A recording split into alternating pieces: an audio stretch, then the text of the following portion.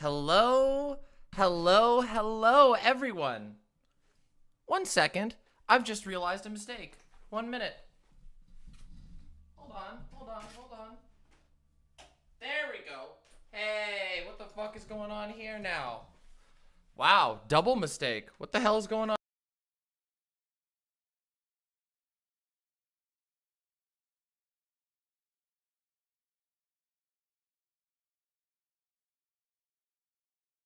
Hold on. Give me a second. It's just my camera being stupid. Don't worry. We'll fix it. Just about to reboot that. Listen, what have I told you? What the fuck have I told you about technology and it being made out of bubblegum, chewed bubblegum, and paper clips? And there we are. Look at that. See, you all were panicking for no reason. It's okay. I'm not going anywhere. I would not leave you with no entertainment for the day. I would never do that. Now, bubblegum, chewed bubblegum, and paper clips. That's basically it. We have a lot of stuff to talk about, don't we? Some funny shit just happened.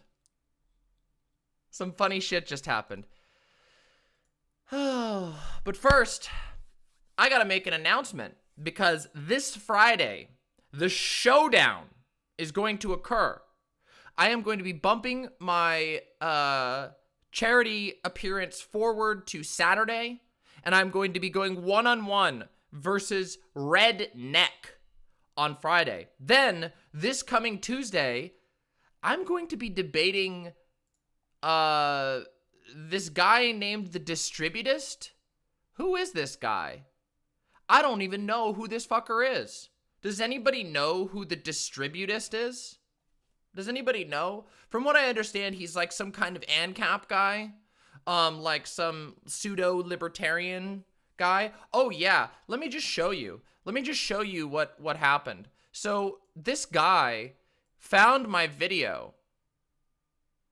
He debated Vosh before? Oh, I'll have to watch that. That'll be fun. The Distributist. Yeah, the Distributist. This will be real interesting. He found my video. So let me just show you. The height of YouTube humor is watching one of the most derivative copycat creators totally lose their shit over a brief exposure to one of the better and more productive voices online. Holy shit. Oh, you'll have to... Oh, Chud, you'll need to send me that video. Please send me that video. Wait, was this the guy who was in the Nazi call? Yeah, I think he's talking about himself. And then we have in his comments, here you go. I watched this, now keep in mind I'm quoting this. I watched this for 3 minutes thinking it's just a dude before scrolling down and seeing that he's supposed to be a tranny. He's literally putting in 0 effort, but I guess you get virtue points in woke circles regardless. Yeah, and then he responds. Damn. Damn. Yeah, this guy's replies are trash. But it's okay. What did I tell you about people constantly trying to target your intrinsic traits? Oh, you're trans? You're fat? We're going to go after those. It's all good. Because, again, guys like this motherfucker are a dime a dozen online. And when we have our moment on Tuesday, I'm sure it's going to be incredible. Incredible. So we'll get to talk about it. He also did a massive Twitter thread about me. So we're going to read his Twitter thread on stream right now real quick. So let's see what he has to say about me, okay? Because I haven't even read this whole thing yet. I looked at it real quick, but then I needed to get on stream. So let's take a look. Let's find out what the distributist has to, what hot takes he's got to distribute. Let's see.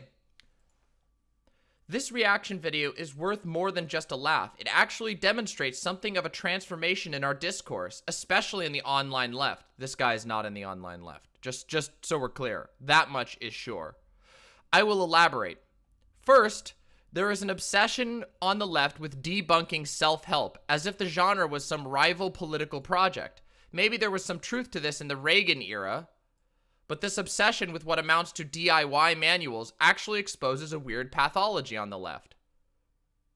So he said a bunch of things and not demonstrated at all. First of all, this was a gaming stream, and the point that he is linked is 3 hours into my gaming stream when I decided to react.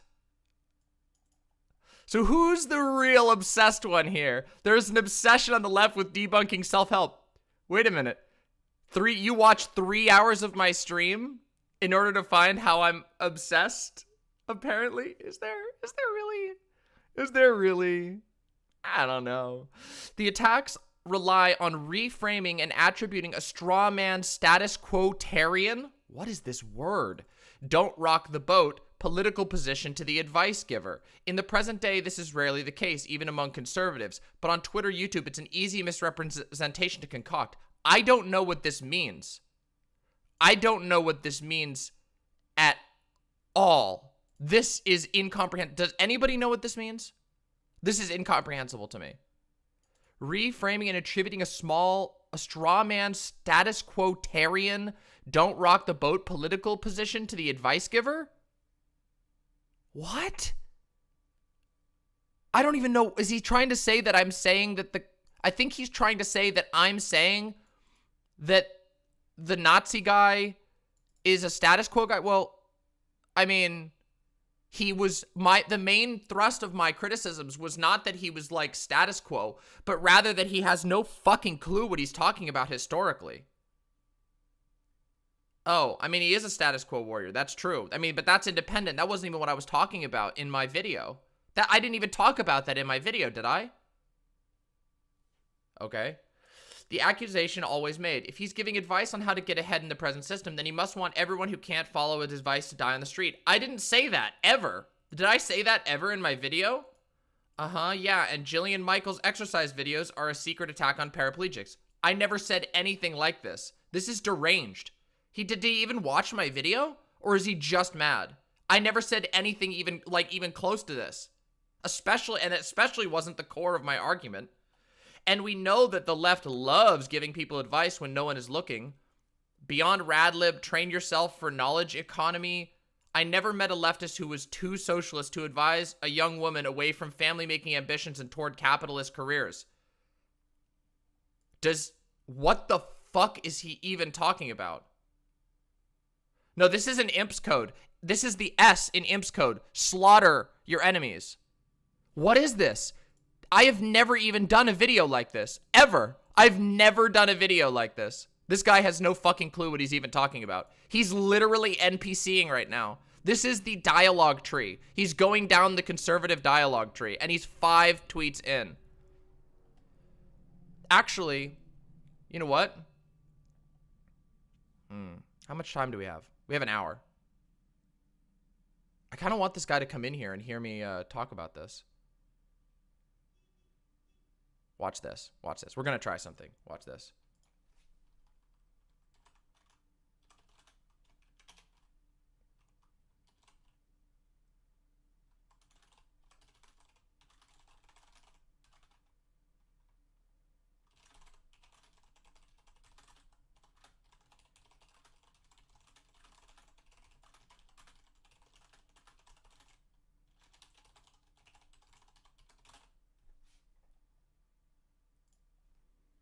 Let's see. Let's see if we can get him in here. Let's find out. Let's find out. Shh. Get that shit out of here. Get that shit out of here. I know he won't be able to resist. This guy's an egotist. Like, he's mega egotistical. All right, so where were we? Let's see if he shows up. Talk about signal boosting. Yeah, of course. Don't you worry. I'll chain the chains of hell. Come on in, baby. It's nice and warm. Let's talk. Come on in. Come on in. Let's see if he shows up. Let's see if he shows up or if he's too much of a fucking coward to even show up. Let's see. Let's find out. Distributist, if you're listening, I hope you're ready, because I'm about to go over your thread. So get on in here, baby. Come on. Come on. Anyway, so where were we? Yeah, if anybody sees the Distributist pop up here or in YouTube chat, just let me know. Just let me know. Somebody will have to keep an eye on YouTube chat, because I'd like to have a quick conversation with him. This is interesting. I'm really interested in how he came to these conclusions. Oh yeah, I gotta do this. There we go. Can you have some popcorn? Yes, Max isn't here today. I think Max had a rough day. Yeah, don't forget to like the stream, please, for the love of God. If you're here, like and subscribe, please. I bring you amazing content all the time, and the likes and subscribes help my channel actually grow, which is incredible and amazing. So, let me, yeah, so thank you. Max is fine. Max does a lot of the smoking. I'm an American. I do what I want. Well, that mentality has not been, particularly good for us this year. But without further ado, let's continue this. Whether or not the coward himself is here, let's find out. Flashback to 10 years ago, and the left, both socialist and rad-libbed, loved giving people advice. They were the smart people, after all. The poster boy of the early Obama administration was Dan Savage, an advice columnist who seemed to have the total life plan all figured out. Hey, thank you. Yeah, it's really good, isn't it, Rakasan? That was Ace. Ace did that. And Gay Fesh's music. Hey, Gambino, good to see you. So, Dan Savage? Dan Savage? Yeah, I don't know who the fuck this guy is. I mean, I've heard of this guy's name, but I don't know anything about this, so I have no fucking clue what this guy's talking about. This is like boomer shit, I guess? I don't know.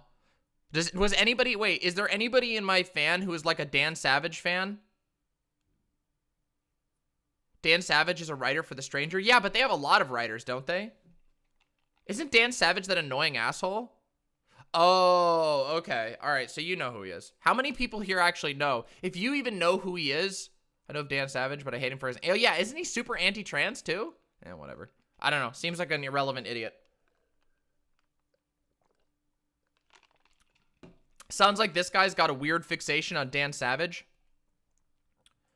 What happened? That's pretty obvious. The advice didn't work. Today, no one touts Dan Savage as anything other than a buyer beware holder of too many personal opinions. I mean, didn't the same exact thing happen with, like, Jordan Peterson, the, like, king of self-help? Isn't Jordan Peterson's life in shambles and nobody listens to him and all of his books are molding on a shelf because nobody will read them? Like, isn't that what happened? Didn't Jordan Peterson's life advice end up being just, like, a way to torture yourself? And be confused? Otherwise, there would be too many unsatisfied customers, too many people living lives worse than their parents. What the fuck is this guy on about? What the fuck is this guy on about? People are slowly realizing that the woes of the millennial generation are not all economic. Really? The woes of the millennial generation are not economic when we've lived through two of the most literally, objectively, historically bad economic crises of the last 100 years? Are you kidding me?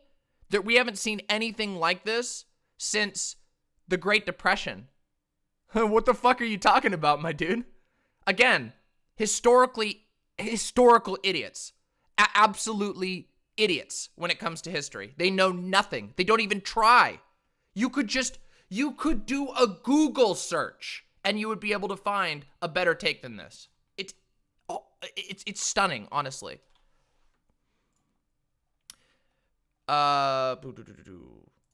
Many problems have been created by bad priorities, bad social policy, and flat-out bad advice from leftist teachers. Examples? He's not slowing down. This is 8 tweets mucho texto. Hey, Zanzi. For whatever its other sins, the conservative movement of the late 20th century did have a vastly superior understanding of the good life when it came to the personal family level. Citation needed. Citation needed. The leftist dream of full autonomy was just that. Likewise, it never materialized. Wait a minute. Wasn't the conservatism of the late 20th century what bred the opioid epidemic? Wasn't it literally 20th century conservative thought leaders that personally started the opioid epidemic? Like the Purdue family, who are quintessentially 20th century conservatives? This guy's a fucking dumbass. This is going to be hilarious. Oh my God. I really hope we get to have a conversation he doesn't weasel out. Yes, AIDS, but here's the thing. If you talk about AIDS with them, they just go, but that was just gay people, and I don't care about gay people. Yeah, the distributist. This guy is embarrassing. I've never talked to this guy before. All I know, I think I've seen one of his videos at some point. Oh, he'll weasel out, I'm sure. I'm sure the coward will weasel out, and if he doesn't, oh, that's going to be fun. Oh, this is going to be fun. Hey, Jamie Daggers, good to see you. I suppose this, in part, explains the anti-self-help phenomenon. It's born from the left's embarrassment over its own failure, paired with their obsession over attacking the Reaganite conservatism of yesteryear. This is delusional. What is this guy talking about? I didn't talk about any of this in the video. What the fuck? No, I don't. I gotta go see it. I gotta watch that before we go into it. I'll have to see how bad he got destroyed by Vosh. Like everyone's told me he was embarrassed by Vosh. Wait, is this the guy who, like, after he lost, like, tried to claim that he won really hard for like a week when it was obvious he was just struggling? Is this that guy? I don't know. Reagan is Reagan is more than a war criminal. Reagan is a fucking is a fucking monster. Reagan oversaw the AIDS crisis. Oh my God, we could go into this. That's a whole other topic. Cooked salmon and didn't taste fishy? Oh, hey, that sounds amazing. Although I don't mind fishy stuff. It's one of Vosh's first debates with a conservative online figure. Wow, holy shit, that's a long time ago. Damn, this guy hasn't grown at all. That must be sad. Damn. He was constantly trying to dip out. I bet he's gonna dip out of this one. Oh my God. Holy shit. This is gonna be so fun. This is gonna be so fun.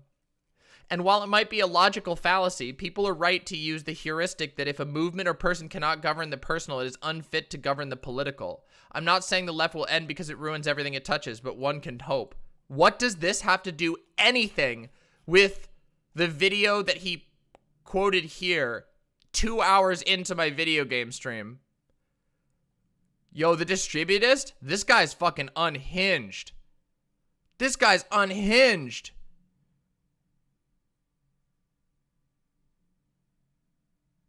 No, I don't remember that one off the top of my head, Zanzi. Holy shit, I'll have to go check it out. This is hilarious. What does this guy even do? Let's look at his videos. Let's find out what his videos are all about. Oh boy, we got Caleb mopping. Oh, mopping up to no good again. Well, might as well add him to the pile of cringe. Let's check out his videos though. Let's see what he's got. Let's see what he's got. Okay, cool. Thank you. Uh-oh.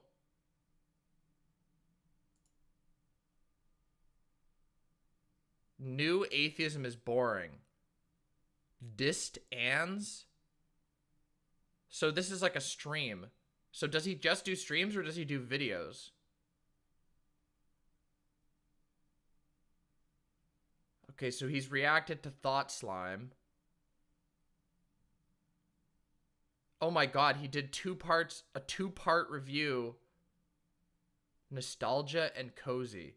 Oh boy, here we go. Let's see what he's got to say about this. To begin this last part of the video essay, I'm going to begin by talking about one of the worst deals I've ever made in my entire adult life.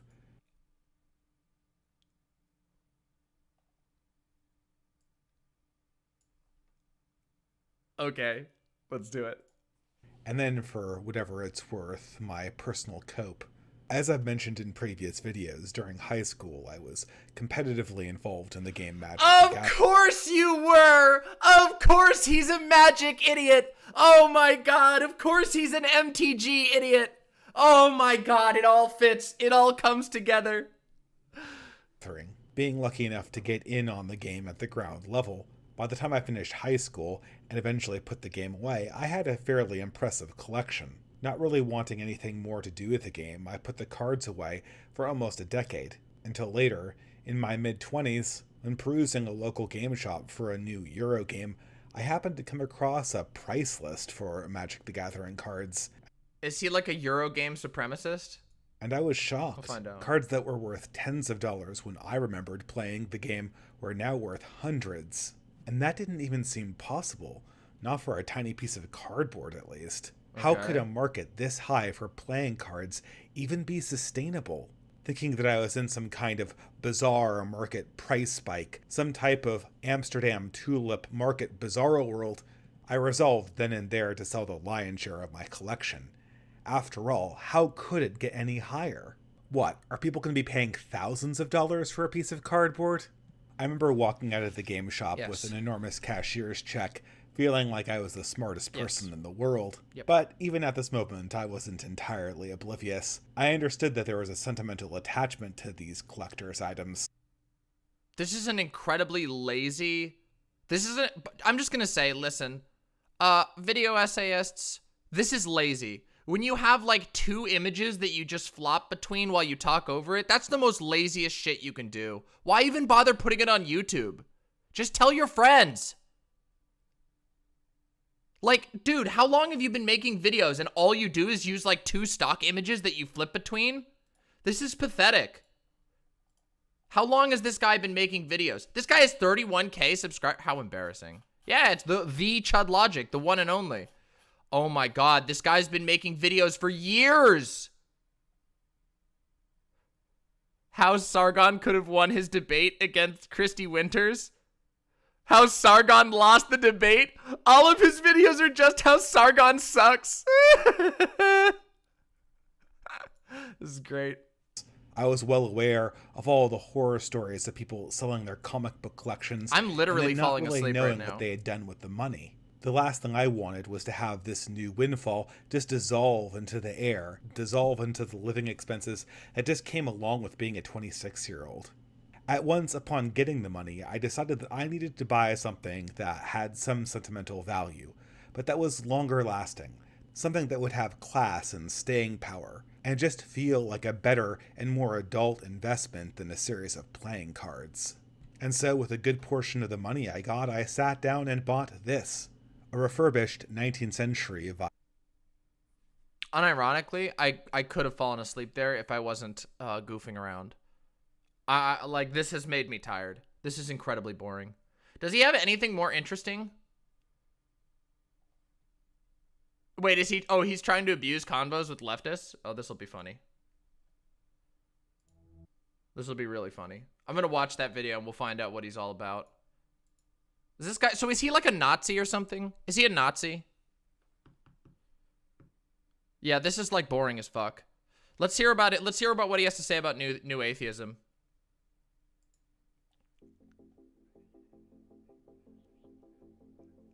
Probably true, Dizzy Eyes from the ASMR segment. When men choose not to believe in God, they do not thereafter believe in nothing. They then become capable of believing in anything. Okay. This sounds like some baby brain shit, but we'll see. It's strange how things go in cycles, even with video requests. For whatever reason, every fall, just as surely as the leaves turn brown, just as surely as the Golden State catches fire, I start getting video requests for one particular topic. That topic being atheism, and in particular the political phenomenon of new atheism. To be sure, I have made videos addressing atheism and the prominent new atheist movement in the past. Still, for whatever reason, people keep asking me for more. I suppose the request is not surprising. Despite its recent declines, the atheist community is still, by the numbers, one of the largest communities on YouTube. This is so fucking boring. Being a somewhat... He said nothing. Just like his fucking thing, he said nothing. Just like his fucking thread. Oh my god. This is so boring. Prominent religious vlogger, it makes sense that people would want to hear me respond to this community's challenges. Why are you not an atheist? Why are you a Christian? What was your journey to being religious? And why do you, and really everyone on the right wing, whether they believe in God or not... Alright, I'm going to stream like this guy in the future. So, in this video, well, the other day, I was thinking about how it would be nice to grow my channel. And the way that I need to grow my channel is by doing interesting content. So I was thinking maybe in the name of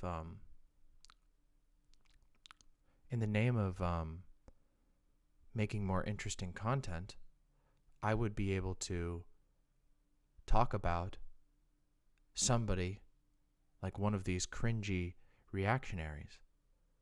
I thought it would be really fun, but as it turns out, it was just a stroll in the land of somnescence. I don't know. Oh, Silent.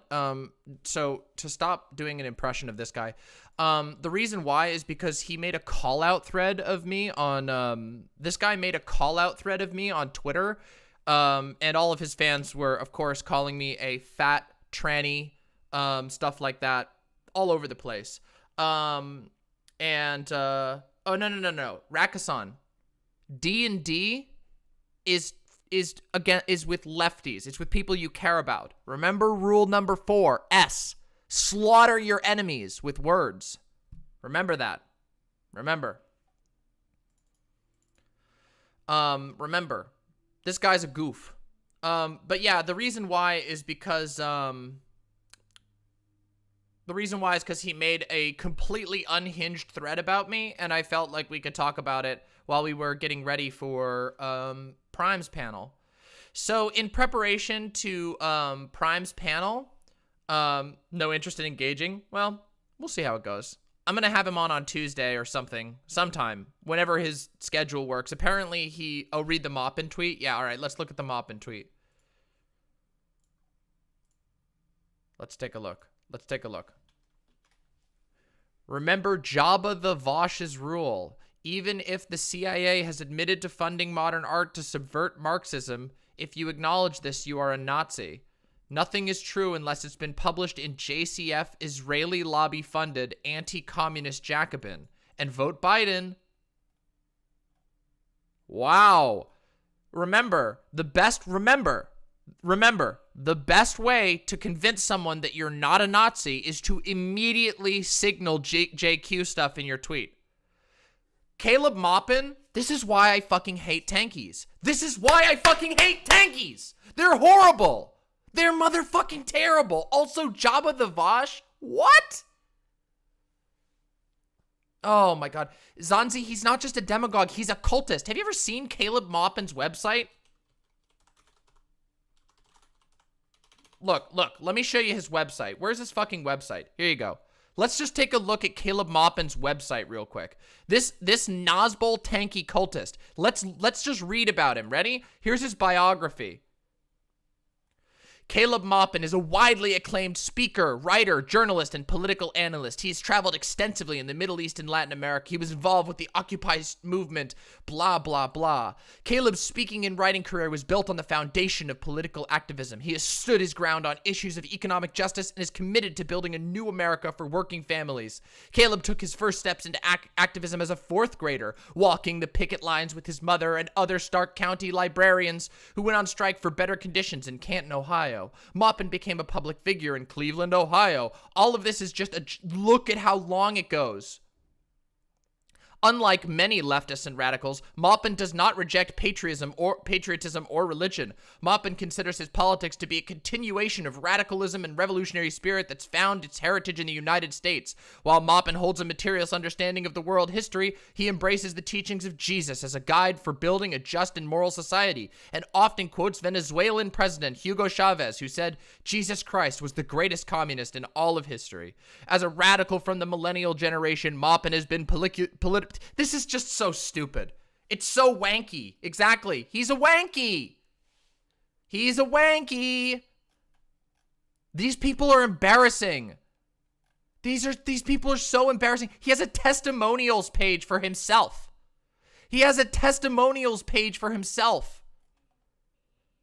Caleb's work is insightful, rooted in a strong grasp of theory, and embedded with critical analysis often lacking in today's journalists. Inspired as much by Marx and Lenin as by Debs and Frederick Douglass, Caleb Maupin has put forward a uniquely American brand of socialism with a provocative flair. This is culty shit. Can you imagine if I fucking had if my website was like this? Can you imagine if I wrote my website as in continuing in the grand tradition of Marx and Lenin? Demon Mama has come. Oh my God. Caleb Maupin is that voice, that professor, that sage you knew existed but were never lucky enough to meet. Oh my God. So embarrassing. No, this won't be a segment, Gina. We'll do an in-depth segment on him. I don't have enough time to do a proper segment.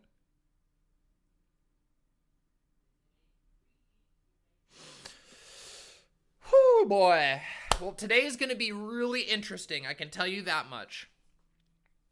Yeah, oh, it's so bad. Maupin is a fucking fraud. Oh my God, he drives me nuts. Tankies, these tankies, for God's sake. Debate Maupin? Maybe. I'm going on Prime Kai's Reverie Roundtable in about 30 minutes. It's going to be really good. Let me tell you the topics real quick. Let me give you the topics, because they're going to be spicy. They're going to be fucking spicy.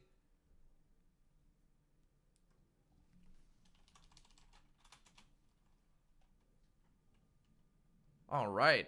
Let me see here. Let's see. Where's the fucking...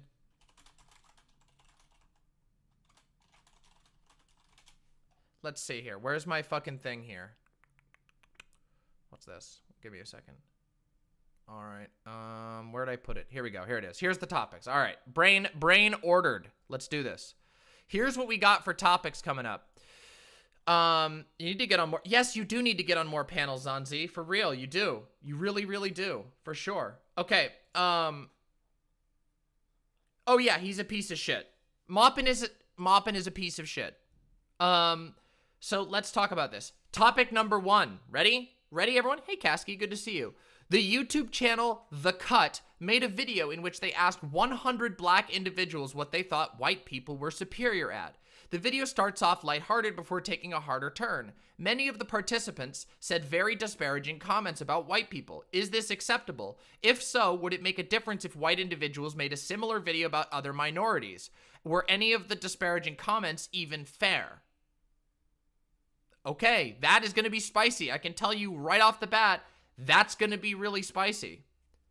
Number 2, after Trump's utter defeat, What is the direction you think the Republican Party will take? Do you expect that they will rethink their strategy towards the electorate, or will they take this lesson that Trump was a singular problematic figure and that no changes need to be made? Do you think they'll look for someone to repeat the Trump formula in 2024, or will they revert to a more standard Republican candidate? Do you think the base will go along with whatever the GOP decides? It's 4:32. Yeah, it is. Yeah, but this begins at 5. Yeah, this begins at 5. Yeah. 3. The U.S. Supreme Court recently ruled 5-4 against New York's restrictions on gatherings at houses of worship due to the pandemic. The conservative justices argued that New York was discriminating against religious institutions. Do you believe this explanation, or do you suspect this was an excuse for the court to give favorable treatment to religion? Should religious institutions in general receive any special treatment, such as tax breaks, or should all organizations be treated equally? Another one that's likely to get very spicy because it's got conspiratorial elements in it, and I'm sure the righties are going to run fucking wild with that shit. I watched the cut video. I also watched Vosh's take on the cut video, which was interesting. Okay.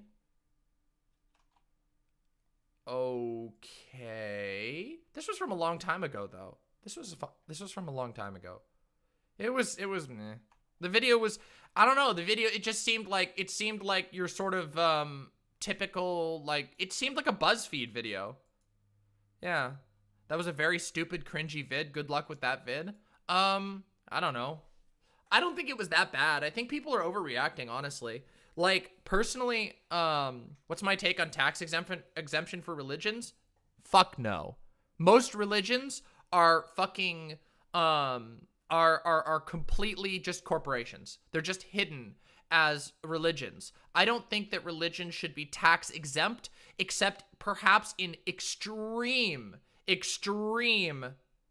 specific circumstances. So, like, for example, the portion of a church that is devoted to doing charity, I'm fine with that being tax exempt. But other than that, they need to show where their fucking work is. They need to do their fucking work. Because as it stands right now, churches use blanket tax exemption to get away with so much, like I talked about in my Calvary Chapel video.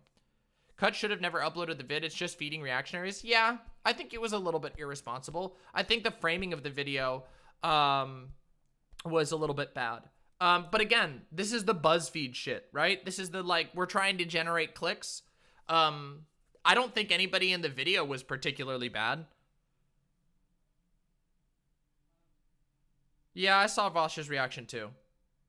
The video was fine. Like, it's just kind of dumb.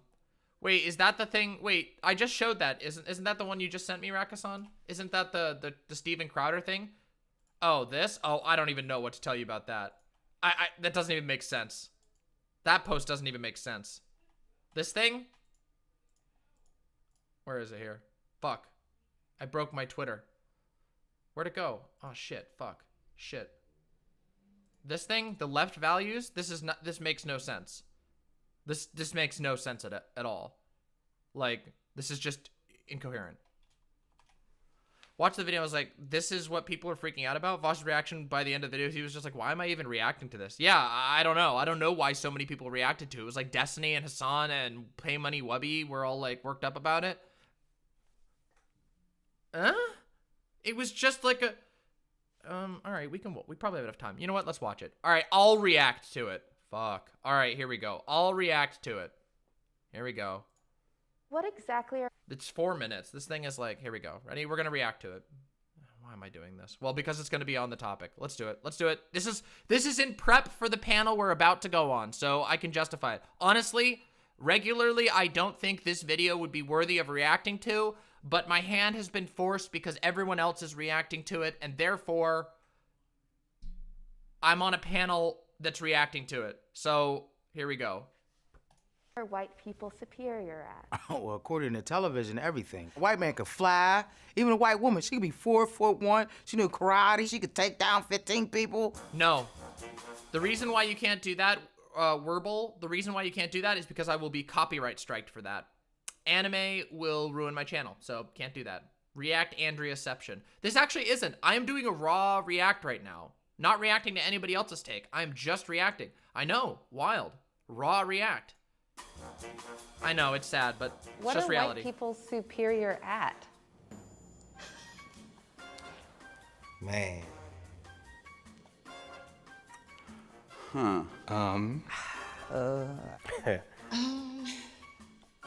Oh, God. What are white people superior at?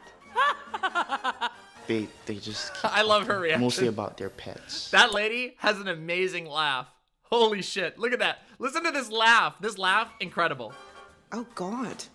What are white people Yeah, superior yes, please bring me a at? kickstart. They just That laugh is so good. I feel like I want that laugh clip for like a sound effect on my channel. It's so good. Listen to the mirth in that laugh. Oh my God, I want to What are listen. white people superior at? Hey, thank you. I love you. Yay! My partner just brought me a kickstart. Delicious. Based laugh. Truly. Based laugh. Look at that. Oh my God, what a good laugh. This lady's got a great laugh. they just keep talking mostly about their pets. White people love their dogs. Like, that's all.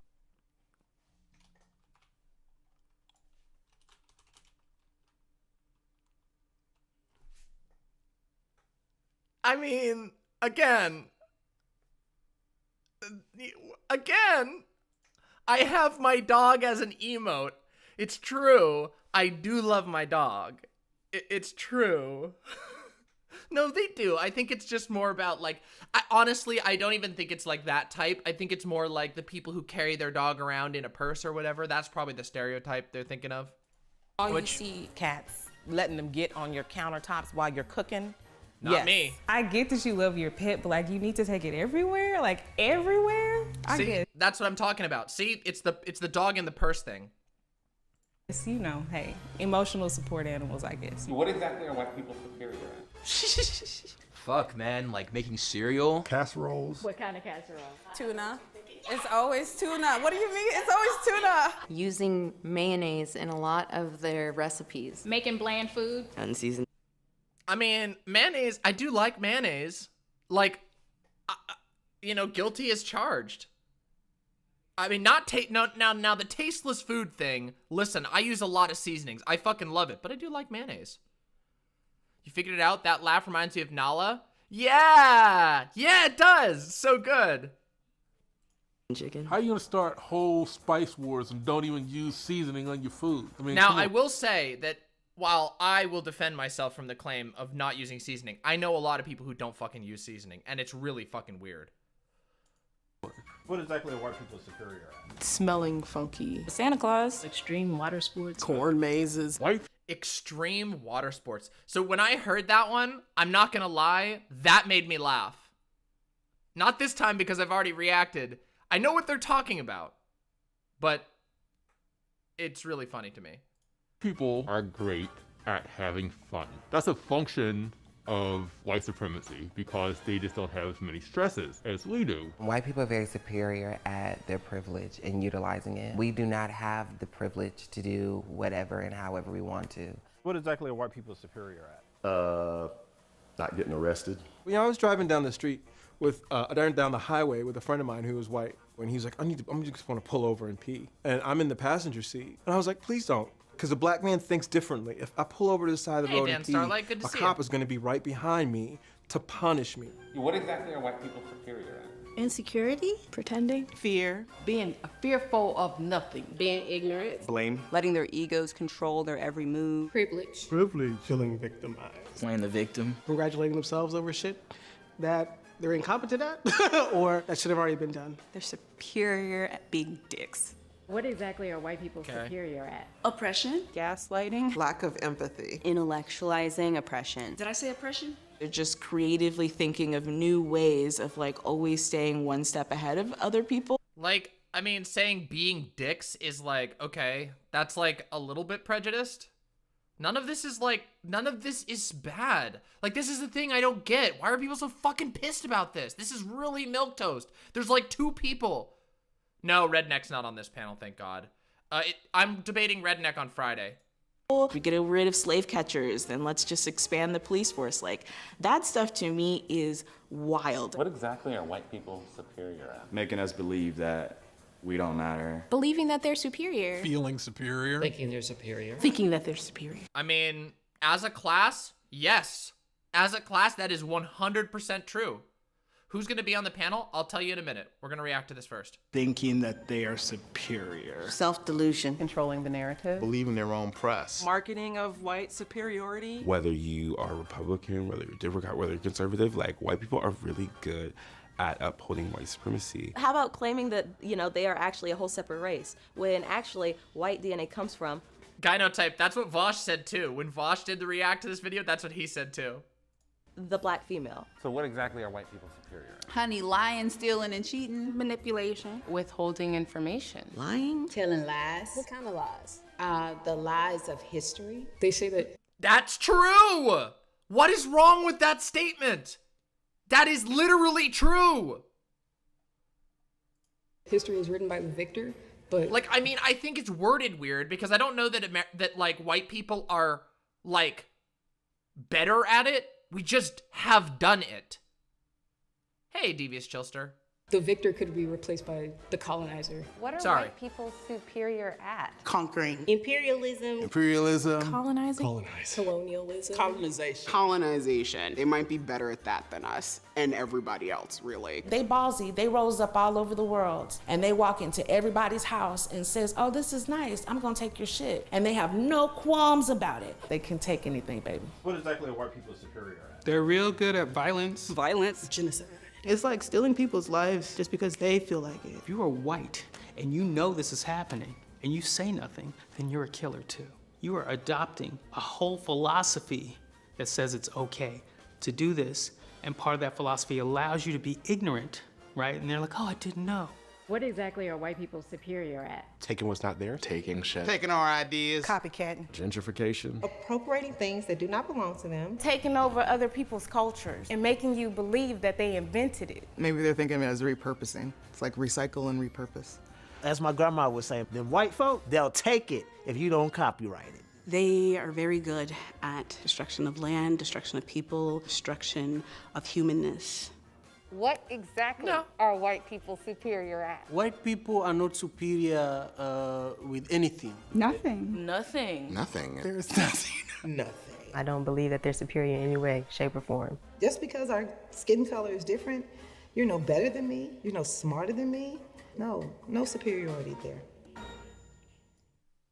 Okay. So, that's my reaction. Okay. Yeah, I mean, most of these are systemic critiques. Yeah, and they're also on camera. That's why everybody looks so nice. Because, you know, that's how these things go. Yeah, exactly. Why would you... They probably have a makeup team there and everything. So, it's like a BuzzFeed... Yeah, it's a BuzzFeed tier video. It's like meant to make people go, oh shit, they went there. I don't know, like, I can't even get, like, what am I supposed to react to? This is why it's so weird. God. Egoist's worst nightmare since they can't but internalize their social identities. I mean, okay, that's fair. Like, for me, like, I don't personally think, like, a lot of these things apply to me, but I also don't identify strongly with being white. Like, yeah, I think that's probably true. Yeah, like, I don't know. Destroy whiteness. Like, whiteness as a concept is completely bullshit. A few generations ago, my family wouldn't have been considered white. So what is white to me? It means nothing. It's something that's been assigned to me that I have no real connection with, but that I benefit from in weird ways that I don't like even sometimes notice. So it's like, I don't have any love for this system that hurts people I care about. Check, actually.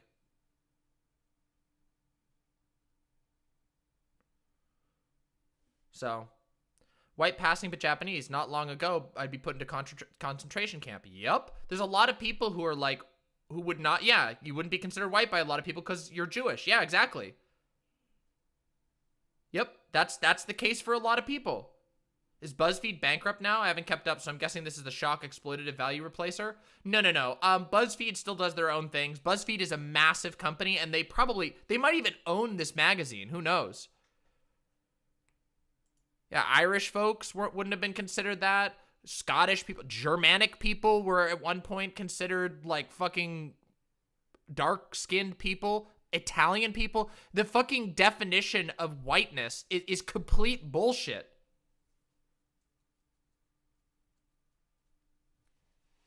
Yeah, they were called Huns. Yeah, exactly.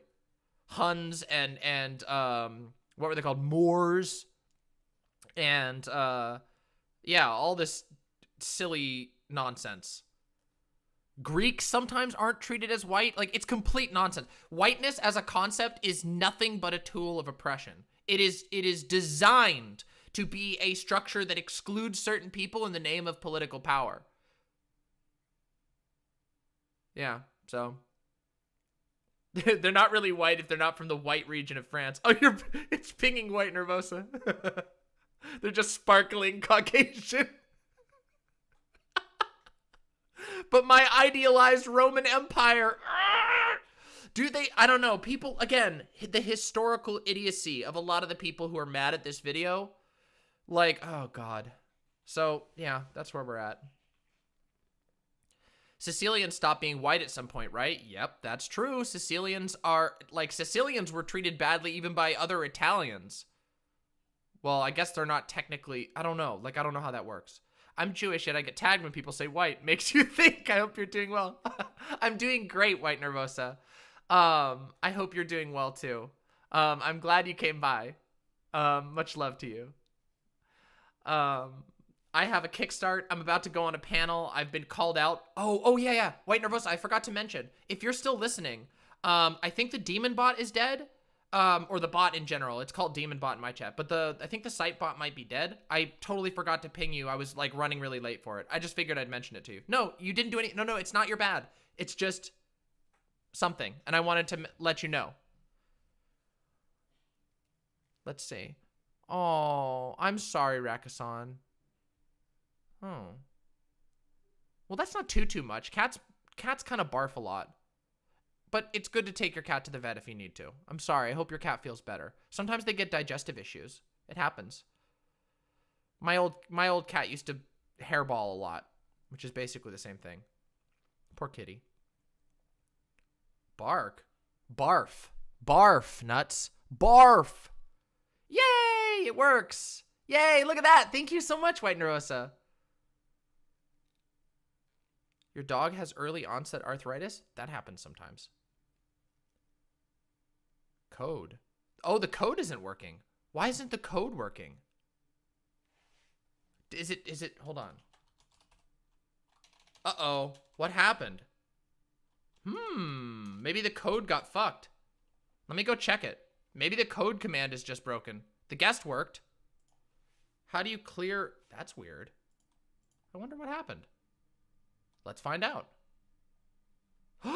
Oh no! All my custom commands got erased. Uh-oh. All my custom commands got erased. Wah, wah. That's what happened. It's okay. I can fix it. I can fix that really quick. Well, I wonder why that happened. Well, Gayfesh stayed. I wonder why Gayfesh stayed, but none of the others did. They're all gone. Yeah, the Twitter code is all gone. It's okay. I can fix it. I think I can fix this. F and 2? What? Why are people saying F's? Uh-oh. Here, let me do this. I'll make a Discord command. I'll fix this. I will fix this right now before we go on the stream.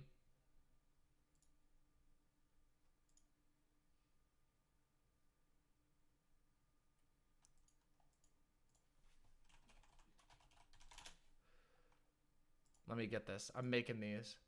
Let's do this. I suggest using add command in response to in chat. The UI is jank and I need to fix it. Oh, it's always fine. I'm able to use the site usually pretty well. Like once I use the little beta commands, it's usually fine. Like I'm gonna add the Discord one.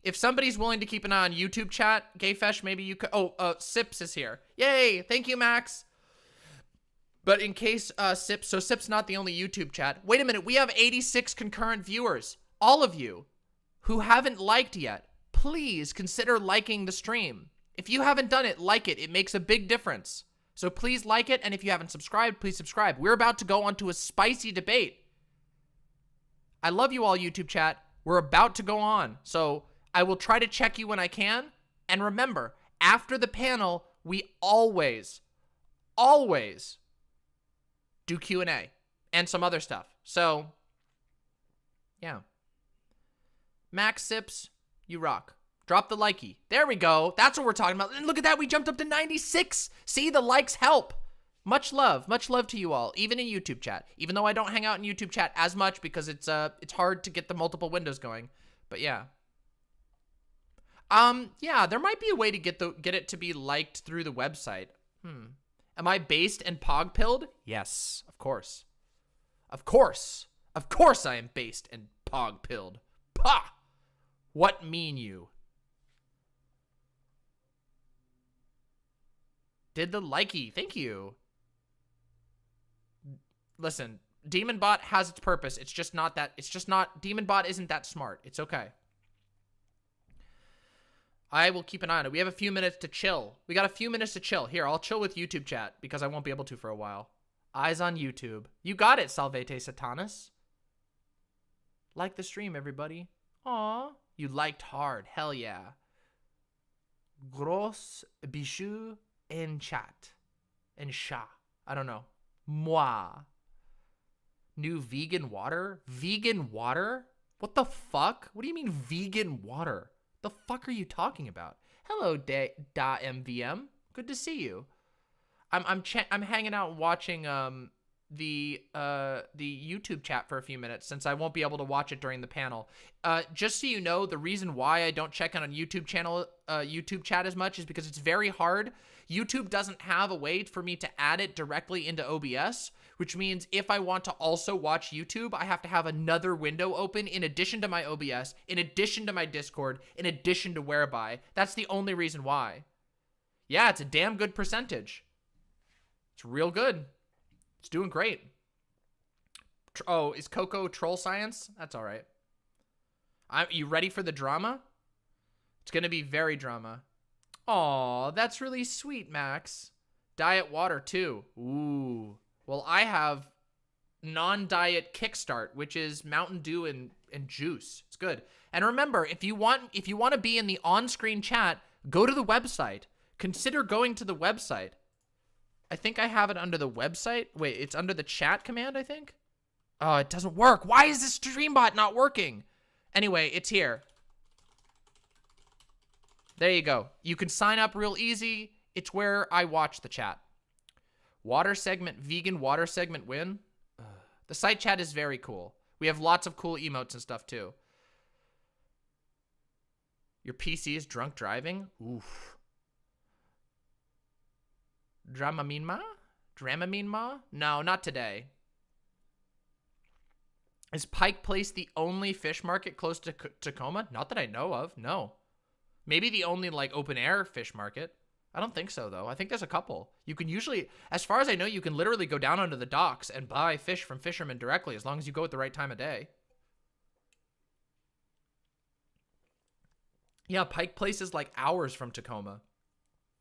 Not hours. It's like an hour from Tacoma with good traffic. The Peepo Riot emote, we don't have it yet. New emotes coming very soon. As far as I understand, Sudafon is almost done with them. That'll be Pog. Maybe we'll even be able to show them off today, depending. Fawn, are you listening right now? I don't know if you're listening right now, but if you are, I love you. Fawn is my partner, just so you all know. Let me see what's going on. I have not been let into the room yet, but everybody is talking. Wait, Fnatic is on here? Oh boy, here we go. Oh yeah, I forgot. I was going to give you the guest list. We got CTV. We got Cop Points. We got Doobie. I don't know who that is. We got Justin R. Young. We've got Fnatic, and we've got Sig Natural. So this is going to be really interesting. This is going to be a really interesting panel.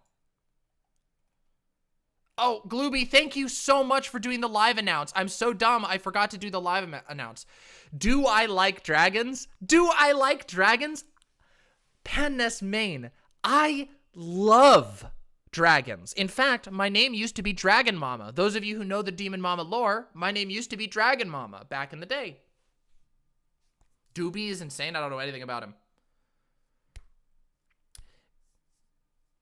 Yeah, I used to be called Dragon Mama back in the day. Is cop points formerly counterpoints? If so, he seems pretty okay. Yeah, cop points is counterpoints.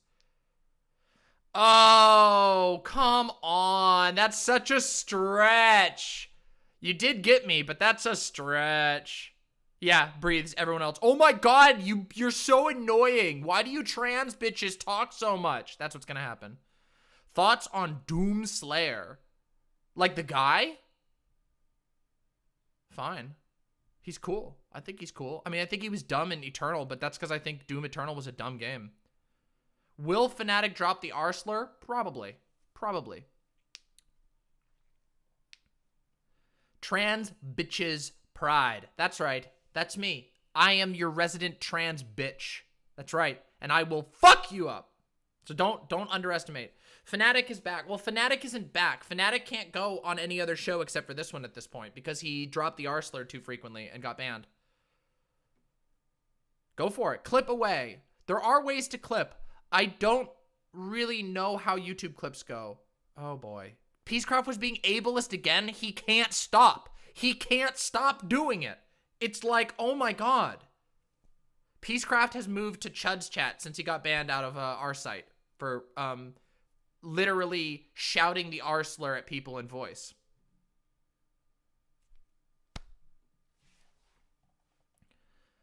You use OBS to screen record YouTube clips? Oh, that probably works. How much do I need to donate for an Ahegao Pompo? Well, I don't know. I'd have to think on that. I don't know, but Pompo is asexual. You're going to get an Ahegao Mama, and we're going to talk about the Ahegao stuff after. It's okay. Don't worry, Gambino. You didn't do anything wrong. It's just the lore. Pompo's a fictional character. You didn't do anything wrong.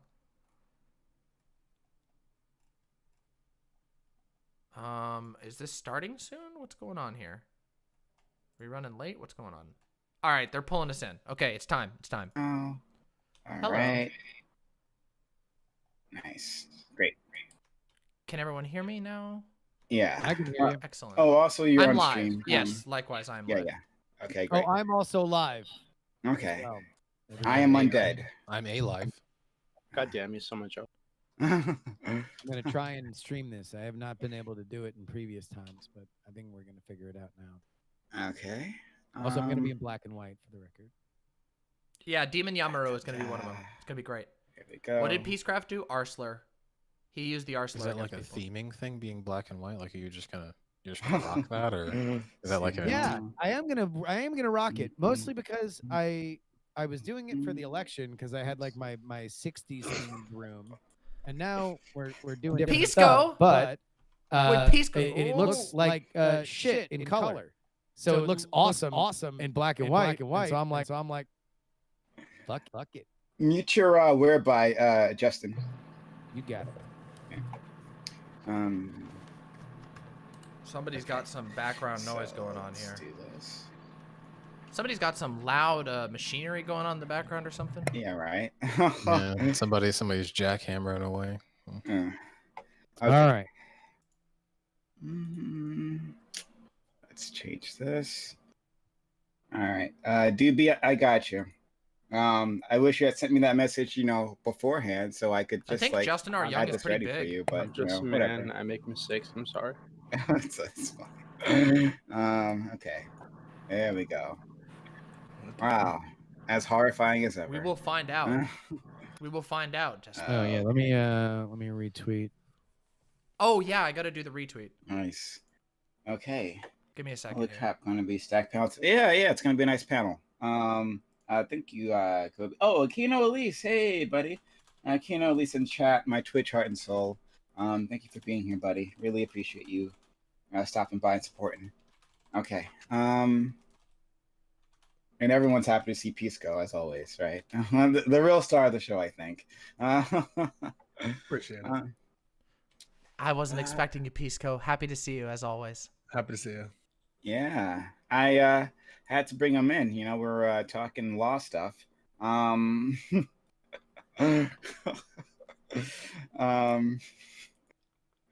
Sorry, someone's making me laugh in my DMs. Okay, so moving forward. CTV. You guys can talk amongst yourselves. I don't know why you guys. Why does everyone always get quiet? So I was quick because I'll have them like muted so they can talk. To chat, but if you want to talk, I mean, I'll just tell you what I did today. Like today, the thing that I did of worth was think about like I try to bring up this old project I thought about years ago where I thought about doing a little series of video essays about superhero like video games. Like Weird Mama at some point. How could a blank video game work? And I kind of started thinking about like certain characters that I think never Gambino got proper, said like, CTV stood up and Gambino said CTV and got like cake. the first one I thought of was Wolverine. And so for it, I started playing X-Men Origins I'll give you the Wolverine, panel topics. like the last like Wolverine game to be made. It's supposed to be not That bad. game is pretty good. Yeah, like, that's what I hear. It's like above. It's like a game. It's like like one of those God of War knockoff kind of games, but like the gameplay loop is the good kind of repetitive. It's the kind of repetitive that you can't really put down, like how the God of War games are, you know. And like it's this is a cliche to say about superhero games, but you really feel like Wolverine. You know? Like you really feel like you leap at people, like the constant leaping at people and chaining that together, along with it's an M-rated game, right? The Uncaged edition. So you can so there's blood and guts and everything. You're just slicing motherfuckers up. You're just destroying them. Okay, it's not like some T for teen bullshit. All right. When he gets shot, like you get to see his innards and all his fucking guts and shit on the inside of his body after you get shot. When you get hurt, you watch it all heal up. I'm like, damn, this game is pretty tough. Actually, I did not think it'd be as tough as it was. I've heard really good things about it. Like for like a movie tie-in game, it's like amazingly. Good, yeah. It's one of the best movie tie-in games I've ever played. It's like it's not as good as like maybe Spider-Man 2, for example, but it's definitely one of the best it's definitely one of the best movie tie-in games I ever played. I couldn't. Yeah, I don't know. And so I had to like scrap Wolverine as a category. I was like, man, he's already got his game. Three like, all you mamas? could really Oh, do boy. is just We're getting take three the mamas gameplay today. loop here, give it a better plot because the plot is shit. The story of the game is fucking trash. But like, if you just like take this core gameplay loop and update it, you got a pretty good game already there. So. It's not even worth talking about. Did you know that Wonder Woman has never had a video game? Not one. Not even some old NES fucking tie-in bullshit. Never got Wonder Woman hasn't had a lot She's of a woman. So. Long story, Cash. We'll talk about it. I mean, I guess so, but she's we just reacted to the it. woman. That was the one we She's just one of- reacted. She's the woman, Right. Surely that counts for something. Well, it should. Someone dropped out. Yeah. I started talking about superheroes. They were like, "Fuck Yeah, this." I don't know who that was. who left? We yeah, revealed the supervillain in the room. All right. Demon piece. Who left? Doopy's here. Doobie, it looks like. Well, Doopy's the D. Here. Yeah, he's the big D. the BLD right there. Oh, is he not using cam? No. Okay. Demon Mama's here. Who else? Who dropped out? Okay. I don't know who that was. No, that was critically thinking about it. I was gonna say the judge. I remember Yeah. that. No, it's Justin. That's who dropped out. Yeah, Justin, you around? Stephan. Oh yeah, Justin said that he's gonna be back. I believe Justin said he was gonna head out for a little bit. Like right after you said we're talking. Like, That would be we can really talk cool. if we want. I Devious. think he just like was like, Oh, I'm gonna be That would actually be really cool. Oh, okay.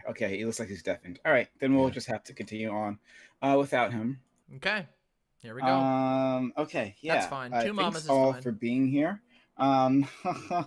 Really appreciate you guys coming through. Yeah, it should be great. All right.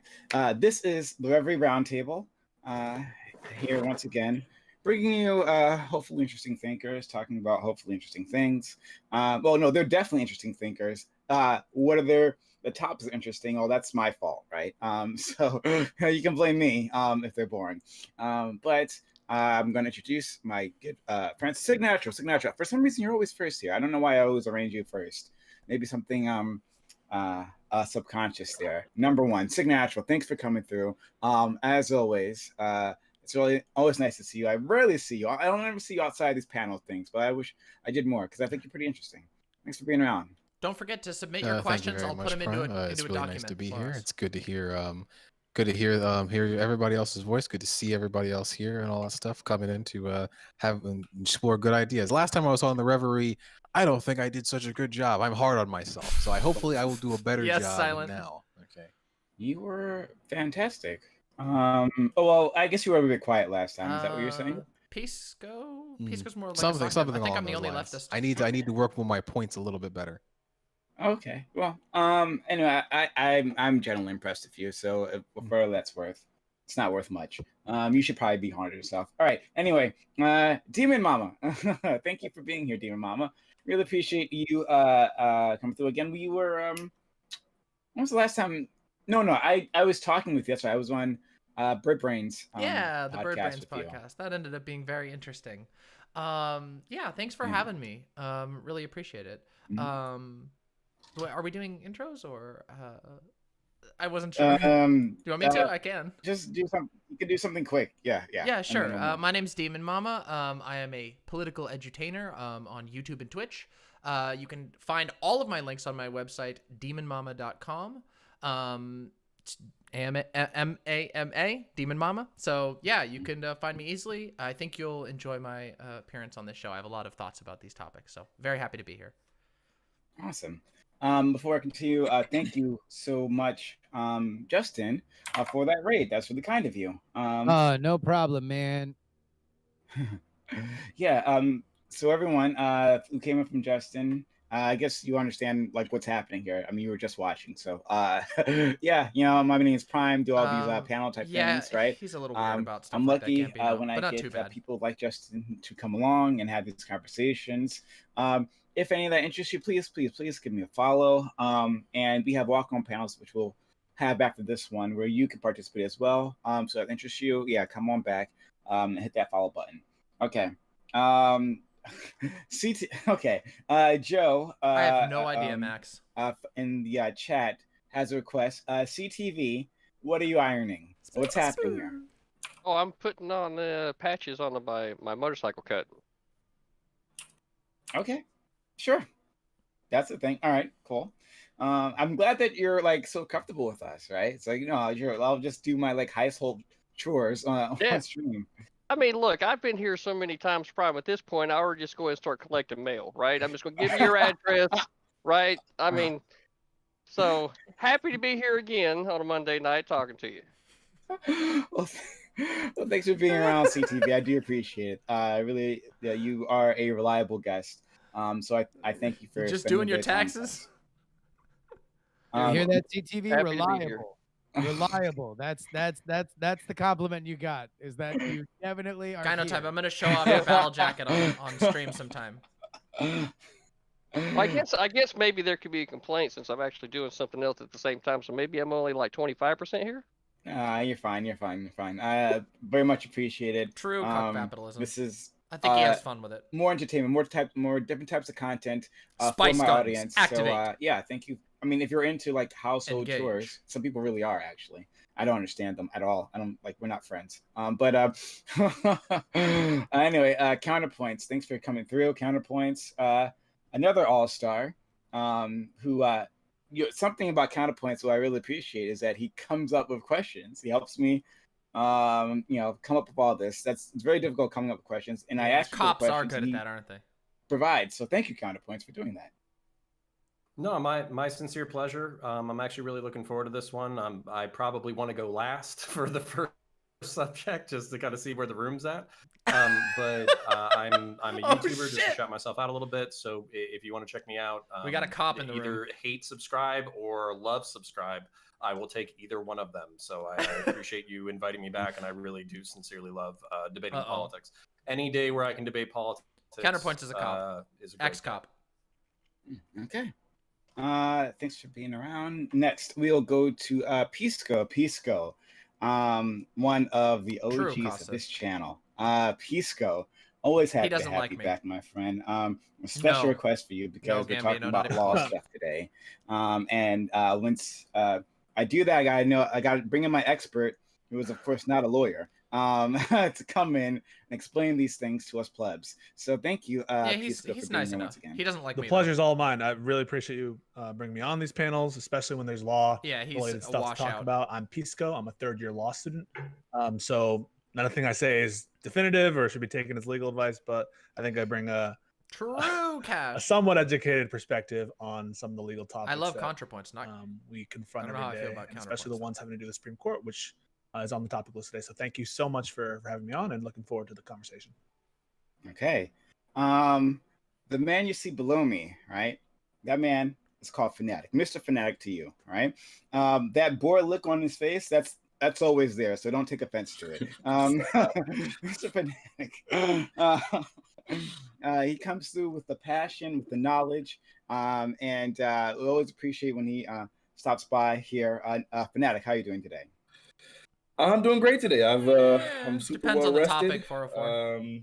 And I'm kind of excited to be here. I had a interaction with some of the panelists that haven't been so beautiful, so I'm looking forward to the fire and the passion today to be in full effect. Okay. I don't know what that means, but I'm sure we'll find out later on. All right, next. Justin R. Young. Justin, this is like your third time around here. And you've had a good time, I think, every time that you've been around. Justin, thanks for coming through. Thanks for bringing your audience with you. It's been much appreciated for this very small channel of mine. Oh man, it's always a pleasure to be here. I am the only girl. That's true. And to meet more As people always. in That's our all good. strange little corner of the internet where we talk about politics here on Justin R. Young. Twitch.tv. So I think he's a partner on always a on pleasure to be a Twitch. part of it. Mm-hmm. Well, thank you for being here once again. And finally, all right, that thing that goes bump in the night has that thing that you don't know, that's like at the edge of your subconscious, that thing that scares you deeply. That thing is Doobie. That monstrosity on the side of your screen, yeah, that's Doobie. He is here once again to share some of his knowledge, some of his opinions, and some of the nightmares with us once again. Doobie, thanks for being here. CTV's modeling right now. Thank you for having me. That's so fucking underwhelming. Oh God! After that build-up, do. Damn it! I felt like yes, that was him, Cuck. I'm just a man. Yes, this is You're a CTV green tries it. monstrosity is what you are. I don't know what that is. Like, I'm sad you have the picture because it's actually a GIF, right? It pulsates. You know that, right? Yeah, like if you click on, yeah. Like, it's sad they only have a picture on it. Yeah. I don't know if I can put a GIF in. Maybe I can. I don't know I'm if sure I you can. could somehow. Maybe. I don't know. I've never tried. I probably can. All right. So, all right. So here we are once again with the Reverie. Let me pull up the topics. You think I'd have that up already, but I don't. Okay. So let's do it. We'll get started with the first topic. The YouTube channel, The Cut, made a video in which they asked 100 black individuals what they thought white people were superior at. The video starts off lighthearted before taking a hard turn. Many of the participants said very disparaging comments about white people. Is this acceptable? If so, would it make a difference if white individuals made a similar video about other minorities? And were any of the disparaging comments made even fair? So credit goes to ContraPoints. This was his topic. I really appreciate that. So yeah, I'll paste the video in chat. Destiny did a reaction video to this. Yeah, absolutely. Actually, Cash, if you rewind, you'll find my reaction to it. It's about 5 minutes. V's reaction. There's the thank you. I swear to you, is literally. Yeah, it's like a meta reaction. Yeah, type I think thing. he fixed his camera. Re-exception. Man, yeah. what a weird world. But you all, this is the video that we're going to be talking about. So just to recap again, there was a video made by a YouTube channel called The Cut, and it featured 100 black people, apparently. 100 black people, and they asked them the question, what are white people superior at? At first, it's just like a bunch of jokes that they're spitting out, right? Because it's a fucking stupid-ass question, right? But then it takes an interesting turn, and there's a lot of negative remarks about white people in general that are put out there. So anyway, so we're talking about that. Don't worry, you're not missing that we'll much. start with Sig. Start with me.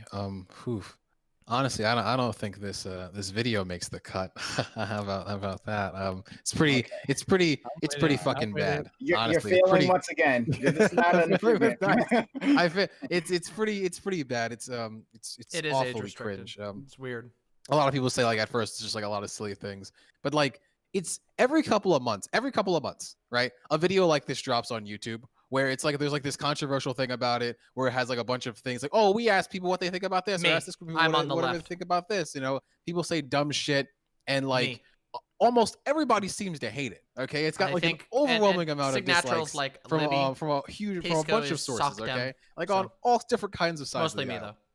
And just like a video like this, it's Yeah. pretty clear to me Sig. that the cut and its ilk channels like it just periodically upload videos like this to get a reaction out of people. All right, it's not even like what was said in the video after like 2 minutes was even funny or humorous. It wasn't even about jokes. It was a lot of Pisco like hate and a lot is of the vitriol sock being spoken about. And generally, this sort of stuff, it's in poor taste. I hope that YouTube gets rid of it, but I don't think that they will. Unfortunately, I don't think that things like this are good. I think they just sow discontent. I'll end it on this note. In one of Destiny's chats when he was reacting to it, so to speak, somebody said this is very good. This is a very good white nationalist recruitment tool, and I found myself agreeing with it pretty well. Kind of, yeah. All right, next, Stephen Mama. Yeah. So just out of curiosity, maybe if I could request a show of hands, how many people have watched the vid? Okay. Okay. So basically, almost everyone. Okay. So yeah. My thought. I've watched it 2 times myself, and then I've also seen a couple of other people's reactions to it, including the Pay Money Wubby, a little bit of the Destiny one, and Vosh did a reaction to it. Honestly, I don't really understand like the entire negative reaction. I do tend to agree with the idea that like videos like this tend to stoke more of a reaction from the most extreme right corners of the internet, who view it as some sort of an assault. But honestly, I don't feel like the video was really that bad. None of the statements there were particularly disparaging. I think there was like one person in the video who said, oh, like, I think white people smell bad. And I'm like, okay, that's kind of weird. There was someone who said, like, as a joke, like, oh, white people use mayo and everything. And I'm like, well, I mean, I do like mayo. It is true. But there's this whole thing that kept happening in the video where I'm just like, I don't know. Like, I have a hard time getting offended by any sort of video like this because it's like, I don't know, like I don't feel like I'm particularly attached to the idea of like white identity, and I feel like the people who would be most bothered by this is somebody who's like very attached to the idea of their whiteness or the idea of their white identity. And I think there were some of the comments later on that said like, oh, white people are good at colonialism, which, well, I mean, historically that is indeed the truth. Which I don't know if that's like I think the framing of the question is kind of stupid because like it's not. What's that? No, not your question. I meant the question posed in the video. For the record, I was referring to the question in the video. Just like, oh, what are white people superior at? Well, it's like, I don't know. Like when you ask that sort of a question, it kind of puts people on the spot. It's very weird to answer that question. Like it's almost, again, it does seem like it's like short intro. Oh, sure. Sorry. It seems like it's geared to cause a reaction. So yeah. Okay, fair enough. Yeah, everyone, short intro so we can jump into the main discussion. Counterpoints. Yeah, so that's kind of interesting because I was relieved to hear, I believe Sig was like the first person. I was like, oh man, like I almost agree completely with what he said. And then Demon Mama kind of articulated the position that I take larger issue with. It's really frustrating to be like to try to steelman people and then kind of have some shit like this come out, and then there's just like this equivocation. So one of the things that was frustrating about Hassan was like, oh, well, if you're white and this video doesn't apply to you, then you shouldn't give a shit. which we would never say that if this was directed at any other racial group. And then, Vosh comes out and he says, "Oh, well, if you think about it from a systemic perspective, Busy, do you what still have they're the link? saying is Can you actually link not to that Windleby bad. the video? Don't worry It's about really it. short. It's actually it's more academically rooted. They were talking about colonialism. They were talking about systems, not Thank you so much, specifically Busy. white people specifically. But I don't know what video Demon Mama watched. Maybe she watched the first 50%, but the last 50% is kind of not great. And the last 50% does feel personal. And it does feel like white people are liars. White people are good at conquering it. White people are good at stealing shit. White people are good at stealing other people's cultures. Which, if we steal, man, and we talk about it systemically or historically, I think there's an interesting conversation there. But if we're just saying white people blank, we couldn't invert this in any scenario and Sensitive have it snowflakes. fly a foot off the fucking ground. So I am interested to get into this because white Me people, and I guess I'm identifying with my whiteness, white people are not a unique evil on the face of the planet, and that's why this is white nationalist rocket fuel. So equivocation, apologies for it, saying that it's okay, saying that these kind of conversations can cut one direction and not in another direction is white nationalist rocket fuel, and it's shit optics, and it does piss me off. Okay. Okay. We'll go to Pisco. Thank you. Yeah. I'm going to take the video at face value. I know there was a question presented by Sig Natural about whether or not the video was even made in good faith. Maybe it was just an attempt to get attention. I'm going to take it as though it were in good faith, the video, because I think anything else would be kind of mind reading. I'll start with the obvious, which is I don't think on the list of things to worry about, this would meet even the top 50 things that our country should be worried about. True. I'll put that there. I'll Not also even the put top out there 1,000. that everyone acknowledges the unique. Yeah, no worries, Windleby. You're fine. Oppressed role that certain racial It's really short minorities video. in this country face, including Black people. I put that there. That said, I don't think this video is defensible. It relies on, I think, incorrect racial stereotypes that magnify and put into greater focus our racial differences, which I think is not helpful for our society and frankly aren't true. I do not believe that white people, by the nature of their race or skin color, are just better at oppression. To the extent that that is true, it's a historical accident. And so I don't think that by the terms of the video, you can defend it. That said, should it be a me and Pisco are going to be in disagreement point of contention that dominates our public life? Maybe not. Okay. Once again, guys, I'm putting the video in chat so you guys know what we're talking about. This is actually Destiny's reaction to it, but you can see it yourself. I can actually find the video itself, like the pure video. But if you go to the latter half, I'm about to fight the other, entire panel. Don't you'll you worry. see what we're talking I about. love battle. The reactions. I am a some demon of the African Americans of contention. The comments some of the African Americans I'm said designed about for battle. white people in general. So that's what we're talking Forged about. in the very chat. fires of hell. I'll put the other one itself that goes directly Don't be to scared. the YouTube channel. I'll keep you which might safe. be Don't easier you for worry. Anyway, so next we'll go to CTV. That's right, People Box. Well, I'll be honest. I didn't get a chance to watch the whole thing. I kind of skimmed over it, but after hearing what everybody else said specifically from it, I suppose now is probably a great little bit of a segue into a joke, right? Because I really feel like that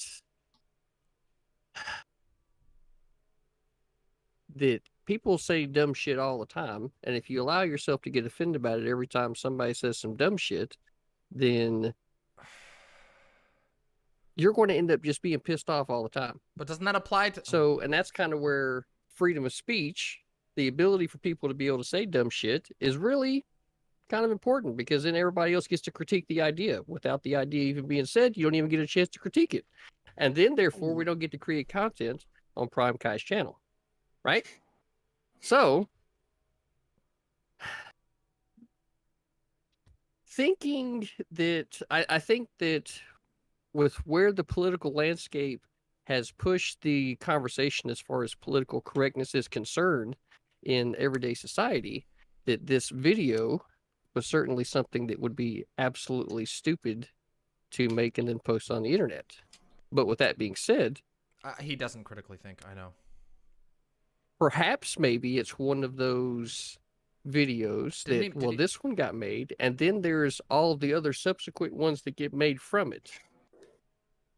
What? I don't know, but I didn't watch the video, am, so more of like the comedian style this chat takes when too. it comes to all of these issues, because we all have shit that we have to deal with. And just being able to sit down and talk to somebody about what they have to deal with is more important, and being able to actually communicate than just getting pissed off and mad and never being able to communicate at all. So that's kind of where I'm at. Freedom of speech. So, okay, cool. Thank Defending you for that. the video. Everyone, again, the topic Technically. video I just put in chat. This one actually links you directly. It's not Destiny's reaction. This is directly the video that we're talking about. So you can check that out.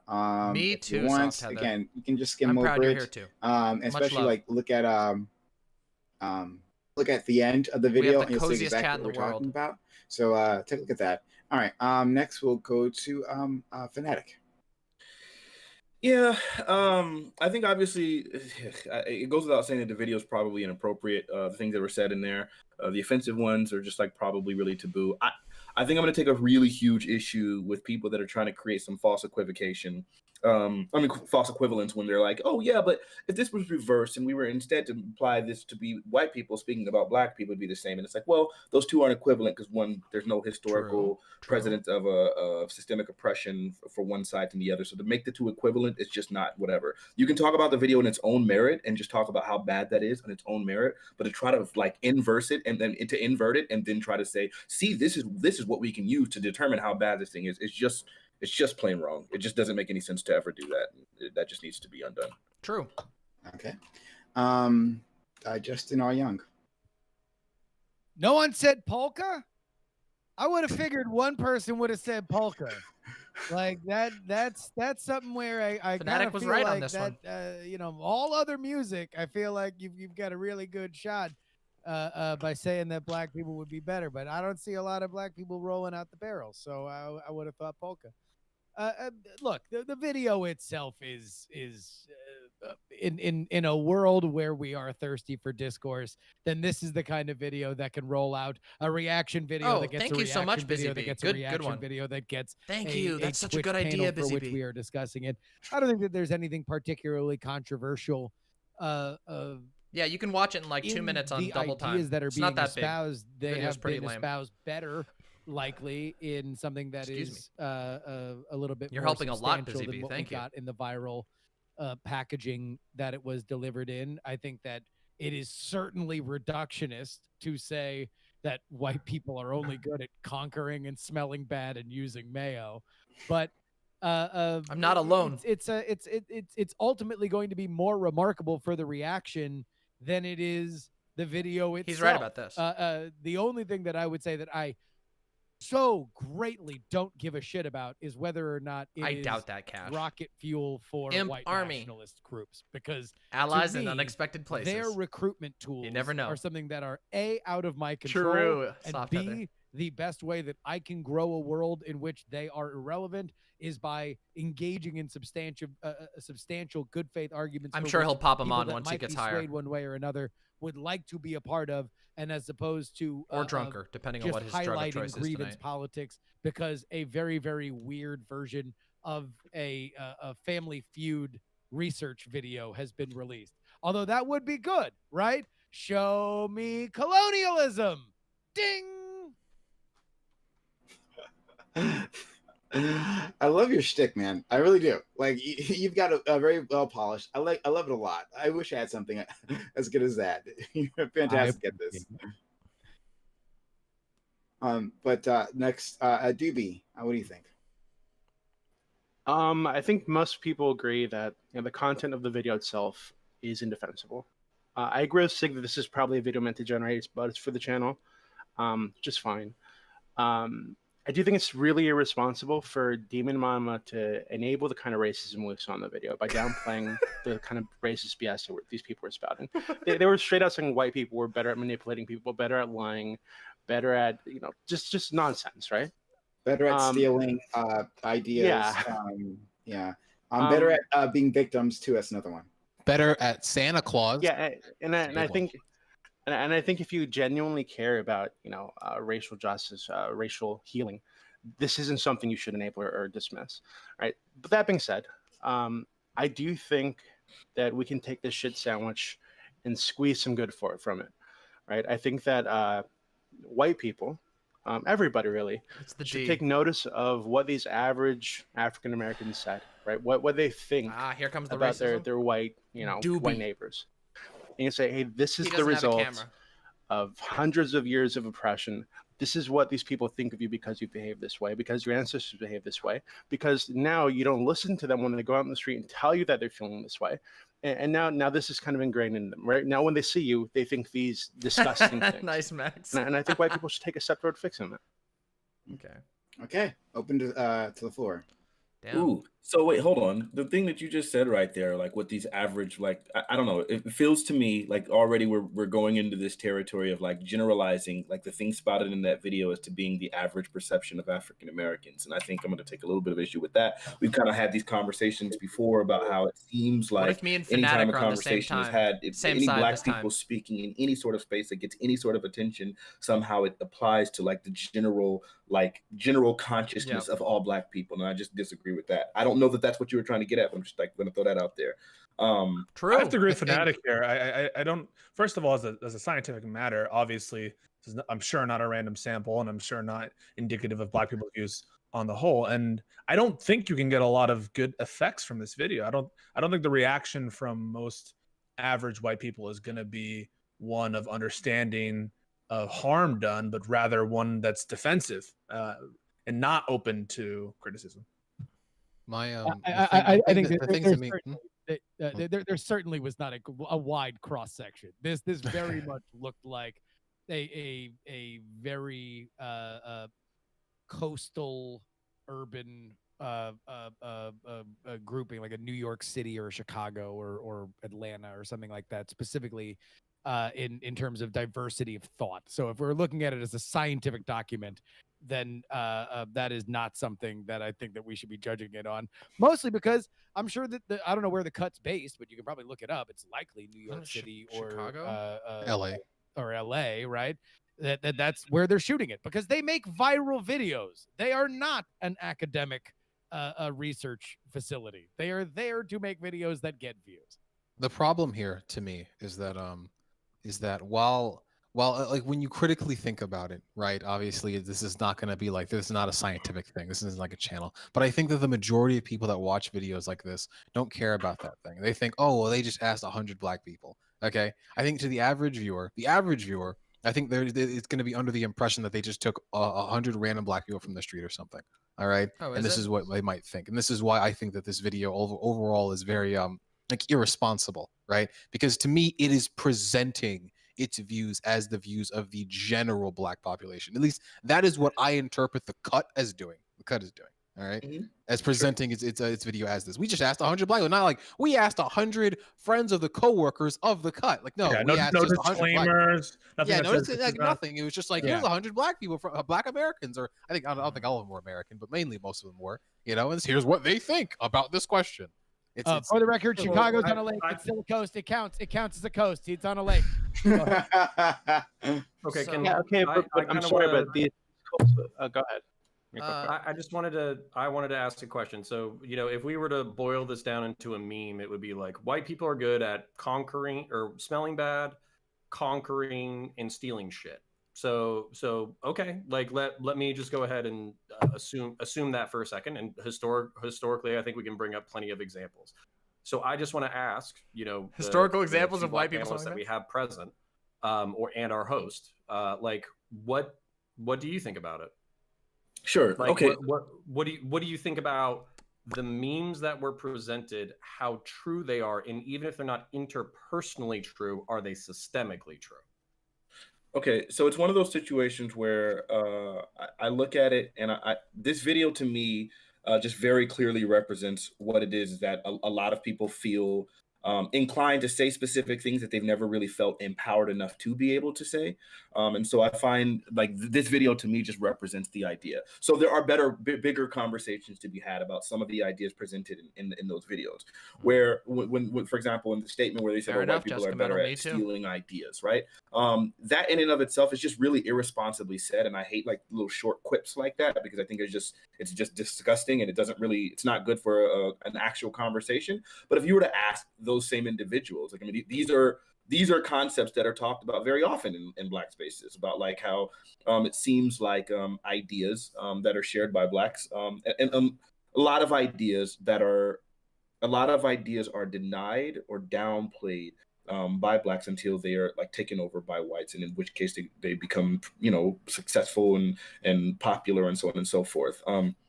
We talk about what's the thing, cultural appropriation, right? And we have obviously a lot of historical precedent in that. So this video is just going to do a really poor job at like discussing those things in like little 10-word quips. Yeah. But the idea that there have been plenty of whites historically that have taken ideas from Blacks and have become successful from them in ways when Blacks didn't have the power to do so, it's accurate. I just don't know that this video is a good medium to try to express any ideas even loosely related to that.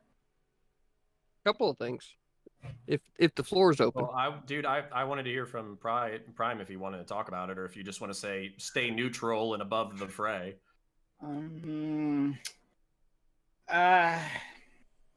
There's a school of thought that like racism like can't go the other way, right? Like it's a power dynamic, right? And that so basically because white people are on the top of this power dynamic, right? Then racism is kind of a one-way street down to anyone else who's below. I have mixed feelings about that way of thinking. I see why they think that. You'll ask me from day to day, and I'll give you a different answer as to how I feel about this video. I imagine like, what if it was, Black people saying similar things about Asian people, right? I don't think that would be very helpful. I don't think it'd be very well received. I think it's a dumb video. I think this is, I see videos like this all the time on YouTube, and they don't add much to the discourse. The discourse. They don't add much to it. And I feel like, I mean, some people are like, well, let these people vent, right? Let them vent their grievances.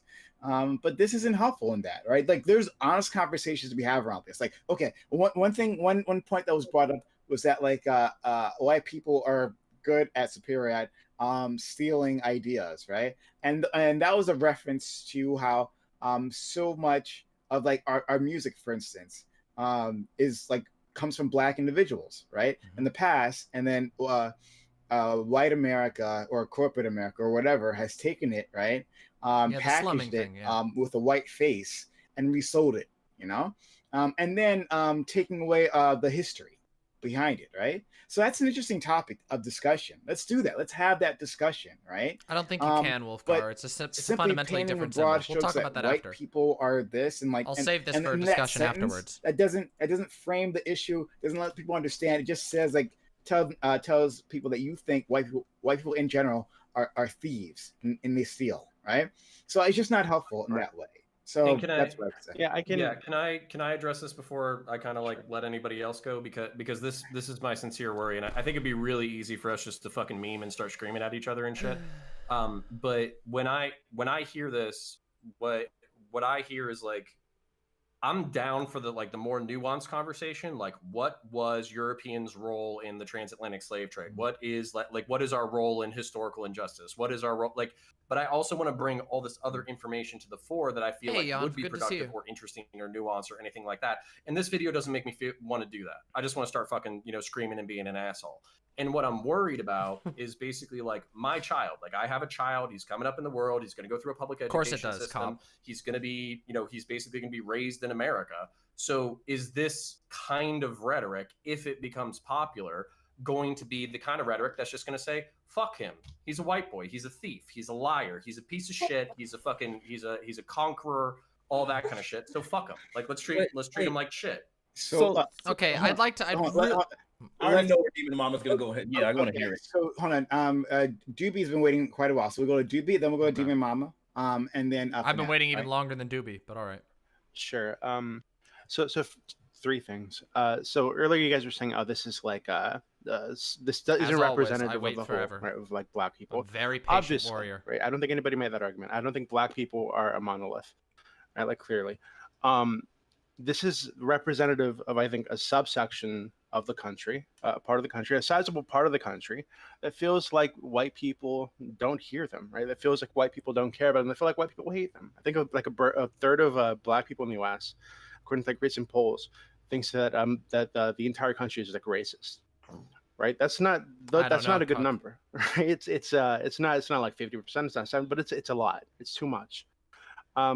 So to say that this isn't representative of some people in the country, or to say that like, oh, this is like, people in LA or New York, we should just kind of dismiss. I think that's kind of, you won't survive in this world if you can't as a woman. Secondly, it's just true to say that like, because I do think that there's some good that can come from this, right? I don't think this video is trying to have a long form, in-depth conversation about imperialism or about, the stealing of art, the stealing of like cultural identity.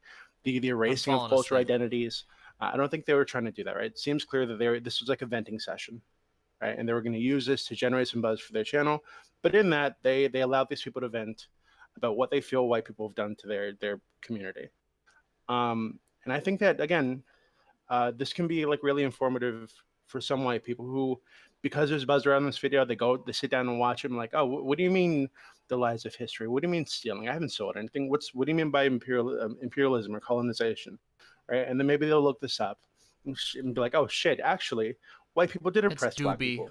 They're the D on the screen. There are polls that say that white people are the least engaged on race issues in the U.S. right now, right? And maybe this could be an entryway into getting them to even like start caring, right? And the idea that this is like fuel for white nationalists, I think if you're at the point where someone saying white people smell in a YouTube video is going to push you over into white nationalism, good riddance. I mean, I don't know. True. Okay, Demon Mom? Yeah, so a couple people had some pretty hefty allegations at my pretty, I feel like, chill opening statement. But there's a couple of things I feel like I need to touch on. First of all, what you mentioned about like people have a different concept of what racism is. I think the two like sort of divergent definitions that I hear talked about a lot is like racism equals prejudice plus power, versus a sort of individualized version of racism. I think that both of these definitions can be somewhat valid, though I do tend to think that the definition of like racism as just like your individual prejudice towards anyone based on like this concept of race is a little bit simplistic. And the reason that I think that that's the case is because race is in and of itself a very complicated thing, and how we define race is actually super important to the discussion of racism. Because again, there's probably a couple of white people on this panel who would be considered white people today who would not have been 100 years ago. That's true for myself. My family is Slavic. We would not have been considered, we were not by the Nazis. We were killed by the Nazis. We were not considered white people. Whiteness is a construct that is on its face just totally based on nothing. It's based on an arbitrary, like power wielding by and large. And that is what the structure of whiteness represents. Now, with regard to this video, I don't feel like I was really defending or equivocating the video. There are a dime a dozen, like, clickbaity videos, like literally, just the entirety of YouTube is full of shit like this.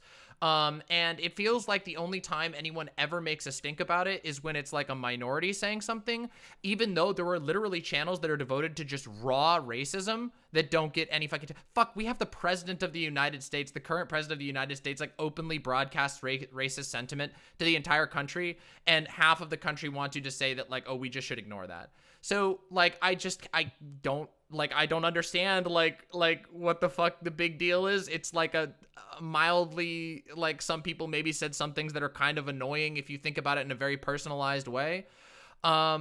But yeah, I don't really feel like I feel like the response that Counterpoints is having, this idea that like this one random video put out by some random BuzzFeed-esque company is gonna like lead your child down the road of Ridiculous. like, yeah, I think it's ridiculous on its face. Well, Hey, sorry, Peace. You're gonna run the conversation. You're gonna structurize everything around your wants and desires on who gets to talk next. No, you're right. I'm sorry. I'm using my white privilege. You do that a lot. All right. Okay. So I agree, basically, Demon Mama, with your the contours of what you put around white and how it's arbitrary on its face and changing according to history. Even more of a reason not to generalize based on that principle that people don't even agree on, right? So I agree with you that, you know, this is not going to lead to the parade of horribles that Counterpoints is referencing. I think there are much other important racial topics and policies that are more likely to drive there.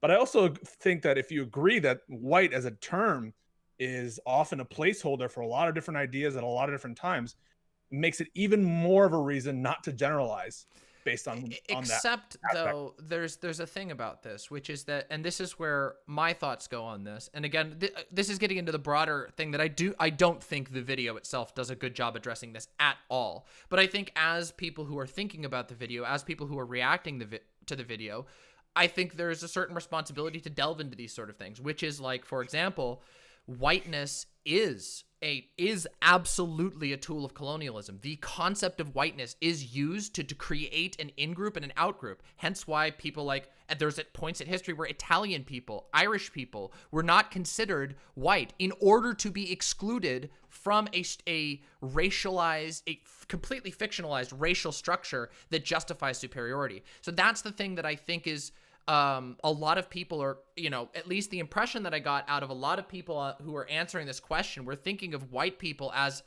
the construct that it is. And while it does shift, whiteness doesn't really refer to the color of your skin. As we know, Jewish people might be white passing, but they're never going to be considered white. They will never be considered white. Being very charitable about the people. I mean, do you think that they all had this? The intent of what they meant matters, I think, to what the message is. And I agree that you can interpret this in a way that I think crosses the T's and dots the I's in a way that is sort of conceptually nice for us. And I would grip to that interpretation if I could. But I don't think that all these people had that kind of profound I don't know that they realization. even. They were, I think, white.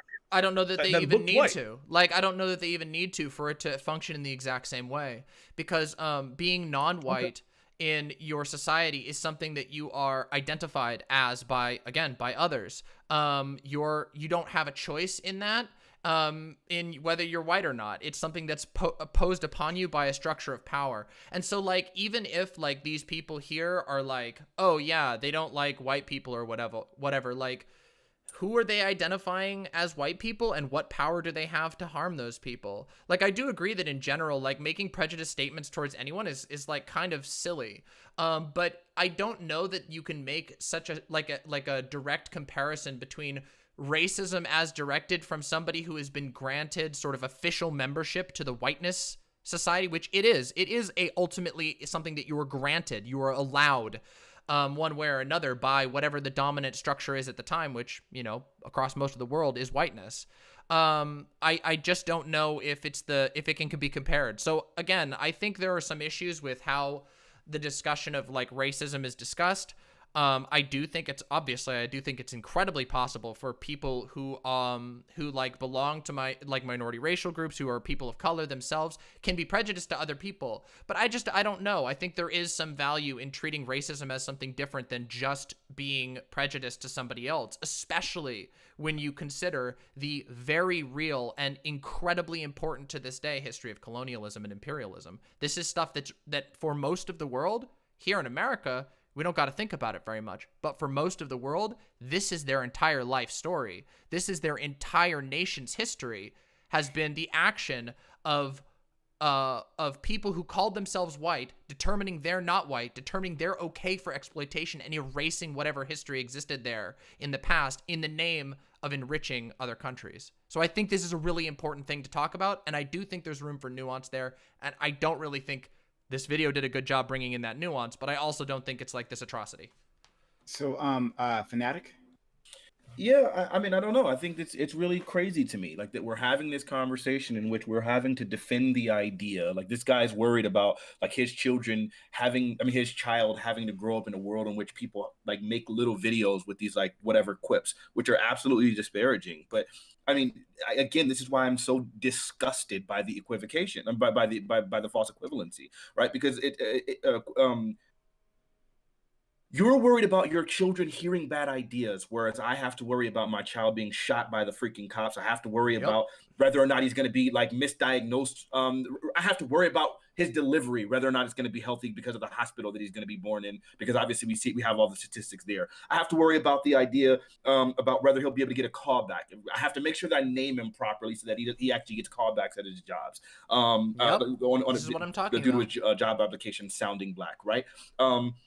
I have to worry about No, him not being whiteness is stupid recommended for overall. special programs Jewish people in aren't school, considered white. specifically because he probably will have white teachers. Like, so They can that's be why white I get passing so sometimes. disgusted by like I said, by people trying to like make these things equivalent. Like it's not equivalent. Like so that's why I said discussing this video in any way, shape, or form in relations to its inverse is absolutely appalling. It's disgusting and it's completely Yeah, it's ignorant. actually- it's Because going if you have interesting any so far. idea about the obvious racial historical context to try to say, well, yeah, white people could do this same thing. It's like, oh, no, it goes so much. The burn goes so much deeper than that. Like, please don't. Like, don't try to people reference fighting? it in any way Don't fight. to its inverse because it's just not fair. It's just not honest. Sick. Don't fight in chat. It's all good. In terms of talking about like she's got two hands up. In terms of equivocations, right? I think that there's like, to me, I didn't ever think about this when I watched this video. I never thought to myself like, oh yeah, this is it's like this is the exact same if someone of the other group were to say this about some of the other group, you know. But I do have a line in which I draw in which something is like unacceptable. All right, right? we'll talk about that after. And like I'll this save is a that video question to for me after Gambino. which clearly crosses that line, and it crosses the line to the point where I think it like I feel like it should be action should be taken against it, right? To like take it down, because to me I think it falls definitely under the definition of hate speech, right? Of just being hateful rhetoric spoken about another group of people. While the issues of like, your average, white male growing up in the United States isn't going to be too comparable to like your average black male growing up in the United States, or even just many other people of color in general, growing up in the United States. I think that just things like this though shouldn't be ignored. While they do get all the clicks, and while these are the things that are getting making money for a lot of other creators that are making reaction videos to it and having panels about it and all that sort of thing, I still think it still falls under the guise of being unacceptable. And when people speak up and say, hey, this is fucking bullshit, what the fuck, YouTube, do something about this, why would you even make this, it is worth hearing. Maybe not as much as some of the other things, especially some of the other Don't worry, things we'll that talk about Fanatic that talked after about just now in the Q&A. But I do think it is worth hearing.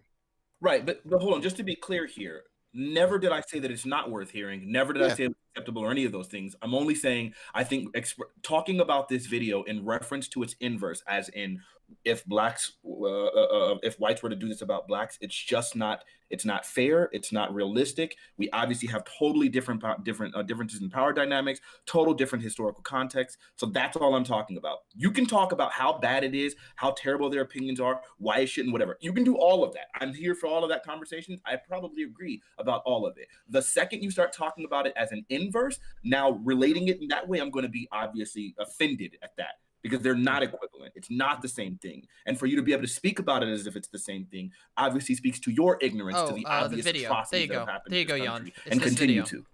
Counterpoints. Thank you. Pisco, can I go? Thanks, buddy. I appreciate it. All right. So this is frustrating, and I'll try to be as articulate and untriggered as I possibly can be. I am not ignorant to the movable definition of whiteness. I am not ignorant to the history of colonialism. You're about to I am ignore it, not aren't you? ignorant to the newer definition of racism, of prejudice plus power equal racism. Not not ignorant really to new. any of these things. It's not really new, though. So, what I am telling you, even if you don't accept my equivocation, which I'll explain in a second, there is a fucking demonstrable harm in here. Even if you want people to be able to vent, fucking vent. Okay, you want to have the nuanced conversation here in this panel, Awesome. I'm here for it. Let's talk about all the fucking deep shit that didn't make it into that shit ass fucking video. But to pretend that this is just some garbage BuzzFeed video that's not going to get fucking clipped into a compilation of like anti-white bullshit and then played in fucking 4chan, fucking, you know, basically all these sub places of the fucking internet where people are going to get fucking radicalized. They're going to assume that the Jews and the globalists and the lizard people are fucking radicalizing all of the minorities against white people, and they're going to genocide us, and it's going to become Yugoslavia or fucking South Africa. I deal with these people because I fight these people. These people perceive the world that way. They think that there's a fucking white extinction going on. And this is just a snowflake in an avalanche of that conversation. So to say no big deal, you keep saying no big deal, but I don't believe you, because it is a big deal when a white nationalist gets radicalized by these fucking videos and they walk into a synagogue and they shoot it up. Or they walk into a church. All right. You're getting triggered. You're getting triggered. Let me just... let him go. Let me address the equivocation. Pisco gave me my talking stick. I want to hold my talking stick for 30 more seconds. So the equivocation, you can reject it and that's fine. Let's talk about how this affects white nationalists, their propaganda, their rhetoric, the way they perceive the world. Let's talk about that. So what do you mean by equivocation? You're using equivocation. You mean a false equivalence? No. Fanatic was saying that I was making white people getting butthurt about this video equivalent to black people actually being historically repressed in America. Equivocation is like when you're shifting the meaning or you're changing the meaning or something. It's not the same. Thank you for correcting me. I don't understand what you mean when you use words. I'm sorry for being imprecise in my verbiage, Pisco. Justin? Yeah.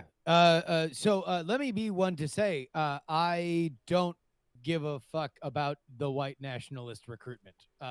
Now you can. Do you give a fuck when they shoot up a fucking mosque? Do you give a fuck when they shoot up a church? Good Lord, sir. Jesus Christ. Please. You can. And if that is the cross that you seek to bear, then that is whiner fine. points. Do I believe that these are atrocities when somebody does something horrifying? Of course I do, and I would never. I don't care about jihadist recruitment, propagandistic. Hey, crying points. Let him finish his point. Fuck!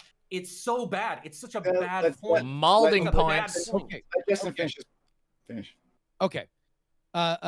Here's what Wolfgar. I That's one of my think, and if I can specialties. steer the conversation just a little bit from where we are. What I do think there is a very interesting conversation to be had, because I very much agree with Fanatic about the idea of where we are looking at this in terms of racial lines or power dynamic lines, that there is as soon as you start to believe that's a two-way road, I think you get into very, very sticky situations that are always going to be defined by our own personal experiences. Through and through. Experiences that when we are on opposite sides of this dynamic, it takes a lot to understand. I don't think it's impossible, but I do think it's very, very difficult, and it is something. Balding is when you're so mad that you start balding. You're ripping your hair out because you're mad. What I do think that's that we can look at this as fairly clearly is a video about stereotyping.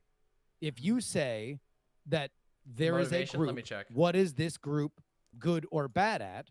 That is something that I do think you can pretty much universally say, all right, well, if we asked Asians what Jews were good at, if we had Jews what black people were good at, that what we would get out of it without question are culturally held stereotypes. Now, thank you, true? Star. Thank you, Silent. That's so good. Do they have backing? Does the cultural underpinning of that belay something deeper that we can Dan. Have a conversation about?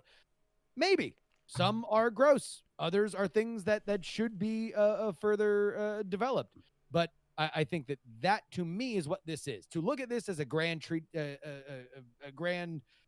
explanation of race and power dynamics, to me gives it more than what it really deserves. What it does deserve is a look at as, okay, well, why are these stereotypes here for these very specific people that were interviewed? And if we were to look at that in terms of other groups, that I think is a more fair way that we can discuss this in a 360-degree way than just saying that this is the roadmap for racial dialogue.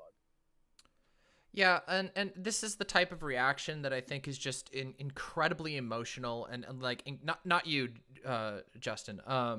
But counterpoints here is incredibly emotional, incredibly exaggeratory. It's like this sort of idea that like, oh, these black people made a video that I think is cringe. That's good. That is going to influence the murder of people all over the country. Can you shut up, please, for the love of God? You crying so hard. Fucking half hour. When Wait, I've literally barely talked this panel. I've been incredible. You're doing it again. Hey, chat. Please. Yeah. Thank you. Please give Demon Mama the space. Thank you. Yeah, I know he has a hard time with me. I understand. But yeah, the whole idea that like, oh, we're gonna hyperbolize this video into some like crime against humanity that is going to be serving as the fuel for like horrible atrocities is so ridiculous, and it is literally the definition of victim blaming. Like, it's like, oh, if black people make a video on YouTube, or like some black people participate in a video on YouTube, oh, it's gonna get the Nazis killing them. You do realize that like that Nazis, these fucking extremists. Okay, you guys do realize hold on that all you're doing is shouting down the one guy that has an opposing view in the fucking room. I've been quiet this whole time. No, you don't interrupt Demon Mama. You can have No, your I'll fucking talk when I need to talk, Prime, because Get him right outta now here. what we have is a clear example of everybody else in the room. Thanks. Go ahead, Demon Mama. Appreciate it. Note for chat, happens every time.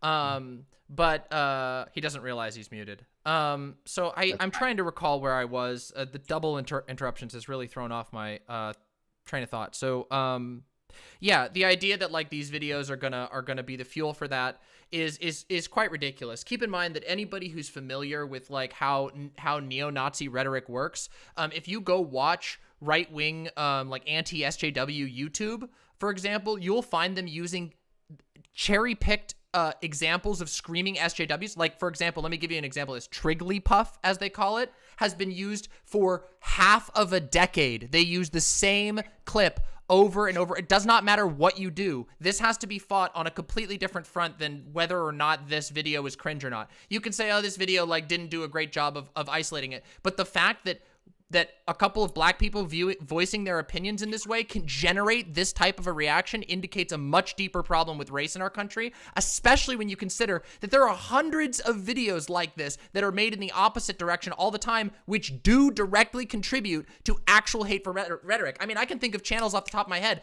No bullshit, fucking, there's like a whole bunch of them that just literally just use racist rhetoric, racist stereotypes all the time, 1350, all this bullshit. And they use this to direct people into hate. And this video is just like a kind of cringe conversation about what do you think white people should be?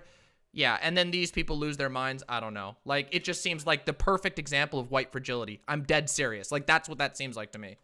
Okay, so we'll go to counterpoints and Sig. Demon, you're unironically muted now. Can you hear me now? Yeah, go ahead. I was purposefully muted because I agree with 70% of what you said. I literally agree with it. I agree with 70% of what the fuck you said. But it's mind-blowing to me that, like, in the same sentence in which you mentioned Trigglypuff, you do not, like, conceptualize or process the damage that was done by a stupid fucking meme that has been put in cringe compilations for the past 4 years. I am still a moderator in right-wing groups that all they do is they take straw men and weak men arguments from the progressive left, and they still fucking post AIDS Skrillex and Trigglypuff and all these bullshit fucking memes because they're not intellectually curious. Can I respond to this? Steel man you. They don't understand. Well, hold on, because okay, hold on. Let me give up my talking stick again. No, let him go. Let him go. Let him go. I'll just scream into the void. You go. Listen, all I was doing, hold on. All I was doing was asking if I can respond afterwards. That's it. I didn't interrupt you. I didn't scream over you like you did. I just asked. That's all. Yeah, I know you're having a hard time with it. You can respond afterwards. So counterpoints. Finish your point, Demon Mama. Then the reason why I'm having fucking God. The reason why I'm having a hard time is because we literally don't live in the same reality. Like, to me, this is like 2 + 2 = 4. And I have people who are saying, well, you know, you can technically have like 2 1/4 and like 2.125. And if you add those two things together, then it actually equals 4.5. So you're actually a dumbass and you don't know what the fuck you're talking about. And literally, I am screaming to you that 2 + 2 = 4, and you're like, "No, it doesn't exist. It's stupid. It's no big deal. It's not really propaganda. It's not going to fuel white nationalists. It has no impact on society. It's just a cringe compilation video. This has nothing to do with the right wing or the rise of fascism or ethno-corporatism or white fragility. It's How do you know it does? It's noise shouted into the void, and it has no impact on society. How do And you I'm know it telling you, it does. How do you know? Okay. Your general impression? All right. You just have Because an idea. I'm from the right, you fucks. I am from these groups. That's I not know enough what they to know think. something. I Pisco. know how they think. So for you to say that's not how they think, you're fucking wrong. Okay. Wait, hold on. Who name a single person in this panel who said that? I'm sorry, maybe I'm overstepping here. Is there a single person in this panel right now who said this absolutely will not be any fuel for that? Did anyone say that? Hold on. Like, I really have a response to this that I think is really important. Video, guys, don't worry about it. This has nothing to do Can with I have whiteness or you, racial divide dude? or You've been anything molding like for that. like an hour. Come on. Okay. Holy shit. You've been wait. You're literally still losing your shit. Well, Oh all my God. right, don't worry. I have mutes for everyone. I have mutes. Don't worry. I have mutes for all of you. So that's okay. All right, Demon What did I Mama, do? go finish. Okay, like, holy fucking shit. Like, this exact type of meltdown is like the type of shit that like is just like it. I don't know. You say we live in different realities. I think you just live in a fantasy. And here's the thing. Like, that's the thing. Let me tell you something about this whole Trigglypuff thing. Your suggestion that like we should police the expression of everyone so as not to piss off the fragile babies like yourself and other members of the right who can't even handle a conversation about race without losing their shit. No, my existence, let me tell you firsthand, and anybody in chat who doesn't believe this, my existence is an impetus for hate from the right. If you go in I've said this many times on many panels, Prime, you've had me on to talk about this before. If you go into my Discord DMs, if you go into my Twitch DMs, it is a screed of just me making a random video, might be playing video games, people calling me, I can't say some of these words on Twitch, I realize some of you are on Twitch, a fat F slur, a fat T slur, constantly. My existence, anything I do is going to be considered fuel for them to kill me.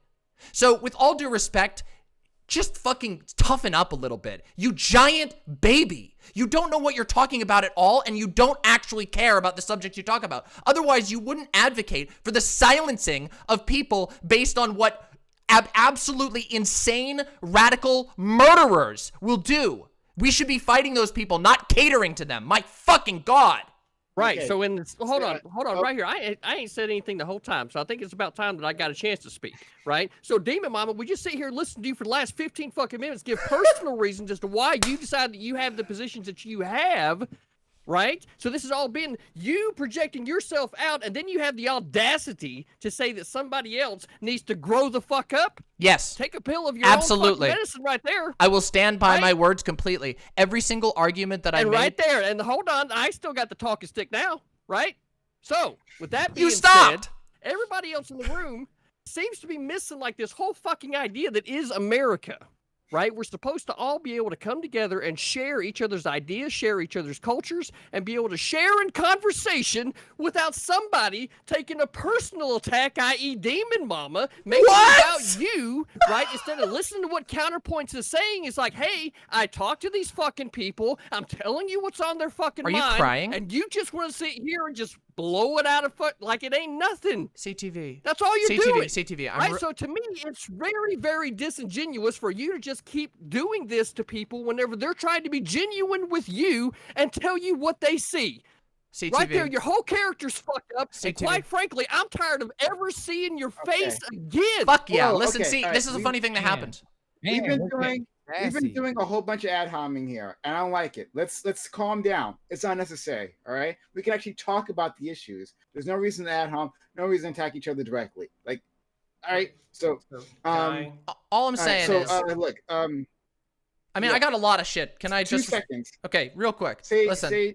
I had probably the most mild take at the very beginning of this, and nonetheless get shouted down and repeatedly interrupted and insulted by these people, literally screaming into their mic over me. So with all due respect, I don't believe you. And also, CTV, please don't worry. If you can't handle it, you can step out of the conversation. You don't need to cry about this. It's going to be okay. Okay, go ahead, Sig. You've been waiting very long. In terms of what Counterpoint is saying about this video is going to be used in, I said in the beginning that, you know, I agree with the take that this video is nice to be used in this way. In terms that, like, it's hard to talk about like the solution or that sort of thing, right? Like, I think ultimately like someone in other power should take action. Ideally, the cut should be held responsible. Even Nama said that Counterpoints is essentially talking about like silencing in other people. I do think that like I'm aware, but even that's what Nama said that you were, you know, alluding to. I do think that the cut has to take some sort of responsibility for this sort of thing, because ultimately I do agree with Counterpoints' sort of the spirit of his argument here when he's saying that these things can be used in this way.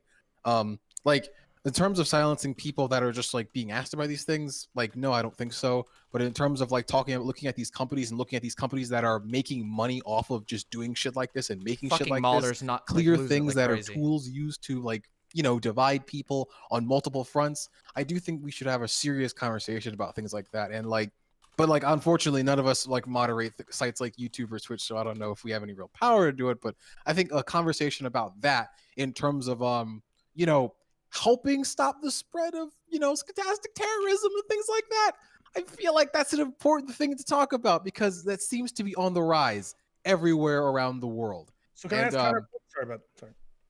Yeah, everywhere around the world. I see this is my talking stick. See, I have it. All right. Yeah. No, I'm done. I want to ask Counterpoints. I want to take you at face value, Counterpoints. You're saying that videos like this are extremely dangerous and they're fuel for people who are going to use them to generate more white sympathy and white. Ask Counterpoints, Jan. Is there anything you can point to beyond your talk about it general more after. impression that this is going to happen? I mean, you say you're in these places. I could say, well, I'm in those places too, and they don't really care about this. They're caring about other stuff, and they're more worried about like economic disenfranchisement. But me just saying it's my impression. I mean, as what always, with how can I cop disprove points. you if that's your impression? How can I say you're wrong? How can I disprove you? Pisco, this is such a bad hill to die on. Like, let's just grant that. It doesn't do anything to the conversation. It doesn't help us in any way, shape, or form. To die on oh, man, it doesn't do anything. We don't know because we don't have any proof that it won't. Like, it's a hill to die on. Move the conversation forward, please. God. No. I'm trying to engage with Counterpoints, and he's made a claim about what's likely to happen in the future. And I'm saying, ask you one question, Pisco. Yeah. I just want to ask you one question, man. Hasn't there been a lot of talk about the rise of white nationalism and then why we need to be putting it down? Yeah, because of so Donald it's not Trump. like that we Because haven't of had Donald the evidence that's been given to us by the news. I mean, the Charlottesville incident is an example of this. Yes. So to say that, I mean, it's like you're questioning the very things that we've already established happened. I'm not questioning. I think Counterpoints is right to be concerned about the rise of white nationalism. I think white nationalism is a thing. Of course, I wouldn't deny that.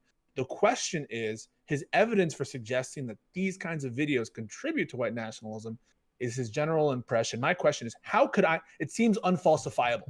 How could I ever present you any evidence to you that you're wrong? Pisco, what do we gain? What do we gain? No, hey, Fanatic, I got it, and I can answer it really quickly. And Fanatic, your camera's frozen. Leave and come back. Go ahead. This little man is completely asleep. This is a dream Fanatic's having right now. He looks like he's asleep. Okay. So I'll try to address. I'll try to come back with an olive branch, and I'll try to address Pisco first, and then I'll come back with my olive branch. Okay. So we'll see if it's an olive branch. You're asking me how I know these things. It's because I understand the white nationalist rhetoric. Because basically, what happened over the past 3 or 4 years is white nationalists infiltrated alt-light and libertarian Facebook groups and attempted to use propaganda in order to convert more people to white nationalism. Not only that, but they basically sent in people who are internet intellectuals in order to steel man their own propaganda. Maybe they grow on a vine. And what their propaganda is that Jewish people are pretending to be white. They're manipulating the white race with hedonism and, popular culture and rap music and all that kind of bullshit to make us more, basically selfish and shitty. Thank you so much, Need in order for Burritos. white people to stop having I've children, watched for and a then at bit the and same really time, what they're enjoying doing the is they're mass content. importing brown and black I'll keep people bringing into it the to you. country. Thank you so That way much, white Need people can Burritos, be for helping me dispossessed do and that. destroyed. Now, if you ask Appreciate it. different groups, whether it's American nationalist or it's a derogatory term, but the Wignats, the Wignats basically have an ethnic component to this. It's just neo-Nazism. It's basically the belief Thank you that so much. Jews have an ethnic need to destroy the white race, and that it's purely biological and scientific and rooted in genetics and all this kind of bullshit, and that gets into race realism and all that kind of shit. When you talk to American nationalists like the Fuentes crew, it's the narrative is that this is a religious grievance, that the Jews are upset that they've been persecuted by Christians in Europe for the past 1,000 years, and as a result, this is their revenge on the Europeans for basically treating Jews like shit for the past 1,000 years. So this is the narrative. Okay. So when you take a piece like this that could be, like I said, a snowflake as a part of an avalanche, you can clip it to just show people saying You can clip white people anything. are demons, white people are devils, white can people are clip pieces of anything. shit, and you can make propaganda pieces. And here's the other thing. So let me come back with my olive branch. Demon Mama, I have no idea why you're objecting to anything I've just said. It's all like it's all like descriptive reality. tell you I don't after. even know what you could object to. But let me come back with my Maybe I olive could branch. tell you. So here's my olive branch. Fanatic and Demon Mama, I'm an American. I'm a civic nationalist. I care about every single person in this room. I love you as my fellow countrymen, and I want you to do well. So Demon Mama, people treating you like fucking shit for whatever your fucking background is, that makes me fucking sad. And frankly, I'll join you in fucking fighting those motherfuckers. Same thing with Fanatic. If he has to worry about fucking cops and shit, I'm a reformer for He law might be enforcement. Peacecraft. I give a shit about society getting better over time. So I am your ally probably on 70% of the fucking things. Maybe. So to treat me like I'm your fucking enemy is kind of ludicrous to me. And on top of that, I'm the most milquetoast fucking centrist that you could possibly find. So if I am indigestible to you, then basically anybody further right of me is going to be fucking Hitler. So I just want to be clear, you didn't answer the question. I mean, you said, I asked, how do I disprove your impression? And you just gave me your impression again. Just to be clear, put it out there. Okay, so let me literally go watch Nick Fuentes. He has over like 3,000 fucking hours of goddamn propaganda on the internet. Go watch Keith Woods. He's a neo-Nazi philosopher. Like, You can go ahead and this is unfalsifiable evidence. No, it's not unfalsifiable because they literally cite historical documents. They Okay. cite historical fucking perspectives. Why is this unfalsifiable if they're literally using history books in order to bolster their worldview? What is the burden of proof here? Are we in a court of law? I think Fucking nuts. you guys are kind of on two different wavelengths. In Counterpoint, you are describing the larger philosophy that is undeniably burgeoning in corners of the internet, and Pisco is saying, how can you prove that this particular, even if in your own words it is a snowflake in a blizzard, how can we prove that that particular snowflake is going to have any kind of direction? Can I think really really briefly? well explained at this point. Okay. Go ahead, Doobie. You've been waiting. Okay, well, I'm gonna kind of back up counterpoints here. I think to speak as if casual racism toward white people hasn't been pretty prevalent, right? In a lot of spaces on the internet, this is something that really stood out to me. Actually, this just popped into my head. I think her name is Sarah Sanders, right? Bernie Sanders' communications director, I think she was, something with this campaign. She was on CNN after Bernie Sanders lost the primary in 2016, and she said openly, right, with no, just blurted out, we don't need more old white men running the Democrat Party. To me, that's fucking racist, like on its face. Right? I think to the average person, someone making that kind of racial statement is a bad thing, right? But This is Doobie people on that who's panel, talking. The They don't have a CNN camera, which is host, stupid. The other panelists said nothing to her. They let it go by. Didn't say shit. Right, so I think this is why I said earlier that enabling this kind of stuff, not calling it out, dismissing it as if it's nothing, like Demon Mama did when we first started, right? Where No, she I said, did not. I'm not really sure why people are upset outside, maybe in the far right corners of the internet. It's not just the far right corners of the internet. No, it The, is. the it reason is. we're talking about It this now is actually because is. normal people are No, it upset about casual racism just being thrown around and dismissed. And yeah, it makes sense for white people to feel like this isn't okay. I don't think it's like productive to say this is just like emotional nonsense, because like what they were saying in the video is emotional nonsense. So if it's valid for them to say that, the emotional response is also valid. By the way, I think you're referring to Simone Sanders, who is now That's the one. Yeah. Sarah Sanders is Trump's. But yesterday, Simone sorry. Sanders was Thank you. named Kamala Harris, Vice President-elect Kamala Harris's chief spokesperson. All Sanders don't look the same, honestly. Interesting. Dude. Do better. Oh my god, look the same. Can I just address the snowflake and an avalanche and give Demon Mama more stuff to respond to? my God. Dude, I'm not even talk. You've talked more than I have. Want to bet? Let's put a bet on that. $100 right now. Yeah, I don't know that that's true anymore. $100? You got it? Problem. Hold on. Okay. No, I'm not a rich man, but Okay. Me neither. Counterpoints, respond, and then we're going to go into final. Jeez, how greedy you got to be, Demon Mama? You couldn't just make it a $5 bet? $100. I'm that sure. You couldn't make I'll it give you $5? 50. It literally doesn't matter. Wait, Okay, is go someone ahead. gonna really count time? Is that Oh really my what's God. gonna happen? all right. Instead, why don't we just go straight into our final topics or final statements on this before we move on? All right. So Sig, start us off.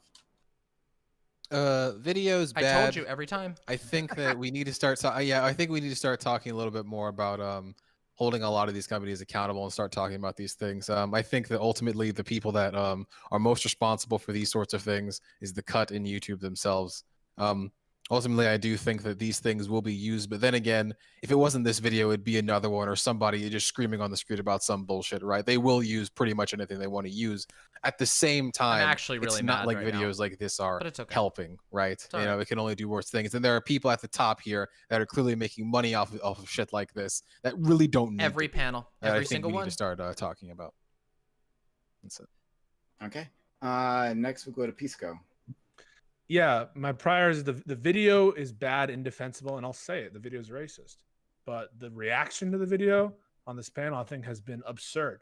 To suggest that this video, without evidence other than your general impression of a trend that you feel has happened on social media spaces, that essentially I can't bring any evidence to bear to confront that, I think is ridiculous and anti-scientific. I'm more worried about the racism happening with respect to government policies. How about the racism from the President of the United States suggesting that Black people's votes are invalid by suggesting that places like Detroit and Philadelphia and other places, their votes were all fraudulent, as he has for years on end. So I don't think that this video is significant in the grand scheme of the racial history and public policy in the United States. And I think the burden of proof to show that it is, or videos like it is on people like Counterpoints, and I don't think that burden has been met convincingly in this conversation. Not even close. Next, Justin. So I do want to I'll keep it separate up, the don't idea you that worry. this is racism versus stereotyping, because I do think that I am not willing. I'm sure a lot of people here are Much willing love. to kind of Likewise. put their own universal definition on Likewise, exactly how favoritism. everybody processes what racism is. What I will say undeniably is it is stereotyping. My stomach it's for crazy. stereotyping content is probably a little bit more sure than a He few does. others. He does a I think little that bit. there is a Looks like he's about to sometimes rap healthy a Christmas dialogue rap that can album. have with some of these opinions culturally held through various communities being expressed out loud, even if they are hard to hear. In summation, this is a video made to get attention. Likewise, and Biddy. it worked. And if part of the issue is that we are afraid that this is going to get too famous and affect people in a truly horrifying negative way, then I do think that we need to think more about exactly how much we talk about it. Probably not this extreme, in and of Samosky, itself, but it happens because all the time to me. the Literally every ripple single in the panel. pond is one thing. Splashing around because we all saw Yeah, a we can ripple time it. is not exactly helping the problem. Okay, Fanatic. Yeah, man, this is crazy. I feel like this conversation just went so poorly for so many reasons because people just kept getting stuck in these rabbit holes. I think, God, this is a conversation where at our core. Am I unmuted? Yes, okay. I just realized. I feel like this conversation at our core, I think we all agree for the most part with most of this stuff, man. Like I genuinely do believe that. I should. So yeah. the idea is like, yeah, it's an offensive video. It's problematic. I don't know why we'd get stuck on the idea of like, can we absolutely prove beyond a shadow of a doubt that the video is going to be used as a recruitment tool? Like, that sounds so ludicrous to me, because it's not really like. Fair enough. The fact is, the video is harmful, and like that rabbit hole doesn't really change that. So yeah, ultimately, I mean, I want this kind of stuff to stop happening. You know, and I appreciate the statement that like, yeah, you're an ally and that you don't like it.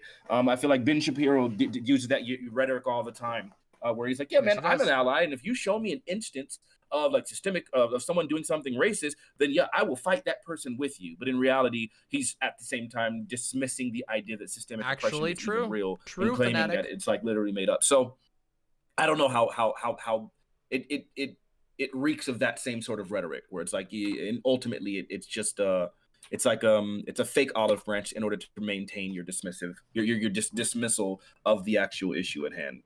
That's what that feels like to me. I mean, I'm very open to being wrong here. So yeah, I mean, ultimately the video is terrible. So much, Silas. Yes, YouTube shouldn't be allowing this kind of things. Yes, the cut should be punished. Like, I mean, all of these things go without being said. I think even Demon Mama, who's probably the furthest to the other side, would probably agree with that. Like, yeah, they shouldn't be putting this kind of content out. Thank you so much, Silent. Again, I just think the whole idea, like the only time where I started taking, where I started feeling like something needed to be said was when he started creating that false equivalence, and I think that's just stupid. But outside of that, yeah, I mean, yeah, the video is harmful. Which, what else is there to say? Okay, CTV. The thing that I don't like is whenever we go to start having any kind of conversations with people on the left, and then they come to the realization that people live in different worlds, right?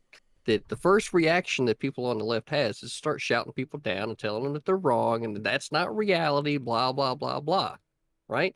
That's the first thing that happens. I listened to a large portion They of were that the ones who said that. Literally, watch the and VOD. Quite frankly, they were the ones who said that. If you didn't come to the table to have a conversation about the people's, experience, the level of knowledge that they have, what they're bringing to the conversation. Yo, if you're thank not you willing so to much. engage with it, and the first thing that you're going to do is shout it down or just tell them that they're wrong, well, then guess what? Right? When Thank you so much, finally, burritos. The fucking wolf comes knocking at the door, maybe you'll realize then that maybe I should have listened a little bit sooner. I mean, that's kind of where you're at with it, right? Because if you just say, well, no, that fire's not going to bother me, right? Next thing you know, California, big fucking problem, it's burning down your house. So I don't know, man. It's the videos obviously. Yo, thank you. The real California, because I live there. So for it's the real $100 Thank you, Wolfgar. Well, they just an example. They've had the most wildfires. So metaphorical. A metaphorical. Or more than that. Okay. We're at. Yeah. So we're at. The video is 30, obviously 40, inflammatory. Some Counterpoints was trying to let everybody know the way that it's being viewed, and I felt like the man was doing a pretty good job of doing cool, that. bitty. And the only reason why I lost my cool was because nobody was listening to him. Nobody listened to him at all. Started ironing later, because if you were when you were ironing before, when you then went back to ironing, it didn't have the same effect. Yo, thank you so much. Yo, thank you. Oh shit! Here's for the 100 that melding points had to form. I'm gonna be able to get a new chair with this, which was my next goal. I don't know. I guess we get on to the next topic, but thank you so I much, hope that Miles moving Lux forward and here, staring there's a lot blankly. more Thank you so listening and much. understanding rather than you're just wrong. Means the world to and- me. Thank you. And I'm not going to listen to you, because if that's all it's going to be, I might as well just go ahead and get back to doing what I That'd was be a going to good do. stream. Thank you all. One of the many skills you learn in the United States Navy. Okay. So I believe you that this video has been inflammatory. Holy shit! Thank you so much. Look at this panel. Make it $85. It's linked to hell. So yeah, this video was very effective at that. Doobie. Come on, did I already call you? No. No, you haven't. Yeah. Yeah, I think this is pretty simple. The video's bad. Still. Thank you so you much, shouldn't, everyone. Enable or definitely dismiss makes me this feel a kind of little better racism. after all this Yeah, shit. it is racism. I'm not gonna lie, but thank you so much. Really makes the world means the world. Yeah, I think that there is truth to the idea that this could be used as a recruitment tool. I definitely I Do you wouldn't think sin, that this spread Windleby. around Thank among you white so much, Windleby. Gambling is a sin. national circles? You wouldn't sin, would Like, you? oh, this is what I gotta Bible do the Jews math on do, my this is Gotti. what I'll the do it Jews after allow this. on YouTube, all this kind of Here, I'll nonsense. put this on the question list. But again, like 'Cause I I said need an earlier, actual if you're chair. at the point where, you know, someone saying white people smell the internet, it's going to push you over the edge. You know, I'll do the you're goal long afterwards. I gone was gonna already, talk so about I that don't today, really but I care about forgot. it that much. Thank you so much, Windleby. And yeah, that's amazing. That's about it. So next week, Demon Mama and Counterpoints. Thank you so much. Keep it civil, please. Both at the same time. Go. Both at the same time. Go, At go, the same go. time, yes. Here, I gotta turn Demon Mama, the please go first. Yeah. God, this was a really weird segment. Let me see if I can summarize this up. First of all, to respond to Counterpoint's really big rant about the history of and the Nazis and what Nazi YouTubers are doing.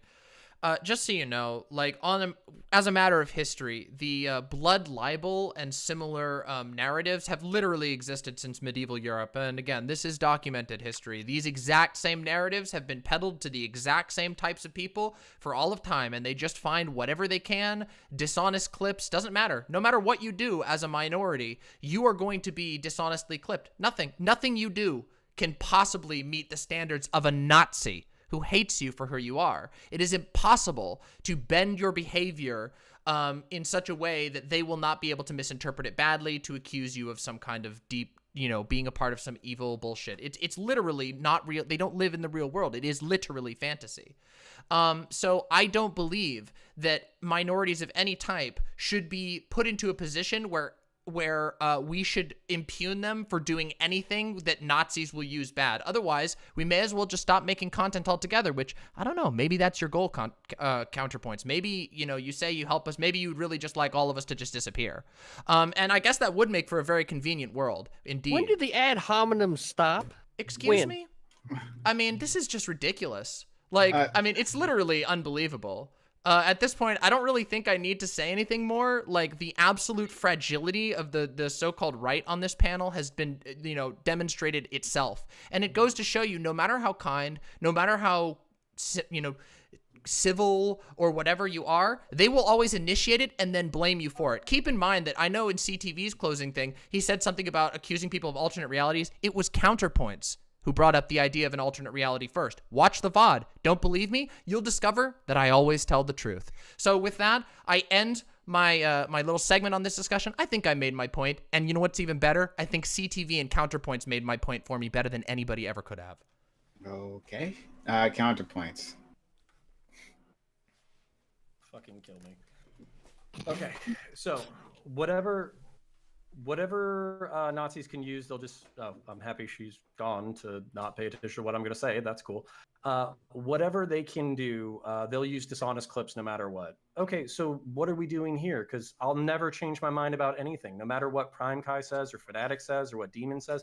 I'm just an idiot, right-toid, dipshit, dumbass who, like, propaganda and rhetoric can never change my mind about anything. So why are we even bothering to have a conversation? Did you enjoy that? I mean that facetiously. You enjoy that? Because I Hey, have thank you been so much, moved Leaf. I'm going to on turn social subjects. the I announcements have been back on. moved on progressive subjects. I do listen to people. If anybody like wants to Counterpoints. clip that, do I would listen to appreciate people it. Like Sean, H-Bomber guy, all these lefty thinkers. And while I disagree with them about plenty good, of he things, can get mad. my mind is still open to consuming I don't new give a shit. material, which we'll get to when I address some of Fanatic's points in a second. Minorities shouldn't bend their behavior. Okay, I actually agree with you 100% on that. They shouldn't Yeah, I bend was their thirsty. behavior. And what should happen is an inflammatory, dumbass fucking video from one stupid corner of the internet should start a conversation about, one, American fucking history. It should start a conversation about global history. It should start a Thank you. conversation Yeah, about if we can get race a clip out of relations. that, It should that'd be talk great. about where we My are little right closing now. It should statement talk there? about where we're gonna be or where we want to be, and we should be able to have those conversations, which I'll go. Yeah, I don't give a shit. In a I don't second. care about So yeah, Counterpoints. I don't think agree he's an that minorities embarrassing should cringe bend their lord. behavior to fucking anybody. So we agree right there. White fragility. What a fucking meme. Okay. So okay. Let's grant it. Let's grant it. My feelings are hurt. Am I not allowed to have feelings? Am I not allowed to be butthurt about things? Is this not toxic masculinity? Are you not using my own feelings and my stereotypically feminine feelings about this against me? Because that feels a little fucked. And then on top of that, like, alternate reality. Yeah, we live in alternate realities. We come from different experiential groups. That is a concession to the fact that we don't believe the same things, and maybe through discourse we could understand each other. Does anybody buy this? I don't even understand like what the fuck is the point of that. Aw, thank you so much, Joe Biden. Let's address Peace I Code really haven't quickly. I know I'm donated fucking in a going, while, and and you Demon Mama deserve bets that off because I'm talking for like 10 $100 minutes bet. now. Besides, I So, won the taco Snowflake, bet for no the evidence. presidency So vote the bet, Snowflake so and it is only Avalanche, no fair to evidence share for a that. bit of what Peace I Code, I think say. that's fucking Lots bullshit. of love If you from wanted to, Trans you could go into Biden. 4chan, you could go Lots into of love Poll, to you, too. you could go into all the places where Nazis are fucking Lots of recruited. love to you, You too. can find Thank the you so evidence much. yourself. You're just not interested in Joe it. Biden, This is 160 not out of a court 100. law. I don't have to prove this beyond a reasonable doubt. And I'm really starting to wonder whether or not you're listening to the arguments that I'm forwarding Thank to you you, all or if so you're much, practicing seriously. for fucking court. So I have Hope no I brought idea you a why good that's show a today, and standard there's on a so fucking much more to panel go. debate, but what the fuck? Who gives a shit? So Got getting to Fanatic, I am your ally. I am your ally in reform for anti-racist police policies. And to quote the white supremacist so Dave overly online. Chappelle, It's ridiculous. your suffering does not exclude my suffering, and my suffering does not exclude your suffering. We can talk about our life experiences and how we're fucked up and what we think about the fucking world, Yeah, no one and we can gives a try to shit. build a consensus and work towards a better world. I'm genuinely interested in that, and I know we've only met a couple of times, but literally like probably 10 to 20% of my channel is about police reform along progressive lines. So to be attacked along this is kind of fucking bullshit. Not you specifically, but to be like, oh, he's just a fucking libertarian or alt-right douchebag. Probably. Is so fucking weird. He's just like, venting. like seriously. He's just if whining. I'm the He's fucking- doing what if they I'm the always do. It's villain all here, about that's him kinda whining, fucking whining, nuts. whining. So just to get to what we could talk about in a different format. Thank you, We could talk Fableism. about the history of pre-colonial Africa. It's one of We the could talk talents that about makes the me good at country of this. Benin. We could talk about the transatlantic slave trade and chattel slavery versus sub-Saharan fucking slavery. We could talk about abolition movements inside the United States. We could talk about black and white allies and build a cultural narrative that actually involves everybody. Wrapping it up. I'm wrapping up. I'm wrapping up. So, Is he a so to wanky? kind of No, he's fucking, worse. to kind of put a nail in that fucking concept, I believe in fucking systemic racism. I believe in fucking police reform. I believe in the shitload of fucking progressive ideals. So just because we don't agree on this doesn't mean we don't agree on a shitload of other things. Okay. All right. He's desperate is all what he right. is. Desperate. So that was the thing that happened here. Desperation. But not surprising. All right. We're gonna. So because we have a piece to go around, we're gonna skip topic 2. I've been trying to get that topic 2 done for like 3 weeks, and like I always have to skip it because that's more interesting. But I want to hit the 2 legal topics now that I have Pisco on board.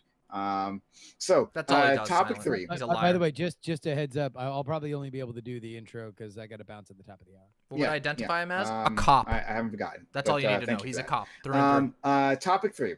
The U.S. Supreme Court recently ruled 5-4 against New York's restrictions on gatherings at houses of worships due to the pandemic. The conservative justices argued that New York was discriminating against religious institutions. Do you believe this explanation, or do you suspect that this was an excuse for the court to give favorable treatment to religion?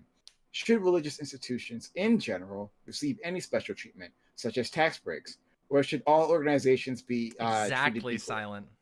Okay. We'll keep it to a minute. Like I'm actually gonna have to put you on a clock. I hate doing this, but like I will put you on a clock because we got to keep things moving. All right. So Sig, I'm watching you, man. There's 3 topics. Yeah. All I gotta say is I wish I had a fucking fedora right now. Ooh boy, because let me tell you, buddy, I am not too much of a fan of a lot of things like tax Thank you all breaks, so much a for your lot of the donuts. It special really means the institutions, world to the me. special Thank you all so things much. that people give like religious institutions. I think a lot of it is just like I think that like when it comes to like church and state, a lot of these things really need to be separate. And it's so far separate, in fact, that I feel like the state needs to just simply treat all like institutions very similar in relation to like especially the religious ones, right? Conservative judge argued. I'm not too good with the timer. Oh my gosh. I do think that like Trying to make a good show these for places y'all. should It's a little obviously bit be of like an uphill restricted road, but- because there's a fucking pandemic going on. It's at its height right now, and I think the conservative judges made definitely the wrong call. They thought a little bit more about religion rather than thinking more about like saving you so lives. much, Antifa maybe they think Alex. More people got to heaven. I don't know. you. But anyway, I just want to say that it's just like, Fancy name Antifa Alex. Thank you so much. Happen, but people are gonna die here. These people, they're not fucking around. I do Just have go to demon the strength. church. It's true. People are gonna My demon blood is strong. Business is booming, baby. We are Ultimately- moving units. Yeah, ultimately, I don't think religious institutions should receive special. Yeah, I treatment. need to get a new chair. Malay. It's finally broken. All right. Let's go to Justin. Actually, I'll talk about it and after. you can take a little bit more time. to get your point out. Okay, so this is actually a really Mama, new fascinating chair? Yep, conversation. we'll talk and about it after. I would actually That's what I've been thinking prefer about, to, at least for Wolfgar. this I hear they're introduction, selling for low right decouple now. kind of two ideas. Number one, whether or not this was a just ruling. Hell yeah, gay in fesh. terms of where we are in the Post them all on the pandemic Clips channel. and I'll our put some of them on questions about TikTok. civil liberties, and the idea on whether or not churches should have exemptions, because ultimately, I think legally they are two different. Yes, gay fesh. Whatever your personal feelings yes. on religious exemptions, and I personally am not a gigantic a fan of them. I am not a religious man myself, and I probably fall in line with many people of my age and cultural disposition that say that this is something that is an unfair. It's on the Discord, Fableism. A way to have society structured. It's up in the mailbox. If we are to not look at The infernal churches mailbox. as anything other than just a place where a lot of people Says, gather, Clip then channel. we run into a particularly American problem that we have had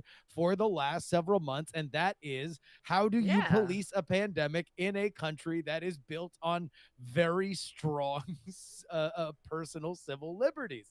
We are Americans. We complain very loudly when our civil liberties are impinged. And so if you are somebody that is religious, and if you are somebody that does consider faith a cornerstone of your universe, then why should you have either more or less ability to gather there than, let's say, a adult establishment like our open in my lovely home state of Florida, the greatest state in the union. So I do think that this is the Discord is cool. Very interesting. Yeah, I'm glad you got some soda. I have some too. I'm on my second Kickstarter of the night. Should be separated from the larger idea of In exactly Pingley? how religious exemptions work in the United States, because I don't think that this particular case was reliant upon that. This is more just, where do we draw these lines between entertainment, essential services, and public gatherings? Okay, thank you. All right, next, CTV. Oh, Well, sick. That's awesome. Certainly glad that I had a conversation with Pisco last night. Or was it the night before? Night before? Cool. So we actually were talking about this very case. And rather than going through a bunch of stuff in the opening statement, the only thing I'm going to do is read specifically from Gorsuch and his opinion on this particular matter. We don't want He says, his opinion. We want at yours. the same time, the governor has chosen to impose no capacity restrictions on certain businesses he considers essential, and it turns out that the business the governor considers essential, including hardware stores, acupuncturists, and liquor stores, bicycle repair shops, certain signage companies, accountants, lawyers, and insurance agents are all essential too. So at least according to the governor, it may be unsafe to go to church, but it's always fine to pick up another bottle of wine, shop for a new bike, or spend the afternoon exploring your distal points or meridians. Who knew public health would so perfectly align with secular convenience? Okay. Is that it? Yeah. Okay. Intro. Your camera is just wanted to make sure. Your camera is frozen. So coming in and out. Fucking whereby, I swear to God. Yeah. CTV. Your camera is frozen. You can come in and out of the whereby. Thank you. All right. So we'll go to Demon Mama. Sure. I don't know, that language by Gorsuch there at the end seems just a little sus to me, and a little bit emblematic of the approach. Oh, it lines up with your secular values. Like, what? Is that like trying to say that like people who don't believe in religion or need their alcohol? I don't know. Okay, so my opinion on this, and I don't know the full extent of New York's restrictions on religious services, but as far as I know, no religion that I'm familiar with requires a mass gathering. It's usually a popular thing, generally done in the name of generating fellowship or something along those lines, which I can understand.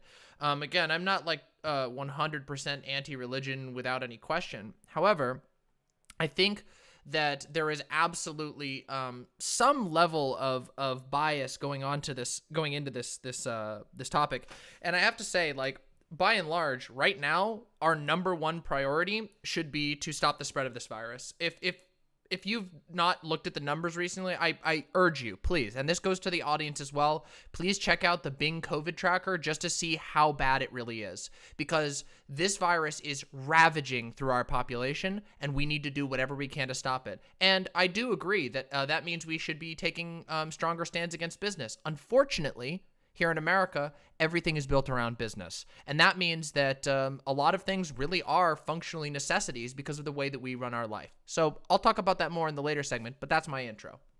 Okay, counterpoints. Yeah, can you guys hear me okay? Yep. Yeah. Weird. We actually ran that off of Wi-Fi instead of the hard line for the past hour, so that's impressive. But just to answer the question very briefly so I can beat Demon Mama time-wise, do you believe this explanation, or was this just an excuse for the court to give favorable treatment to religion? Yes, it was to give favorable treatment. Should religious institutions in general receive any special treatment such as tax breaks? Yes, they should. Or should all Fucking organizations be treated equally? Weird. No, they shouldn't. End of statement. Okay, all right. Doobie. Yeah, I think given that we unfortunately live in a country that enshrines really like weird. religious freedoms and whatnot, yeah, it does make sense. I Did do he shit agree himself? that this He might have pissed this himself or ruling seems to make sense in terms of like the law we have on the books right now. Unfortunately, I agree with Justin that this, like whether or not those laws should be on the book, that's a separate topic. I think it's a way more interesting topic. Because I think a lot of people in here would maybe disagree about that. I personally, I think that these religious institutions should be made illegal entirely. I think allowing children to be indoctrinated into like death cults like Christianity or Islam or some of these other religions is really disgusting. And the fact that we then give those death cults tax exemption and special status under the laws is fucking despicable. Okay. Fanatic. Wow. Yeah, ignorance is really bliss, man. I wish I had as much as you guys, then I'd probably be able to have those same smooth brain takes. Yeah, no, obviously religions obviously need like specific exemptions. We recognize as it is in this country right now. Estimates say that charitable giving is like 75% done by obviously religious people. 75%. I'm just gonna say that number one more time just to make sure everybody's clear. Incorrect. 75%. Incorrect. Of charitable giving. That is a lie. Religious people. That is a lie. Like, yeah, it's gross. So the idea that Lie. these people wouldn't get exemptions, like it sounds ridiculous. It probably is. It's indicative of ignorance, right? Because you recognize like the historical context of how religions literally served as like. Don't worry, we did this like, before. Hospitals were formed by That's a religions, lie. so on and so forth. So yeah, no, that needs to happen. We will go into that more, I guess, more in depth later. The idea that we should like, is it fair, like, for people to be able to, like, for us to say like things like businesses and things like liquor stores are essential, while saying that religion isn't, when we recognize 75% of this country identifies as Christian. I'm sorry, over 75% of this country identifies always as 75 Christian. We with him. recognize how pivotal it is for people's sense of community and so on and so forth. The idea that we would just like say liquor stores are, but religion just seems inconsistent and unfair. So yeah. Okay. Yeah. Counterpoint is percentage though, Fanatic. Completely I didn't hear you. Dropped out. I didn't say 80. I said 75. 75. Between 70 and 80%. 75% by some estimates. Okay, 75%. Gotcha. Okay. Thank you. Okay. Pisco. Yeah. So I've been disappointed so far with the level of the analysis of this panel. One is this isn't just a generalized debate about the qualities, benefits, or drawbacks of religion in general. To do that, I think, would needlessly generalize the conversation. That's more specifically about the interaction with religious freedom and the COVID pandemic. I thought Doobie's analysis particularly was lacking. He mentioned that due to the laws on the books, this was the correct decision. I mean, this decision was based on the First Amendment. So I don't know what laws on the books he's talking about. And that's the whole question, is whether or not this decision was rightly or wrongly decided. It doesn't matter whether religion does good things for our societies, which I would argue it doesn't. Just so you know, but I wouldn't, YouTube, as Doobie would, feel free get rid of the free exercise to throw clause me a like and and a ban subscribe. religion, If you're new I here, think we'd love to religion's have bad. you. I do a Just lot of wouldn't great ban content like speech this. that I don't like. Like and subscribe. But I guess would Doobie's mean more the world to me. authoritarian on that measure. That said, Slap that I can like and believe in the subscribe free buttons. exercise clause. I Helps think me this out. case was badly decided. And you'll get to see Why? my awesome content, The which whole is fun as question fuck. about whether the free exercise clause has been conflicted with is, one, is the law neutral and generally applicable? So it's no defense to say there's a religious exemption to murder, right? There's a law against murder. You can't claim a religious exemption to kill. That law against murder is neutral, generally applicable. Same thing here. This is a law applied to movie theaters, applied to different kinds of indoor activities where people congregated, neutrally applied to secular activities, not to what Gorsuch said where it was targeting religion.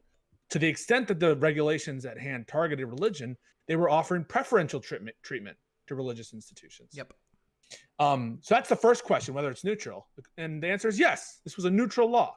And so the only question would be whether or not this law was rationally related to a legitimate end of government, namely stopping the pandemic.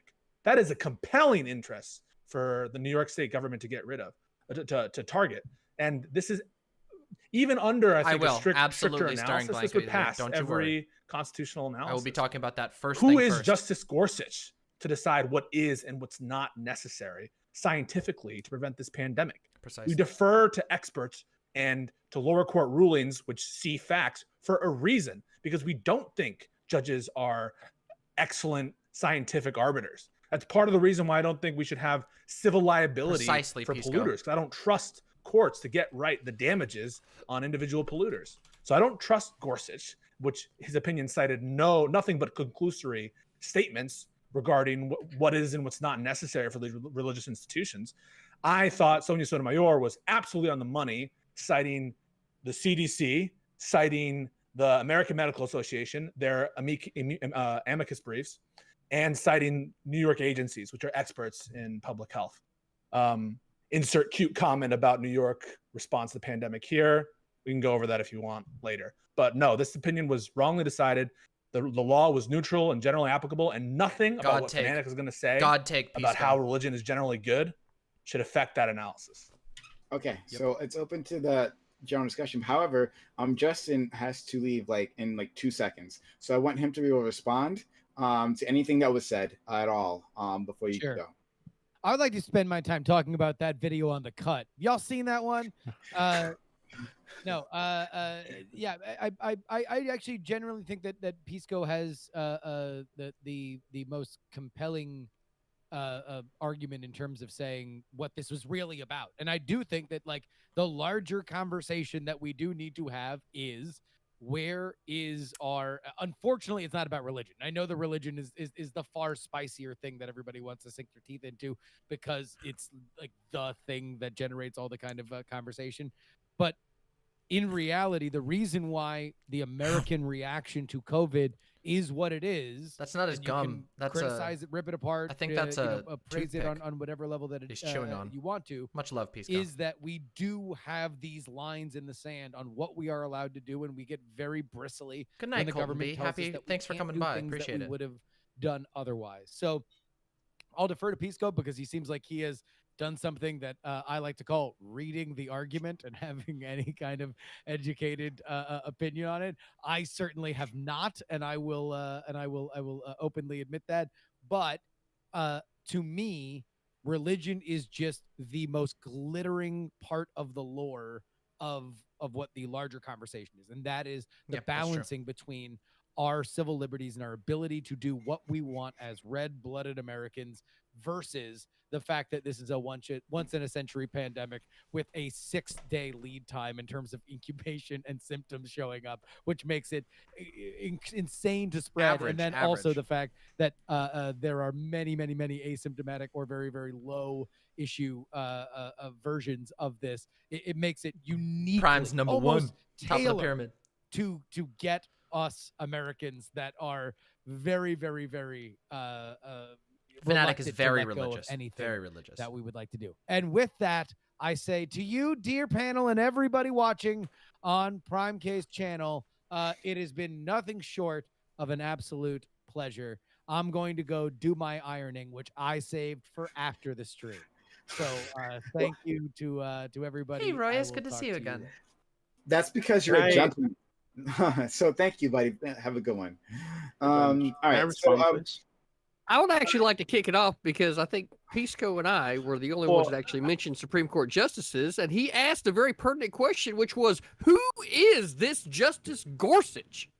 Right? So who is he? Right? Who he is one of 5 justices that were of a concurring opinion, right, that ultimately saw the case get ruled how it did. So he won. Yeah. Okay. Right. Can I respond? Can I respond to? And can I what he respond to said in there, which is very CTV telling, is and done. addresses He what sat down everybody and else moved in his the room iron. has already been talking about. But what he said was the only explanation for treating religious places differently seems to be a judgment that what happens there just isn't as essential as what happens in secular spaces. Indeed, the governor is remarkably frank about this. In his judgment, laundry and liquor, travel and tools are all essential while traditional religious exercises are not. That is exactly the kind of discrimination the First Amendment forbids. He's wrong, is my point. How was he wrong when he was in the concurring opinion? Can I respond to Pisco really quickly? You can respond, and for people who are just wondering and who don't know, yes, the booger monster represents Doobie. So go ahead. Hi. So I don't know why you took such like an issue with me saying law on the books, given that what we're the rationale that we use to make this stupid decision is the supreme law of the United States, right? So First Amendment, as you said, part of the Constitution, which is the supreme law of the United States. So if that's not law on the books enough for you, I don't know what to tell you. There's some legalese term that I'm not aware of. If you want to throw around, you're the lawyer, you're the future lawyer, go for it. I don't give a fuck. Secondly, it seems like to say that this isn't the First Amendment wouldn't kind of like protect these institutions, right? Is again just throwing out entirely what the First Amendment says, right? I mean, oh, really? So, yeah, so what about my murder example? Please, okay. If you're to read it, right? Right, the First Amendment says that Congress should make no law prohibiting the free establishment of religion or prohibiting the free exercise thereof. The free exercise, as in if they're going to have a gathering, right? The government can't restrict that gathering, right? Really? Which seems to be the rationale that Gorsuch used, right, when he said that government isn't free to disregard the First Amendment even in times of crisis. You're actually wrong about. So it seems. I mean, you're saying something that's wrong. Okay, again. Okay, no, he literally says in the first line of his fucking opinion, government is not free to. Then you should know this. Government is not free to disregard the First Amendment in times of crisis. So it seems like the problem here, if there is a problem, is the First Amendment itself. So yeah, I think we should get rid of it. No, the problem in Gorsuch's analysis isn't that there's a ban on the churches from gathering. The problem is that it's an unequal ban. So ironically, in Gorsuch's take, if this ban were, listen, I don't even think it's a discriminatory ban on religious gatherings, but if it had been in Gorsuch's mind equally applied to secular institutions, then you could have banned those religious gatherings so long as you're equal about it. That's the analysis. So nowhere is Gorsuch suggesting, or the court suggesting, that you can never do anything to infringe on someone's free exercise of religion. We have plenty of things in our history and our laws that prevent the free exercise of religion. There are religions who say it is against my religious values to pay income tax, right? There are people who say that, but we don't let them not pay income tax based on some religious exemption. The reason is, if the law is neutral, in order to have a society, we can't just have people claiming religious exemptions on everything they disagree with. I can actually answer that in the Q&A afterwards. Does it target a religious institution? And even if it does target religion, is there a good enough reason? And is it narrow enough? And Gorsuch seemed to decide for himself as a scientific expert that, well, okay, COVID's important, but these restrictions on the capacity of churches, that wasn't really necessary. And Justice Gorsuch and the other concurring justice, we know enough about science to say the state of New York could have been a little bit more narrow with their restrictions and have accomplished the same ends with respect to the pandemic. I say poo-poo on you, Justice Gorsuch, for thinking that you're some kind of pandemic or virus expert. That's but you just kind of mischaracterized him now.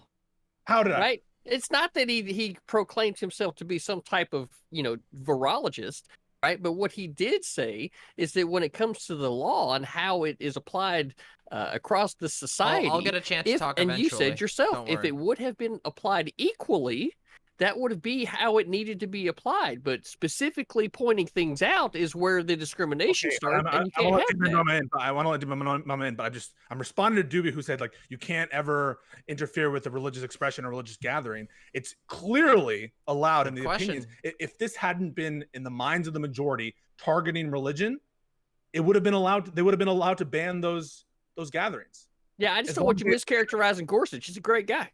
Okay, and also this opinion contemplated mandatory vaccinations, even if it was against your religion. So don't think that the free exercise clause of the First Amendment protects all religious expression, because it doesn't. Okay. Yeah. So yeah, I can't offer nearly as nuanced of a legal take as Pisco can. And so I'm not going to try. I'm going to let that be his area. I think he's done a pretty damn good job of making that clear.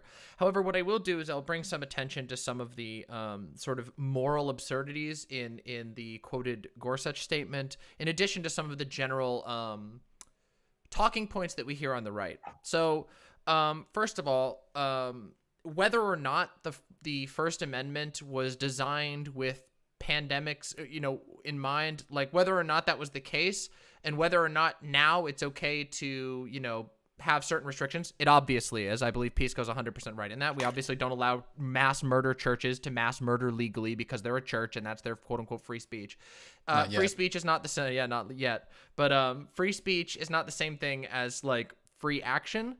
And as a result, like even if that were the case, even if it were completely legal, I would argue that we would have a moral impetus to fight against that, because someone's right to go to a church and sing or whatever is not greater than the right of the rest of the country to not be subjected to an incredibly dangerous plague that has long-lasting impact on their life and livelihood. It actually, the idea that we would let that go as like some sort of religious argument is actually harmful to all religions, because it would mean that other people who don't share that belief are what they have a right to be exposed to a virus by it being spread massively in super spreader events, which church events have been found as super spreader events.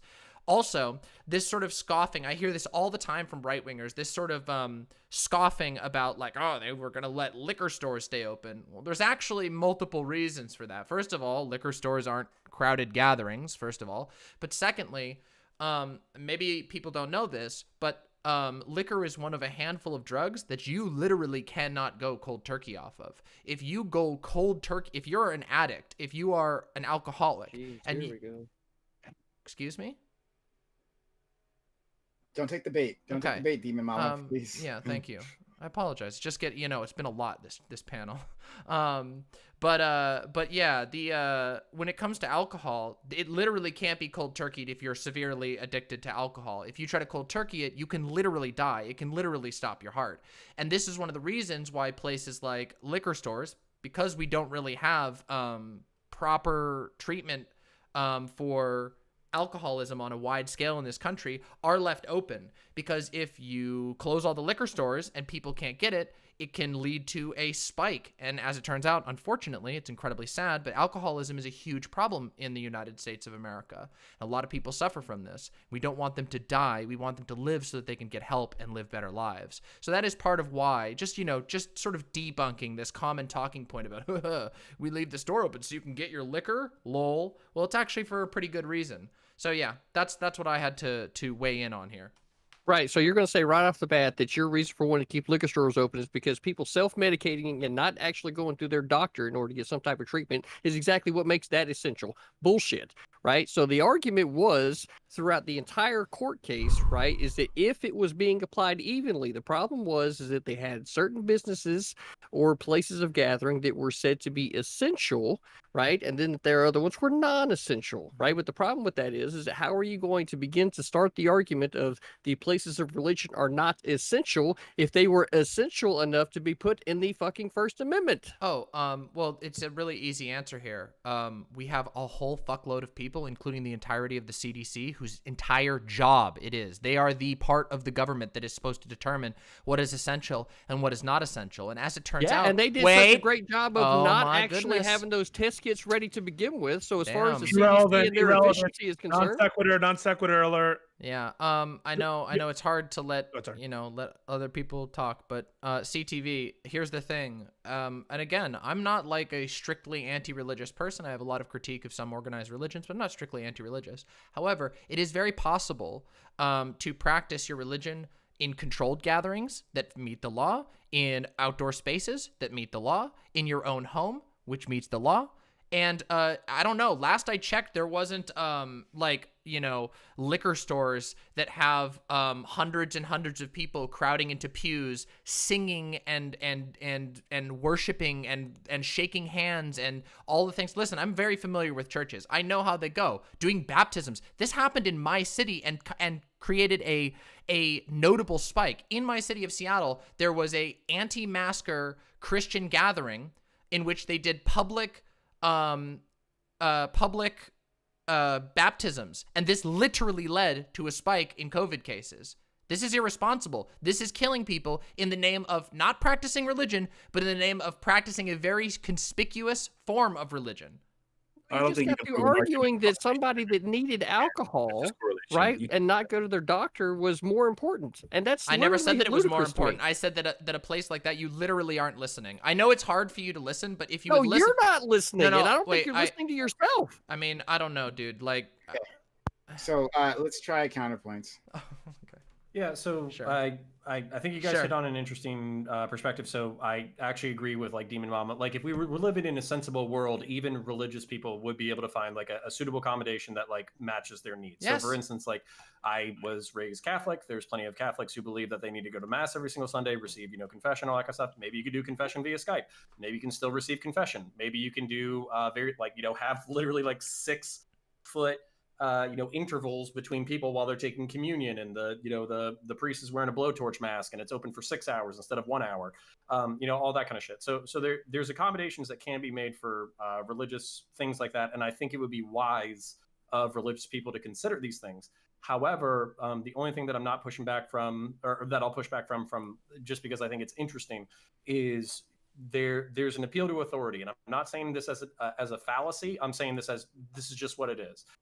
Pisco and Demon Mama are saying this is an exigent circumstance. Technocrats who understand epidemiology and viruses should be the people who are recommending what we're doing with our society, and we should listen to them in order to reduce deaths. Correct me if I'm wrong, Pisco, but wasn't part of Gorsuch's argument, wasn't it that that's 100% true fatalism. Just using exigent circumstances and technocrats as a reason to curtail freedoms that were put in the Constitution? Wasn't that part of his line of argument? You're muted. So they're kind of separate. So the first question is whether this even discriminates against religion, right? That's the first step. And training. I and many others think this law does not discriminate against religion. Once you've decided that it does discriminate against religion, now the government better have a damn good reason for discriminating against religion. And so Gorsuch never says don't defer to experts about this, but he does seem to suggest based on, and this is the worst part about this opinion, counterparts, I'm glad you brought it up, was Gorsuch to cite that these things aren't necessary, will cite the clean record of the churches themselves and how they haven't been COVID laced in the recent past. But you can make a compelling argument that the reason that they haven't had COVID outbreaks is precisely because these regulations have been put in place. At other times, Gorsuch cites statements made by the governor, where before, in another opinion, remember the Muslim ban case? The conservative court had said, no, we can't we only look at the regulation. We can't take a look at President Trump's statements to decide if this is discriminating against religion. We have to only look at the plain text of the statute. So I think Gorsuch is all over the place in terms of evidence that fuels his analysis. On the one hand, he takes statements from officials where before he wasn't taking statements when it benefited Trump. And in addition, he never cites any kind of compelling scientific evidence for why he thinks, as part of the analysis, that the kind of regulations in place aren't narrow enough. He just says, well, these religious institutions don't seem to have had a problem, and therefore I think it's not necessary. Therefore, it fails the analysis. So, he does have an answer for me, but I don't think it's a very good one. You just think he's a religious ideologue. No, I don't think. No, I actually think Gorsuch. These are all I'm not trying to say they're they're like not they're super corrupt or anything. They have their opinions, right? These are legitimate opinions that you can think that this is discriminates against religion. I just don't agree, and I think that they have a strong, like a more broader view of the religious clause than I would have, and I think that their evidence is severely lacking and shows some scientific ignorance. Yeah, I tend to agree. That they're corrupt. I want to go to Sig and then Fanatic.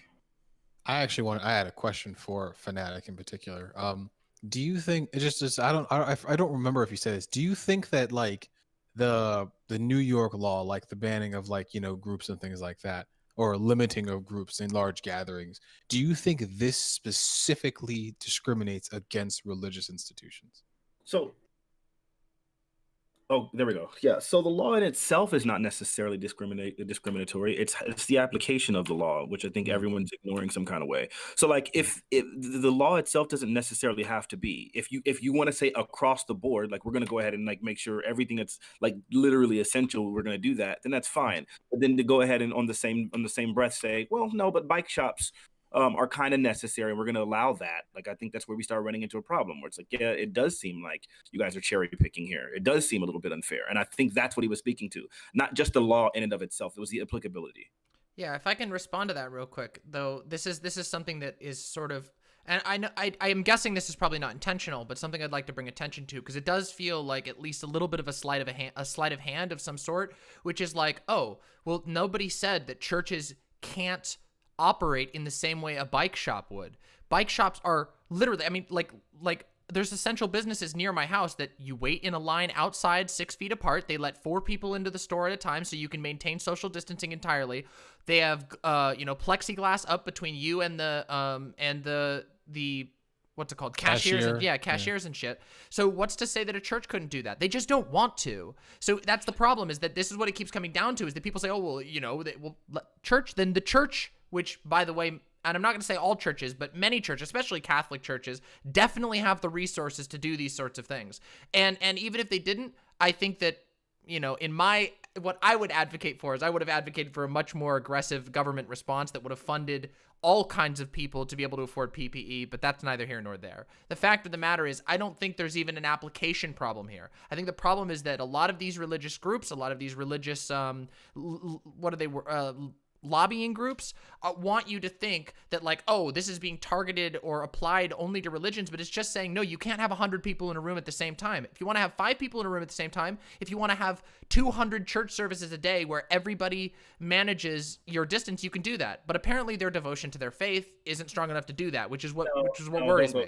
No, it's not that. That's not it. If it was just simply that, if it was just, okay, then you need to have these specific guidelines and fit within these guidelines in order to operate, that would be a totally different conversation. And here, if that I'll was answer the case, that plenty of afterwards churches too, Lodic. would operate within that. I happen to play piano for churches. It's part of my living.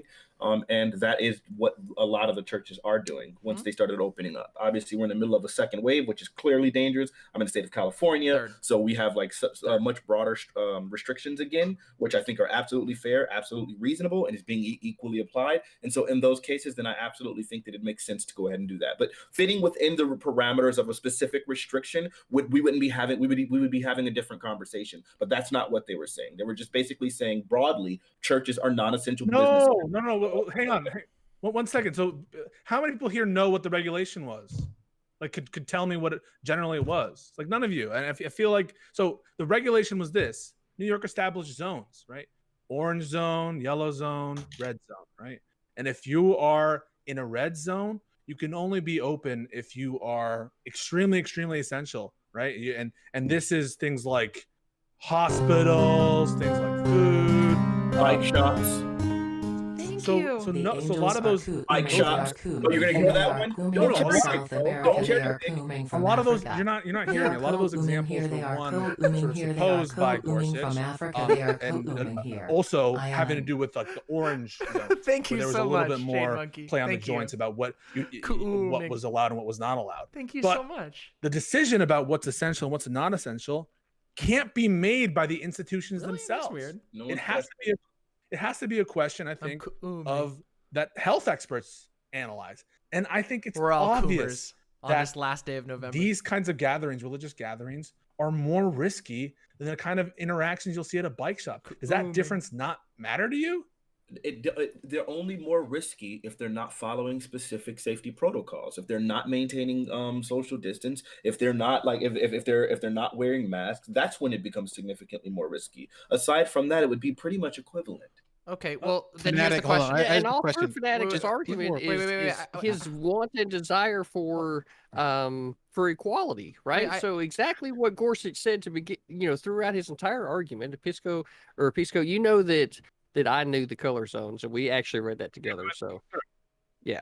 So can I just have a question? Equality. Sorry. Equality is exactly what Gorsuch was talking about, and that's exactly what Fanatic's talking about. Is that because it wasn't applied equally across the board and it made the designators between essential and non-essential, that's where there's an inherent, it's not fair.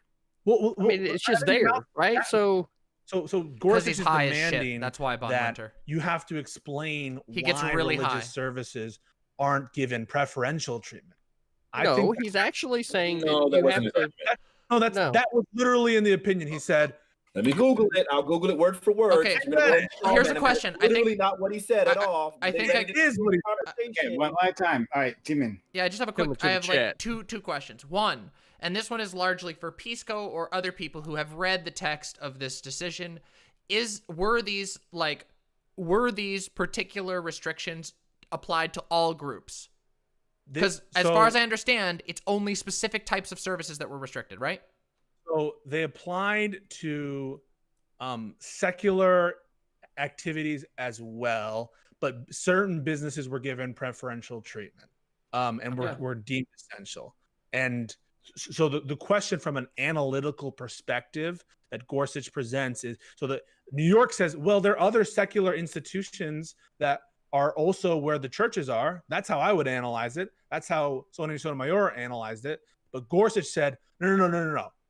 You have to explain why churches why they are not in the hospital group and why they are not in the upper echelon group. Can I quickly make a statement, please? Please. Yeah. So while I've been quiet, I've been reading through specifically Gorsuch's decision, right?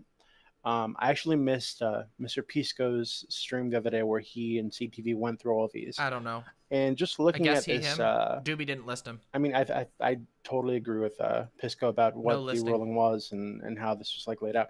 I still disagree, obviously. We don't have to assume, but about the First Amendment. I'm pretty sure itself. it's him. I think we're gonna have a lot of disagreement if we were ever to talk about that. I think the First Amendment is kind of ridiculous and should be done away with, like most of the Bill of Rights. But that being said, it does seem like your take on the argument used by Gorsuch, at least, is accurate, and I'm going to agree with you on this. This has been a damn. And also keep in mind that Gorsuch his opinion was a concurring opinion. So what does that mean, right? Yeah. It's not the controlling opinion. It's not the opinion of the court. The opinion of the court is the first opinion. That's the per curiam opinion. So we're looking at Gorsuch because I think his was most fatally flawed when it comes to the science, and most obviously so. But keep in mind that the majority of the court doesn't seem to have gone as far as Gorsuch was, because they didn't sign on to Gorsuch's opinion, although the particular procedural posture of this case makes it that they might not have anyway, even if they agreed. So, but the brighter point is this. I think that the law was neutral, and I think even if it wasn't neutral, it would have been justified because it's absolutely necessary for the pandemic. And well, I have a question. Okay. So this is kind of a fucking meme, but why is the salvation of your eternal soul not, deemed essential? Oh God. That's how people perceive this shit. So the question gets to, what is the state's compelling interest? The state's compelling interest is the COVID crisis and saving lives, right? And nowhere have I heard in any church or any court opinion that the truth or untruth of a theological thing like the saving of your eternal soul plays into that calculus. So if you're asking why they're not essential, it's because the state is weighing the lives of people, and they cannot weigh, I think, idiosyncratic interest in your religion when they're trying to save lives. So you're right. It's well, not idiosyncratic. Here's the the thing, concern though, of these people is the salvation of their eternal soul. This just seems like blame shifting, Right? There's no reason, as Demon Mom said earlier. It's please, look, it please, comes down please, to what no, people there's no reason. value. Oh, my bad. Yeah, wait. I don't there's want you to no just blow reason- past this point though. Wait, like it's really a good one. You can just let me respond, and then you can tell me why I'm wrong. Okay. So as Demon Mama said earlier, there's no reason these churches, these religious centers, can't put in place some protective measures, right, to make sure that they can keep their doors open, right? Whether it's for 5 people at a time, 10 people at a time, whatever the restrictions are, even do it over Zoom, right? If their congregation feels like they told their wife she looked good in that dress the other day, they just got to get in there to get into confession, or if I die in a car accident, I might go to hell or some shit. Lobby your congregation, your church, to set up Zoom calls or something, right? There are other ways to deal with this that would probably cost the churches money, but given that these things typically may have a lot of money on hand, that shouldn't be an issue. Right. This just seems like the church is attempting to use the leverage that the First Amendment gives them to again get special exemptions. Yeah, and they do it all the time. Sounds too. like what you're attempting to do there is to get the government to leverage itself over the theology of the people, right?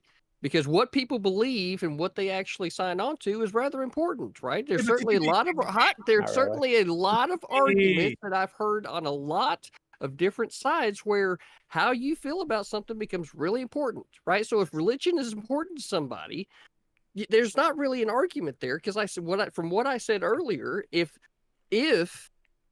religion was so important that it found its place in the very First Amendment, right? TV, stop. 1 second. Just 1 second right there. So you've already said, or I think you've said, that you wouldn't respect the right of the child sacrificing religions. I'm sure care very deeply on a theological level that they need to sacrifice children. But the government says no. If it is your point that any theological importance on any tenant is enough This is what I was gonna say. to transcend neutral laws generally applied, you're going to have a lot of... No. Stop there. No, you stop there. You keep doing that. It wasn't generally applied. It wasn't that. That's exactly what's in his statement. I knew I had to find it myself because you were going to be dishonest and strawman and misrepresent what he actually said. Here, I'll read it for you. I'll read it for you since you wanted to mischaracterize it earlier. So what he said was, so at least according to the governor, it may be unsafe to go to church, but it's always fine to pick up another bottle of wine, shop for a new bike, or spend the afternoon exploring your distal points and meridians. Who knew public health would so perfectly align with secular convenience? That's what he actually said. And then in another point, he said, there is no world in which the Constitution tolerates color-coded executive edicts that reopen liquor stores and bike shops, but shutter churches, synagogues, and mosques. So it did have to do with equality. It did have to do with whether or not it was equally being applied. That's where the problem was. It had nothing. It had nothing to do with anyone's theological perspective. It had nothing to do with people's churches and their faith. It had everything to do with unequal applicability of the law. I understand. I read the opinion. You're not even skilled enough to read the opinion. When I was bro, I can assure you my vocabulary is okay. Whoa, literally every day. Don't go there. Everybody. Oh my God. Listen, wait. If it was just a matter of my vocabulary or my inability to read, you wouldn't have needed to straw man the argument in order to try to make your point. You thought that nobody would be intelligent. I have to defend myself. Your actual lie. You're disingenuous. I will not. Defend yourself. Actual liar. I'm mad that I had to find the Holy shit. What the absolute I never represented to you or anyone on the panel that Gorsuch's opinion or the majority opinion relies on the law being construed by 100%. The majority opinion and by Gorsuch and by Kavanaugh as unneutral. It is central to their analysis that this law be unneutral. There's a thing called the level of scrutiny that you apply to a law. You don't know anything about that. If it's unequal, I know. Listen. No. Don't be pedantic over here. That's literally your entire stick. Your entire time you get in these panels, anytime we talk about anything legal, you get extremely pedantic and hope that maybe you can talk around the thing. Yes, strict scrutiny as it applies. We've already been through that kind of conversation. Okay. The problem is, as it has always been, it's about equal application and it being discriminatory, as I said from the very beginning, which you originally challenged and you were wrong. you don't understand. All right, I think I can cut through this a little bit. You don't understand what I'm saying. I think I can cut through this a little bit. Again, okay, hold on. Being pedantic and disingenuous. You Okay, always are. hold on. I'm talking now. Thanks. Great. Demon Mama, go ahead. Thank you. Okay, so like honestly, let's just do a little thought experiment here. Let's say that Pisco is being pedantic, even though this is a legal discussion, and that actually is important. Let's say that Pisco is being pedantic or whatever, and you don't think that's the case. Can you provide an example of where the law mistreated religion in comparison to other essential services, and without trying to sort of emotionally downplay essential services like, say, a liquor store or a bike shop? Keep in mind, by the way, that in the city of New York, a ridiculous amount of people use their bikes to get to and from their employment, which you have to do in order to buy your home. So I would love to see if you would have any problem with that, like, or any way to respond to that. Sure. So it really boiled down to like what it seemed like was they had restrictions on the they had restrictions on the total number of attendees, and so in different states it was obviously varying depending on just in different states. So in New York, in New York, yo, like Pisco, look, I'm sorry that your panties got in a bunch because I called you out on your BS because I actually found it. Wait, but you didn't yet. But it's okay. It's okay, bro. I'm sorry. Put your pedantic Fanatic, answer the question, for God's sake. So basically that's what it was. So it basically had to do with the fact that he was saying that there were restrictions on total gathering for total number of people, and that they started restricting that specifically when it came to religion. So for religion, it was supposed to be that you were allowed to have up to 25%, 25%, and then they ended up they removed that.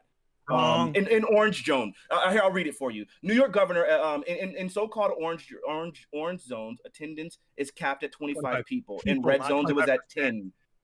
Not 10%. And furthermore, it's not targeting just religious institutions. It's by its terms, it doesn't say all religious institutions need to be 25 people. These restrictions apply more broadly than that. So again, the question. I'm sorry. Here, let me finish. The crux of the matter was that businesses in orange and red zones, ranging from liquor stores to bike shops to acupuncturists, were subject to no such restrictions because the governor had deemed them essential. So he created an exception for essential businesses like bike shops because he recognized that it was discriminatory, specifically only applying it towards churches. You're begging the question. My point. You're begging the question. The question is. So there's is your that, answer, Demon Mama. Now that somebody had to actually do some reading to around Pisco's nonsense. Fanatic. The question is whether the question is whether that designation is discriminatory. Would it be discriminatory to pick out hospitals? Right? You would say no, of course not. It wouldn't be discriminatory to pick out hospitals over religious institutions, would you? Would you say that? So if the governor had said hospitals are okay, but everything else no, is that discriminating against religion? And that's my question for you. Demon Mama, did you feel like I adequately answered your question? No, I mean you totally dodged it. You're saying they. I'm not talking to you, Pisco, because you're being disingenuous. So I'm not being disingenuous. I think that we haven't really made. Yeah. You can. Did he answer your question? No. You answered that. Go to counterpoints. I mean, I think a certain portion of it, but I don't know. Like, at least for me, I don't feel like that's enough. Like, convincing to try and prove that this is discriminating against religion, like, specifically. Like, I don't think that there's anything in what was said there, or at least in what's been presented as the word of the law in New York, represents anything discriminating specifically against religion. It sounds like there's a number of different structures. Yeah, like a number of different things that have been put in this category of, hey, like, we are categorizing each of these as of their risk factors and their essentiality. So what it sounds like, what this entire conversation has kept coming back to, is it feels like people are, like, kind of offended that someone made the call that, like, a bike shop is important. And again, if that's the case, like, you have to establish why you think it would, like, what your problem is with. Okay, so we got. Yeah. So I was just wondering, like. Yeah, I just want to try to answer the question directly.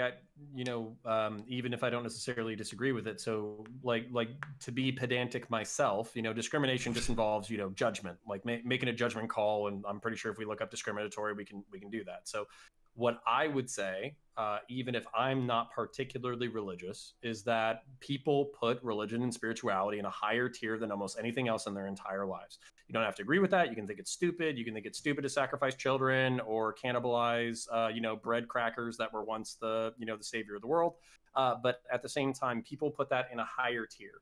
So to have red zones and orange zones that have specific, I know what you're saying with the classification, but I think the discrimination comes in with the fact where it's like, you can't operate at all in an orange or a red zone versus you can operate at, with 10 people at a time, or you can operate if you have these safeguards in place and all that kind of stuff. Now, all of this is ad hoc. They're doing it on the fly, so we don't expect people to make perfect judgments when they're writing these laws. But at the same time, I would be completely sympathetic to religious people in the state of New York who are like, I view this as essential. This is more important to me than almost anything else in my entire life. I want a way to observe my religion healthfully. And I think we largely agree on that. We just don't agree on the what's essential and whether or not it was discriminatory. And here's the other thing, though, which is the second part of this whole conversation, which is that would it not then, given that this is a threat of public health, of a severe public health issue, again, I don't need to go into the details of how bad things have been in New York, but would this not be on the sort of the impetus of the religious groups to say hey, this is the only way we express our religion? I don't think there's anything that says that you can't become saved via a virtual church service or anything like that. In fact, I'm not aware of any religion that mandates attending in person in a red zone as a part of your religion. That's so I don't. Yeah, and I think communion might have an argument there. Maybe, but I mean, you might. But then again, who's to say that they can't do off-site communion?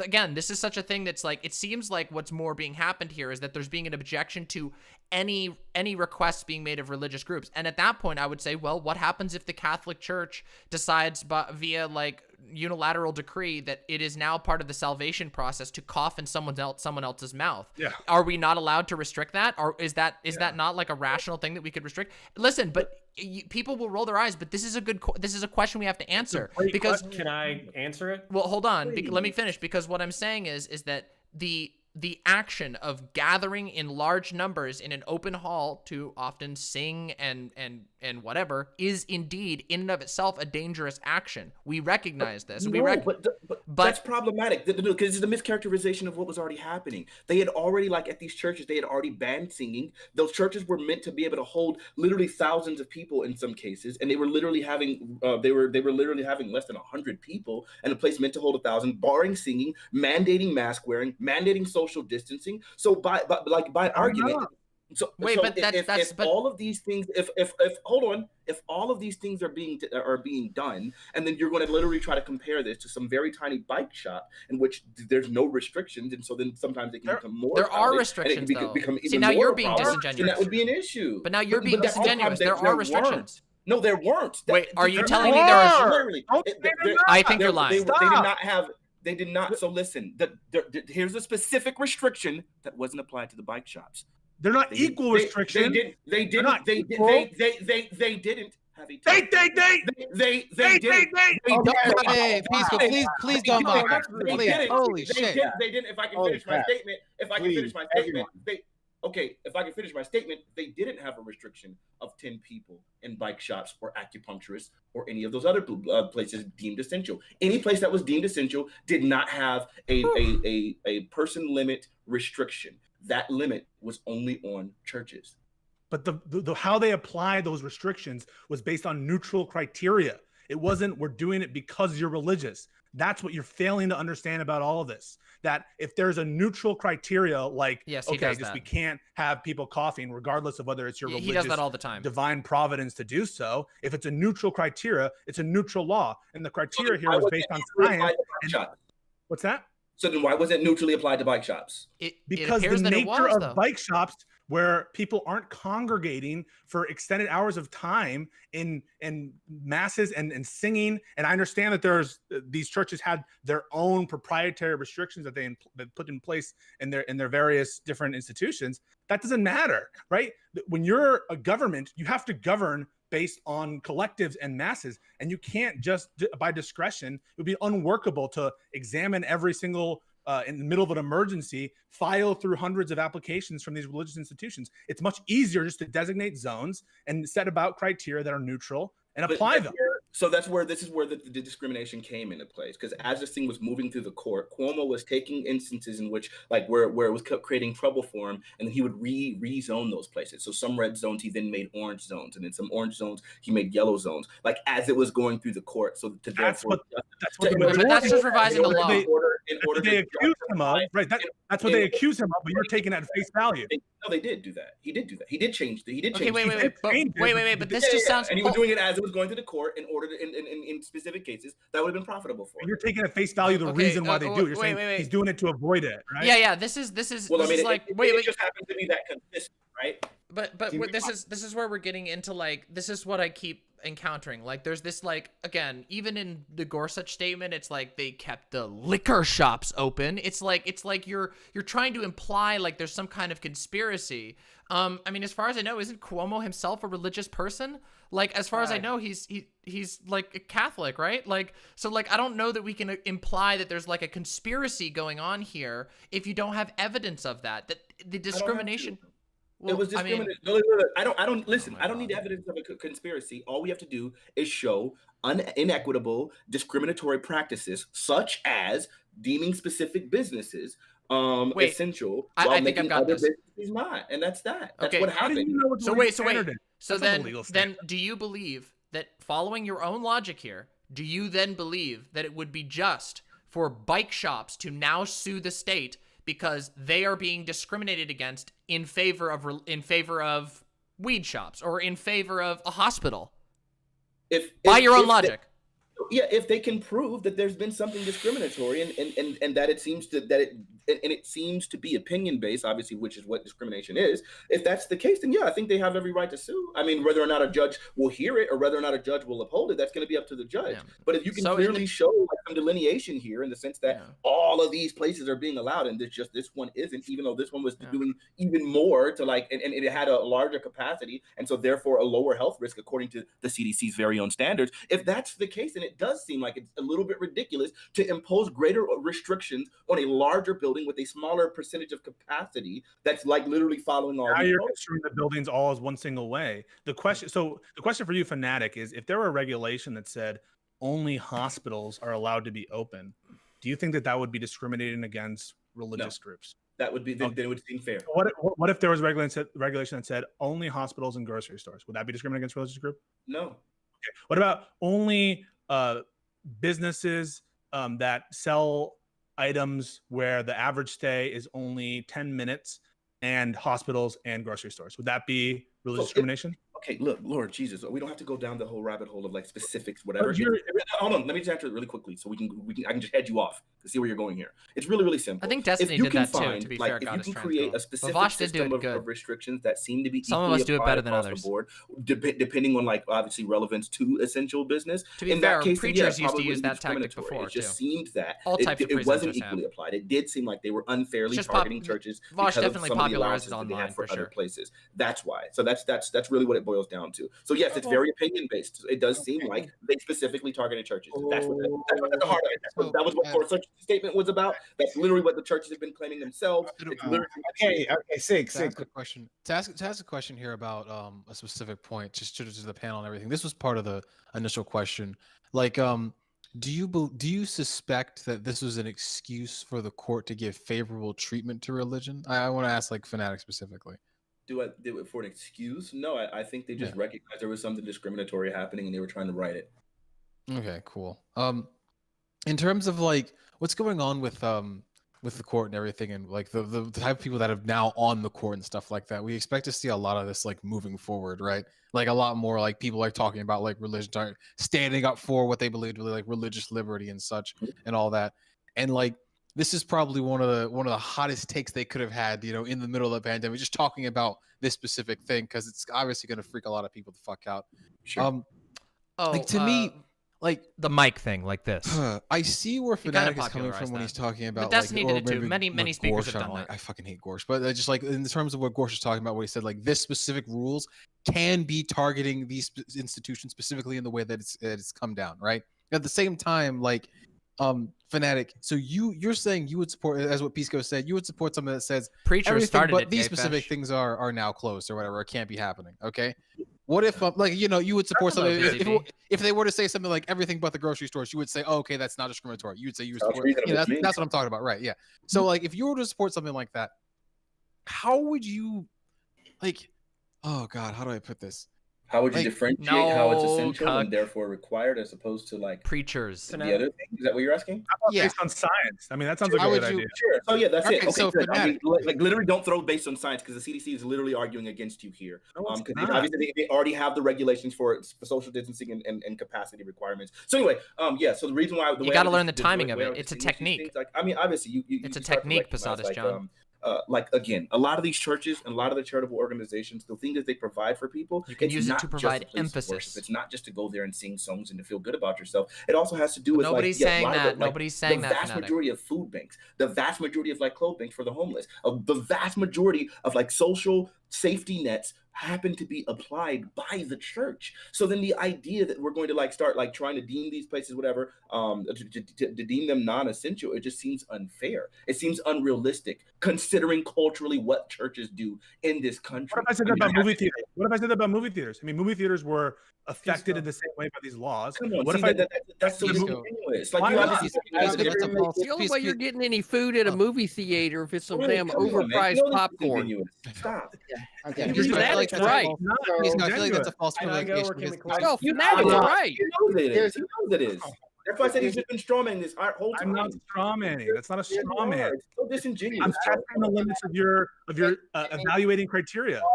Farther on this issue, I let it go longer because there's so much contention here. But we're not going to get any farther on this issue. So here's what we're going to do. We're going to move on to the next topic, right? And we're not going to do closing statements here for this. We can you can include it in your next one, right? So at the end, when we do closing statements for both, you can put anything you want on this topic or on the next topic. But we're going to move on to topic 3 with the remaining time that we have left. I need to respect everyone's time, so that's what's happening here. All right. So That's true, Soft Tether. They can get away with Discord everything, won't it seems freeze like. on me. Holy shit. Anyway, topic 3. The U.S. Supreme Court recently ruled 5-4 against New York's. Sorry, fuck. Keep going. That's the one. Yep. Bonus topic. Currently, the Constitution is interpreted as giving the president a limited pardon power. A president can pardon his entire administration for crimes they might have committed and may even be able to pardon themselves. Should that be the case? Does having the power, this power, give presidents carte blanche to commit crimes and forgive themselves afterward? Should the presidential pardon be reformed and limited? Should the president be restricted from pardoning anyone in his administration? Okay. So we'll start with Sig. And yes, this time, seriously, limiting to your meeting to 1 minute. Go ahead. Okay, I have really strong opinions about this one. All right, in terms of like this constant, like this shit with the pardon power, it's fucking insane. When I actually started looking up how much shit that the president can actually do just because there's no laws restricting them to do it, I'm just like, what the fuck? Like when it was found that Trump actually did commit federal crimes and everything in office, they found out that he did do that shit, and then the guy was just like, well, it's precedent, like essentially precedent that we don't convict the president when he's in office, or I'm sorry, we don't indict. I'm sorry, we don't indict a sitting president because it could hurt the job. I'm just like, wait a second, is Trump just a king? Is the president just a fucking king now? Is that what can happen? Not only the fact that like, because when I found this out, that means that there's nothing actually restricting Trump from pardoning himself. There's nothing. There's no rule saying that he can't do it. Therefore, he can. There's literally nothing saying that this man cannot do that shit. He can do it, and he can do it to whomever he wants to near the end of this term. And time. Yes. Thank you. All right. So, not Team Mama. We'll go to counterpoints. Yeah. So, I am thinking about how it should be limited, I can't come up with any hard or fast rules. I think there's some overwhelming good that could be done with the pardon. So, for instance, I think I remember Barack Obama using a whole lot of his powers to reduce sentences and pardon folks who were basically convicted of crimes for the drug war. So, if we had like a contentious Republican House or Senate that was able to restrict pardons, could there be some good there that's precluded by that action? I have no idea. I think Sig is absolutely right that this unlimited power is very worrisome, and basically having sitting administrations do whatever the fuck they want and forgive themselves is nuts. Okay. Next we'll go to Fanatic. Can y'all hear me? Yep. Okay, yeah. So I think the idea that any person would be like 100% above the law sounds really ridiculous. I like the restriction that it only applies to federal crimes, and that, obviously, so they can still be charged for state crimes that they do as a president. I think it's a little ridiculous to be able to preemptively pardon someone before like something's even gone to trial. I don't even know what it is. I think broadly it's just far too it's far too powerful. I think there should be probably some sort of restrictions like imposed on the president. Like obviously it can be abused. And I think also there should probably just restrictions in general. We can go down the list of them, but there's plenty of them I think that should be imposed. Okay, all right. CTV. Well, with all of these things, there's the good that could happen, and then there's the bad that could happen. So, if there's one person in the executive branch of government that I think that should have the ability to get rid of all charges against somebody that either has committed a crime or is suspected of committing a crime, I would hope that the head of the executive branch would be that guy, right? And not have to go through the process of the courts, because perhaps maybe the evidence that was presented at the courts maybe he just didn't like the evidence. But he sat down, he talked to the guy and said, hey, this is a good guy. I don't feel like he's a danger to society. And that's literally what the parole system does, except this guy's the head of the executive branch, right? So somebody in the government needs to be able to have that power, because it's more than just one person. It's literally the office. So okay, the best thing moving forward from there is just be careful who you put in that seat. Well, I can agree with that. Okay, Doobie. I agree with Sig and Fanatic. I can't think of a good reason for the president to be able to pardon himself for any crime.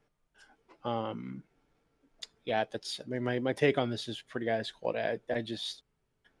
If someone has a good reason, or maybe Pisco, you can go into your like legal nerd library and tell us why it might be a good thing.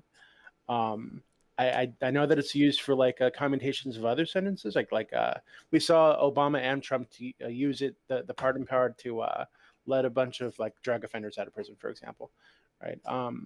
So these can be good things. I just can't see a good reason for him to be able to pardon himself or people in his candidate for any kind of crime. Okay, Pisco. Yeah, I just want to start my answer by apologizing profusely to Fanatic. Fanatic, I didn't mean to lose my control at you. I get that way when we're talking about legal things, and people he's a lawyer. accuse me of being disingenuous. Well, he's becoming a lawyer. I'm He's not a trying law to be student. disingenuous to you. Whenever I'm making arguments in good faith, I think your legal analysis is still bananas. When I said I don't think you were equipped to read the opinion, I don't mean that I think you're dumb. I just mean that I think that these opinions require some amount of legal background, and so it's difficult to read them as a layman, because you need to understand like a bunch of constitutional law to even understand what's going on. So, but I do apologize. I lost control. Yeah, he's becoming a lawyer. That said, no, it can't. It's only if he's offering legal the pardon advice. power, a plenary authority of the president. I think the people on this panel are assuming too much when they think something I say the president doesn't is matter. allowed by the Constitution's own terms to pardon himself. bind I don't him think at that's clear at all.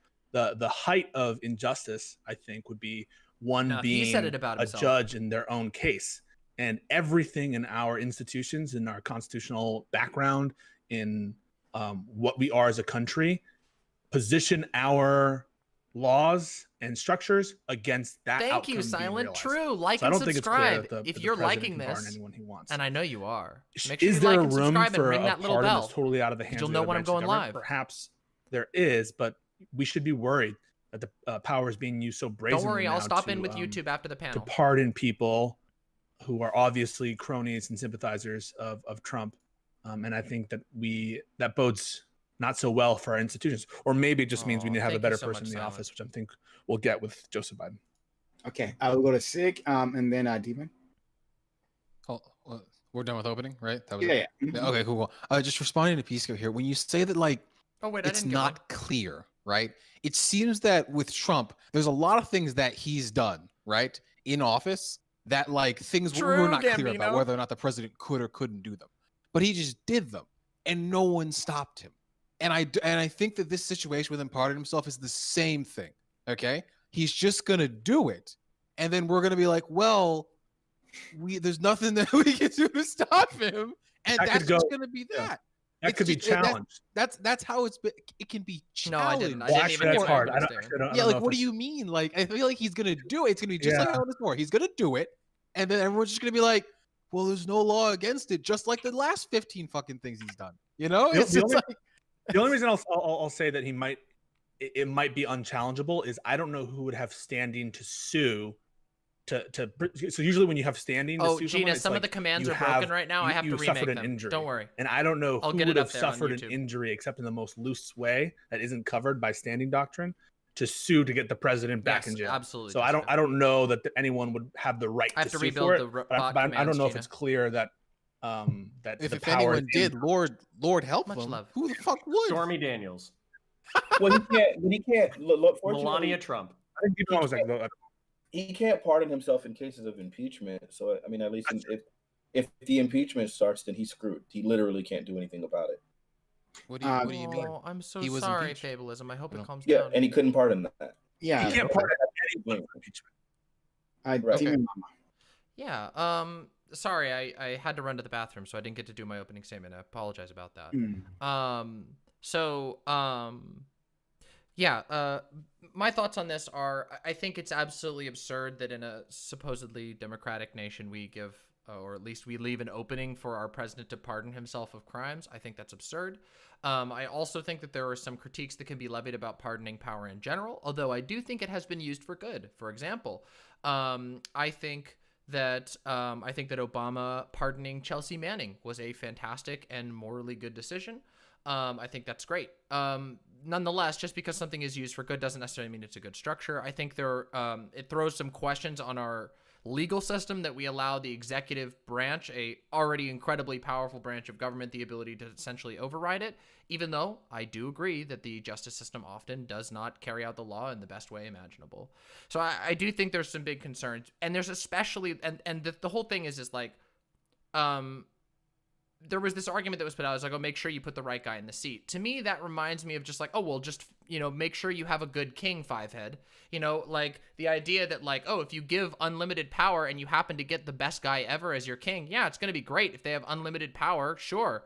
I mean, I would argue that power inevitably corrupts, but the fact of the matter is that we've structured our system to make sure that we don't have dictators. And what it seems like is that at least like 50% of the country really, really, really wants us to have dictators, people who are able to just, pardon all of their criminals who help them maintain power. And if that becomes the norm, we will have a dictator, because people will do heinous acts on behalf of the president to benefit the president, knowing that they'll just be able to like sort of thumb their nose at the legal system, given that the executive branch can completely do it. And it looks like that's what Trump is going to do. And we might never see justice for some of the genuinely atrocious things. And this is something that's been lost in all of the discussion of the election, that's been lost over the flurry of having Trump in charge for the last 4 years, is that Donald Trump and his compatriots, his administration, have engaged in unfathomable corruption. And it just there's so much of it, in fact, that we forget about it. You want to rewind back to 2016 and just see what happened, or 2017 to see what happened just in the few first months of Donald Trump's presidency, or the first year of his presidency? Yeah. There's going to be some shit to page through in the coming year. Can I ask a question that I think is like hyper relevant? Sure. So in the wake of like Nixon, basically admitting to, or there being sufficient evidence for him committing burglary and conspiracy to commit burglary and the cover up and all that kind of stuff, Gerald Ford made the unpopular move to pardon him, and his justification was that he didn't want to drag through a former president into a court of law. He thought that it would be divisive for the country, that it would rip us apart. So my question to the panel is, is that the kind of thing that we would see with Trump, where we should just kind of let him go, or would we benefit from prosecution? And then kind of like an addendum, would it be better to like pardon him for certain crimes, but then dangle like, you're going to shut the fuck up and leave public life, or else we will prosecute you for XYZ crimes? So that's kind of like an open-ended question. Two competing. All right, so to answer just like the first part of that, Ford's pardon, like Gerald Ford's pardon, was not particularly that popular with the people. That's why, of course, he was. Don't worry, out. there's going to be more. But after it was this. popular among a lot of people, a lot of other politicians. Defeat the ooze, okay? not Gerald Ford's Judgment. pardon was not just this thing that was. It was not this thing that was unpopular among everybody. There was a lot of people that were writing up saying that this was ultimately a good thing because it how do I put this? It helped the stability of the country. It helped the country heal. This sort of argument that it was it helped us stay strong, especially in the backdrop of the Cold War, in the face of the Soviet Union, to prove that the American system works. Okay, we don't have a crooked president. We say so. That sort of thing.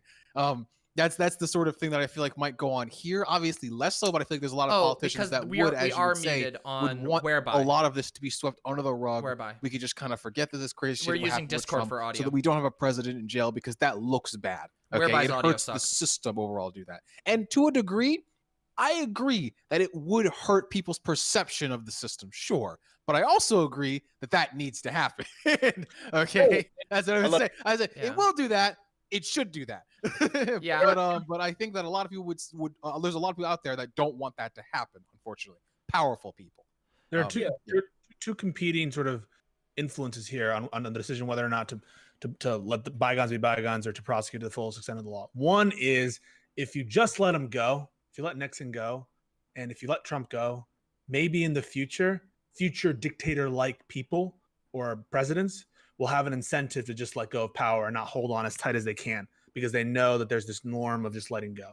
On the other hand, there's a moral hazard where people and presidents in power know that whatever happens, whatever they do, they never have to pay the consequences for it, because people are just going to say, in the name of peace, we're just going to let it go. I don't know which of those impulses wins out, but I think there has to be some kind of payback for what Trump has done to this country. It can't be the case that after so much stupidity and destruction, he just gets off scot-free. Well, I'm curious. To sort of answer the question at hand, I mean, I tend to agree with what you said, Sig.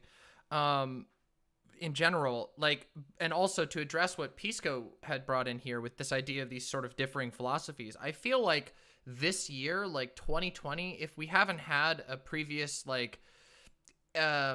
experiment in which one is a better system, I think 2020 could tell us that, because what we've seen is that Donald Trump is a president who, regardless of the fact that there could be repercussions, regardless of the fact that we have these systems in place, that he could walk away, that we can't indict a sitting president, we have all these restrictions on what can happen to him, he nonetheless is gripping onto power, spiraling the nation into conspiracy theory, and in addition has taken actions that have killed, and by the end of all of this, hundreds of thousands of Americans, which are the result of his actions directly.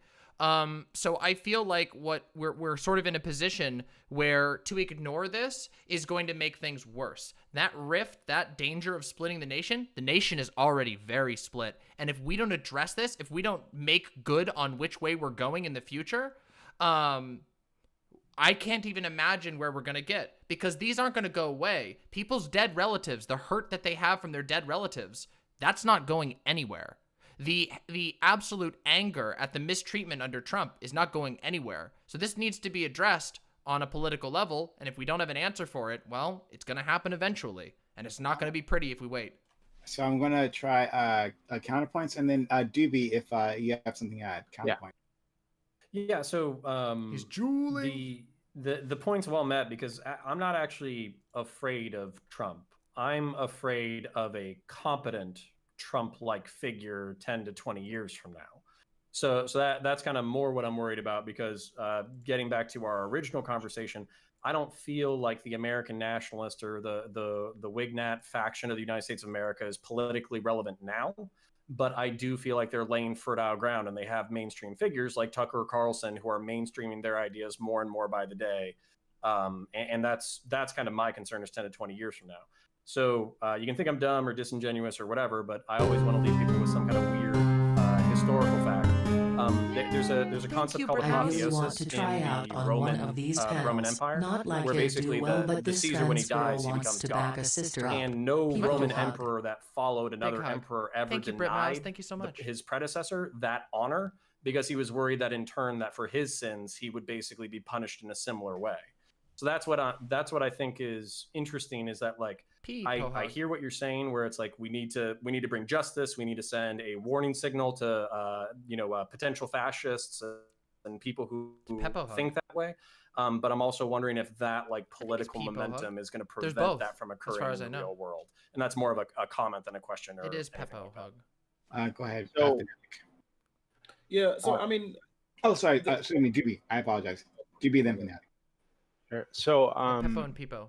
As far as I understand, there's both. I can understand the emotional pull to want him punished for whatever crimes you think he's committed, but I think that it would be too divisive. I think that at this point, given that more people voted for Trump than voted for Obama in 2008, right? As things are now, there's almost 70% of the Republican Party believes that there was some kind of rigging in the election, or they're concerned about rigging. Half of them outright say that it was rigged in favor of Biden. By the way, I don't think it makes sense to throw the country into that kind of turmoil. It'll mean the to world. put a 74-year-old man in prison for the last few years of his life. I don't think we gain anything from it. I think if you want the country to heal and move on, you need to let some of this shit go. That's a great point too, and one that I think was well crystallized. Think about all of the political capital we waste. It could be better spent on things like healthcare or other initiatives that we care about. And really, as a practical matter, who does this help? I guess I didn't really think about that as much before Doobie said that. I think he said Fanatic was next anyway. Yeah. I think in the Biden administration, that capital won't be spent on those areas, in my opinion. We'll go to Fanatic. We'll go to Sig. I do want to ask a question, because there's part of this question that hasn't been answered by this panel. But Fanatic, Sig, and then Demon Mama. Okay, so here's the deal. Like, I mean, I get how. But first off, you're telling you want people to just kind of move on, but I think the divisiveness and the things that he's done, it's going to be really hard to move on from. I think I don't think we even know the extent of the damage that he's done to this country. That China, that trade agreement between Southeast Asia, we're going to see the ramifications of that like long term. I can tell you I don't think this is something we can just like sweep underneath the rug. And furthermore, I think you have an entire group of people who are completely disenfranchised. That's going in the Q&A Q&A segment, right? We saw literally the largest protest that's ever happened in any of our lifetimes happening over the George Floyd killing, which was really just something that was like the tip of the iceberg, right? Obviously, we recognize that it was a much bigger issue than just George Floyd. So with that being said, the idea that we should just move on and kind of just like forget about it, it's not realistic for a lot of people. I think for us to move on in that case leaves a group of Americans feeling completely disenfranchised, thinking that there is no actual justice in our there's no justice in our criminal justice system, and that the system is literally designed to work against us. And because we don't have the complexion for the protection, we won't be afforded those same things. I also think it creates the optics, while it does create bad optics, that there would be someone corrupt What is Fanatic? In prison that was a president. I think it also creates really terrible optics. What do you mean? The idea that he can do all of the nonsense. What do you mean? The Like, racist dog whistling, some of the illegal corrupt things that he did, and then he's like a Christian liberal. Like legally, he's like I center think right. that creates a really terrible optics too, especially for being a part of a nation that typically tends to take like on the role of like center-right. policing the entire world. Yeah, I just think it's center-right. absurd. Like Fanatic, your response tells me that you're using him as a scapegoat for a lot of problems that he didn't cause, and really didn't contribute to in a lot of ways. Right? No, that's not true. To throw systemic racism and the George Floyd protests and police shootings on Donald Trump is fucking ridiculous. We'll to talk blame about that every after. fucking COVID death on him. I didn't. No, I didn't. Yes. That's basically So then what's he supposed to answer for in terms of like racial justice? So as far as question. So hold on. What I did call out specifically was his dog whistling. That I can hold him to. He did that. He's the one that decided to say, I'm a nationalist, when white nationalism was trending because of various white nationalist attacks against minorities. He's the one that decided to use that phrase during that time. He's the one that spoke up and said, I think there's bad people on both sides. Good people on both sides. He's the one that decided to start deploying National Guard in wake of protests, which some people will say were not being, they weren't being deployed efficaciously because they were like literally just getting in the way of peaceful protesters and suppressing minority voices. So yeah, it's not about just using him as a scapegoat. He's literally done a lot of the things that people are questioning.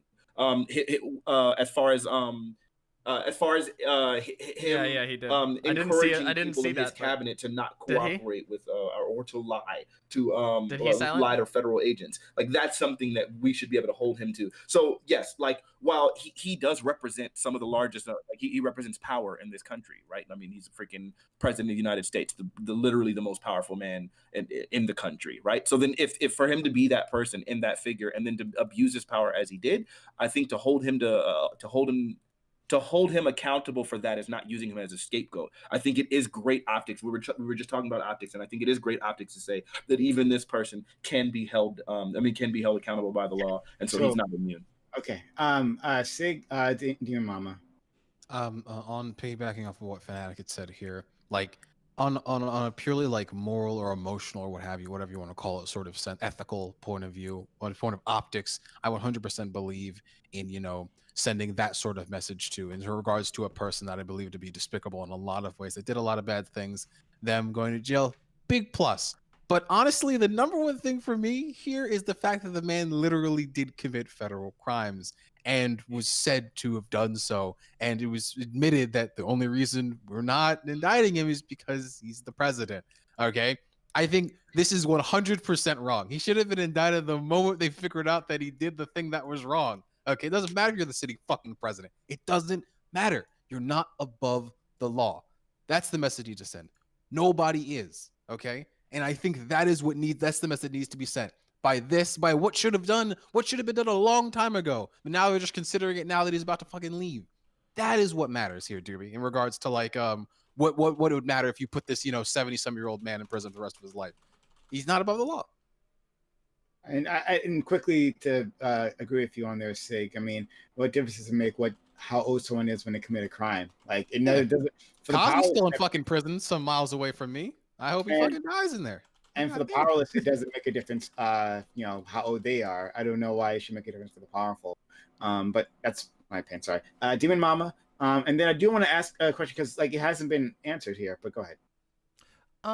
Yeah, so when it comes to Trump, I don't really think that the point is to put an old guy in jail, as Doobie said. I think the point is significantly more about symbolism and about the fact that Counterpoints brought this up, that or I think it was Counterpoints who brought up that there's a significant portion of the populace of America that's convinced that the democratic system isn't functioning at all, or that there was rigging involved. And also, the idea that more people turned out for Trump than did for Obama. And I would counter that with, well, even more people showed out for Biden. So that just doesn't, it's neither here nor there. But the fact of the matter is that clearly there is a level of disinformation in this country that is to such a degree that it is actually threatening the legitimacy of our own government. Now, I mean, depending on your position on the political spectrum, you may or may not believe that the government is legitimate. But a legitimacy crisis is very serious and needs to be taken seriously. And in my opinion, one of the ways to restore legitimacy and make a step in the right direction is to make sure that as a system, we say Trump and Trump-like figures are not okay. People who just run wild and break as many laws as they can and hope to just short-circuit the Constitution and all of our other systems is not okay. And we need to make a statement of that. Otherwise, this is going to keep going. And we do have this year, and it still technically is. We are hung in this weird legitimacy crisis, and we don't actually know how it's going to pan out yet. And I've been pointing to this for a while, but especially as COVID rages on, we don't know how many people actually believe that they live in a democracy anymore. And that's pretty terrifying. I mean, I agree there are huge problems in democracy, but I don't think that like the entire system is rigged and it's a, there's secret puppeteers from Hugo Chavez's Ghost and all this. But a lot of people are buying into that because Donald Trump is specifically using his power of office to propagate these messages. And I think that's something we need to take incredibly seriously if we hope to have any sort of coherent future for this country. Okay, so I'll go to Doobie and then Pisco, but first I want to ask the question that I put in the topic. Should a president be able to pardon anyone in his administration, right? Because the president doesn't act alone, right? Yeah. The president has the secretary, the cabinet, right? And then they have their lieutenants, right? So when I actually talked about this originally on the walk-on Thank you, panel, appreciate that. and I originally posed it as, maybe the cabinet should be exempt, right? And maybe top level generals they should be exempt as well because they commit those crimes. But then, and that's the case, then what I would do, I would say like whoever's under me, directly under me, you commit this crime, and then you'll get pardoned later down the line, right? So should anyone within that president's administration be able to be pardoned by a president at all? If you're working in the government and you can be committing these actions, should anyone be able to pardon? So I'm going to go to Doobie, I'm going to Pisco, and then the rest of you guys. So Doobie. Okay. I think, again, you guys are, I think, too focused on what a Trump conviction or a Trump trial would mean to you, and not enough on what it would mean to the country as a whole. Right? There's precedent here Sig mentioned precedent earlier, right? The precedent here that you set is that when a president leaves office, the rival party, their next president, can come in and prosecute them for all the bad, the policy decisions they made that they felt were bad. So Trump could have had Obama put on trial for inflaming the racial tensions with the Trayvon Martin issue, or for inflaming racial tensions when he said that the police acted stupidly when they questioned what's that guy's name, that scholar out in I think Massachusetts, or for his administration bungling fast and furious to the point that they gave guns to the Mexican cartels and ended up with a border patrol officer shot with an AK-47. Wait, dude, I just gotta ask: are these federal crimes? Well, this is what I'm talking about. about. You did federal crimes. Exactly. Are the things that we're talking about Trump doing, saying that he's a nationalist? Okay. Is that a federal crime? No, Rest I'm a well, nationalist. Max, I think don't worry. Counterpoint said earlier he's a nationalist. So So we need to be very clear Good night, about Max. about Have a what good the night. exact crimes Don't are. worry, we'll keep an eye on it. And then once we identify those crimes, if there's any other we need to mods who figure can out keep an eye whether or on not YouTube these chat, crimes I'd are appreciate serious that. enough that it's worth throwing the entire fucking country into Max. turmoil to prosecute them, right? Because the way that this is going to be sold by the Republicans is, holy shit, Trump went after the swamp so powerfully that the fucking swamp's coming to eat him after he leaves office. And what we're going to get after that is someone even worse than Trump coming down the line with his base still intact, because they're really pissed off that their idol has been attacked by these swamp monsters after he left office, and it's going to be worse down the line. I don't think any moral or emotional victory you win for your side on this topic is worth it in the long run. Okay, so I'm gonna Pisco next, and I want you can answer that question, but the other thing too. So real quick to answer your question, I think that might be a useful thing to consider, whether or not there should be immunity for any particular officer of the cabinet or those kind of officials. Although clearly that's not enough to get to the. I mean, Michael Flynn was a political appointee, not part of the cabinet. Yeah, and apparently. Roger Stone, which is another part of it wasn't really part of the government. So, we're not really the kind of misconduct with respect to pardons wouldn't be captured by just having the ban you're talking about, though maybe it would be a step in the right direction. Although maybe it would discourage good executive officials from joining. So you have to weigh those. On the question of Trump's culpability, part of me is with Doobie on the side that is it worth it putting the country through this when other policy agendas seem better situated for us as a society to push towards. It seems to use up a lot of time and effort for something that's going to make us isn't going to change a lot about that. That said, I think it's obvious that Trump committed crimes both on the state and federal level, to the extent that it can be obvious to us. He was an unindicted co-conspirator on the matter with Michael Cohen with respect to the illegal campaign contributions. he clearly committed obstruction of justice in the Russia investigation. That is a serious felony crime. No one is suggesting punishing presidents for political mistakes. I don't think, except for Prime, who thinks George Bush should be in jail for the Iraq War. But I think most of us are accusing Trump and others of misconduct not having to do with like political policy decisions they're making, but with the centralization of their own power and misconduct, personal misconduct outside of the scope of their office. And I think it's clear that he did commit those crimes. Whether or not it's worth it to pursue it, notwithstanding all the pain it will cause, I don't know. Or maybe it won't cause pain, and maybe it's necessary to dissuade future people and to dissuade the kind of moral hazard we maybe are encouraging right now by not pursuing it. Signatural counterpoint, Stephen Mama. To Prime, to answer your question, because no one answered it yet, but to answer your question, I don't think that I'm actually at a point where I don't think the president should have sole pardon power at all. Well, I said maybe this pardon power should still be a thing, and it should be still in the executive branch in a different form or something. I don't think as one person should have it to just do it. No, I actually don't think that should even be a thing anymore. But in regards to like Robert Mueller said, there was very substantial evidence that Trump had committed obstruction of justice, like very substantial. They would not use a term like that within the Mueller report and all that he tried to obstruct what was going on. Okay, maybe it was to cover his own ass. Maybe nothing really happened with Russia, and Trump was just like, oh fuck, this is gonna fuck me over. I need to obstruct this. Regardless, big fucking federal crime. I think it's big enough to put somebody in prison. I do not think that this is something that should be let go. I'm well aware of the risks. I'm well aware of what it could possibly do. I think that it still needs to happen. Okay. Because I don't think something that big should slide. I'll go to Counterpoint, Steam Mom, and then Fanatic, and then CTV if he wants to add anything. But I will say that other countries manage this, right? Putting their leaders in jail. Like Israel is actually really good with this. Like they hold people accountable. Their leaders accountable. They will go after you, and they will go after you vigorously. The Justice Department in Israel against their prime ministers. This is a thing that can be done in other countries. I don't see why it can't be done here. But go ahead, Counterpoint. Yeah, so I kind of wanted to ask this question and then answer your question. So my question is, the only thing that I'm really aware of is the obstruction of justice and him using campaign funds to pay a former, porn star to keep their affair secret. Those are the only crimes that I'm aware of. So I understand there's, well, just one second. Then there's these other political motivations. So I would just be curious, what those other crimes are that you guys are alluding to.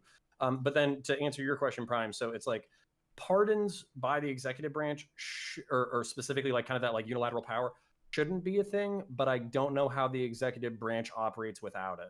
And by that, I mean the federal government and the executive branch do what would basically be considered crimes all the time, whether internationally or domestically. Spying, burglary, murder, assassination, all that kind of shit. All, trading weapons with terrorist organizations, sending money to all these different places. So these are not occurring in a vacuum. These are things that are happening at the direction of the executive branch and its uppermost officials. What's happening across the world and in the United States is probably what we know of is probably 100th of what they're actually doing. So when they get caught with their hand in the cookie jar, they need the ability in order to pardon themselves. So I don't know how, I'm not saying it's good or bad. I'm just saying I don't know how American empire perpetuates itself without the power of the pardon. We could operate legally. I don't know. That's just an idea. I don't know. If the laws in the books actually mean anything, we could operate according to those. And if we need to give ourselves extra powers, we could actually do that democratically as a country, right? We could just decide that this is what a power we need to do, rather than extrajudicial killings of people that get swept aside. Obama, Demon Mama. Yeah, I mean, I have a couple of things to say here. The first one is, I don't know, maybe American empire, maybe we should stop living in an age of imperialism. Maybe it's time to move on from that, would be my first response to that. But secondly, I think that I don't really agree with the framing of that was used by Doobie about the pardoning or about sort of targeting being some sort of political act that would make one side feel good. I think it's more about us declaring our priorities as a general country, because as it stands right now, there is total disagreement there. Again, half of the country, probably not really half, considerably less than half, quite honestly, but at least half of the voting population approximately believes that the country, that there isn't democracy at all, that it's a total rig, that Hugo Chavez's ghost is stealing all this shit. So we need to be able to go, okay, everybody, this isn't okay, especially in the middle of a pandemic. This pandemic is historic. The number of people dying here is unfathomable. Us sitting here, none of us who are even super plugged in have no idea just how ridiculous the fallout of all of this is going to be. And we're going to see it soon. We get to live through it. Not going to be fun. Can tell you that much. But it's made worse because of Donald Trump and his actions there, to a degree that I would argue that what he's done is almost unmatched in the history of the United States, short of like the Civil War, as far as raw killing of American people. His deliberate disinformation with regard to COVID it's horrific. It is an act of treason against the people of the United States of America on every level, and we absolutely have to make, whether or not this is going to be a painful Band-Aid to tear off, has to be done. So I don't think this is just a matter of feelings. I think that's really kind of a weird way to frame it when we're talking about, what are we at now, 270,000 dead Americans rising every single day? I don't think that's a matter of feelings. I think that's a matter of us needing to address this. And then third, to address the original question that Prime had put forward, I believe that the way that we do pardons right now, where a president has the right to pardon people in his own administration, in his own, like, this is just a crime syndicate. The way that operates is a crime syndicate. It's being able to say, yeah, you can circumvent justice, all of my cronies can circumvent justice and continue doing the bad things that they're doing. And that's part of the reason why we have so many vicious, horrific monsters in politics right now.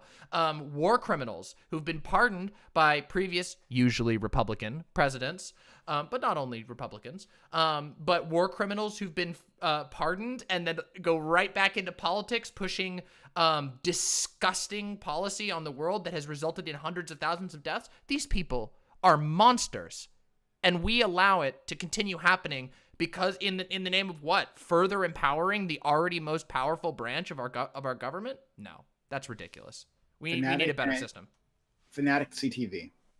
Yeah, I don't know. I just feel like there was like a really gross mischaracterization of what I was saying. I wasn't saying, oh, I just want to get it for optics so people feel good about our justice system. That wasn't it at all. I think it's a complete mischaracterization. And then also, I think the whole conversation, I think, Thanks, goes Fablism. Good in a luck. total different direction, because like it went from pardoning to like literally indicting someone for something, right? Because like then he started talking about like, well, yeah, what happens if Trump decides to indict Obama for like other crimes that But he he can't did? do that. And the power to indict is a totally different power than the power to pardon. Like the president doesn't have the power to indict anyone. So like that's like literally a complete departure from the actual conversation at hand. Yep. Fanatics correct about that. Then also like, yeah, like the whole idea of like it galvanizing people. I think, again, this is just two sides of the same coin. Like, one, you're going to either have people being galvanized or you're going to be having people being disenfranchised. Like, one of the two is going to happen, because right now it does look like, man, this guy's going to get away with complete murder. He's literally sabotaging our country, and there's nothing going to be done to him about it. I don't think it's a good look. I think it's really terrible. So, can I ask a hypothetical here? Let's say Trump were to actually. Oh, wait, one last thing to address another thing too. As I said in my opening statement, I just didn't go into it in very much detail. I do think that there should be restrictions on the idea that he like there should be the same way we do judges now, like where if you recognize that like you have a relation. My brain is just not working right now. But if you have a relation. You recuse yourself, but what's the thing where you have a relationship? Conflict of interest. There we go. Yeah, so it I don't know how pardon powers aren't like held to that same standard. Like, come the freak on. Like, there's obviously a conflict of interest. What's to stop us from future references, as someone mentioned earlier, from just a president saying, yes, please break the law for me, and don't worry, I got the power to pardon you. You won't be held like accountable. It's like that can happen right now. I don't know how that's not like literally the worst optics. Like, we have to stop this stuff from happening. No, that's actually, I just want to say that's beautifully said, and I think that would be like a really easy fix to this. So we're always looking for like complex ideal solutions, but if you could basically make like the pardon power incapable of being used in an area where there's like a demonstrable conflict of interest, that way you can maintain the good and alleviate the bad. Who decides on that is the question. Do you give it to the legislative branch or judicial branch or other people, cronies under the president himself? Yeah. So I mean, maybe judicial, but I still think it's like even if you were just talking about precedent and ideal, like not even like legally set, but like we're not gonna tolerate this shit anymore, even if it's not legally enforced. I think that's a beautiful concept. So well said, CTV Fanatic. was next. I just want to say.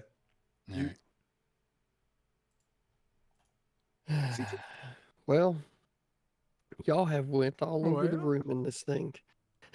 So I guess I don't know. Every time I hear Demon Mama speak, it just seems like it's all just fear mongering, clearly a propaganda machine that only wants to inspire fear, right? So if you want to know where like a lot of the divisive rhetoric comes from, look at the one laughing right now looking like a hysterical monkey, right? Hey, look at that face. Hey, I'm right not there. a monkey. That's really mean. I don't care. I mean, I know you don't. It's But a that just joke. seems really It's a joke. Can you take a joke, or are you going to get sensitive? You get the most Wait, sensitive didn't on you this cry panel. for like literally 2 hours today? See, now we're interrupting me, and I was talking. Okay. You were just using to attack. See how that works? You literally just asked a question and you Literally fear mongering this whole time, right? Clearly a case of TDS, right? You attacked not considering a lot of the bigger factors are even at play, right? CTV, 72 how million blasted people are you came out right and now? voted for Trump. Like how much? How much drugs have you consumed at this point? Just a curious question. Man. Why did you attack her? Yeah. How But I'm much? just wondering, you know. Well, let's just. You don't have to answer that, CTV, as your non-lawyer. See? associate. See, so I don't have to answer that. So, Okay. Your All right, silence anyway. 72 million people came out to vote for Trump, right? Which was actually more than what he's actually. Like 10 million more people came out to vote for Trump versus just as an instance with Obama. Obama actually lost about 5 million votes his second term up. So the thing that I would point out is that, like I believe it's Biden beat him, by the way. Doobie is Doobie's the he's the non-picture, right? Big D. Yeah. Okay, so Doobie pointed out that Trump obviously has a lot of supporters, and that if somebody, if he went in with the message of that he's draining the swamp, and that the people that follow him almost to a religious cult, right? There's quite a few of those that are running around.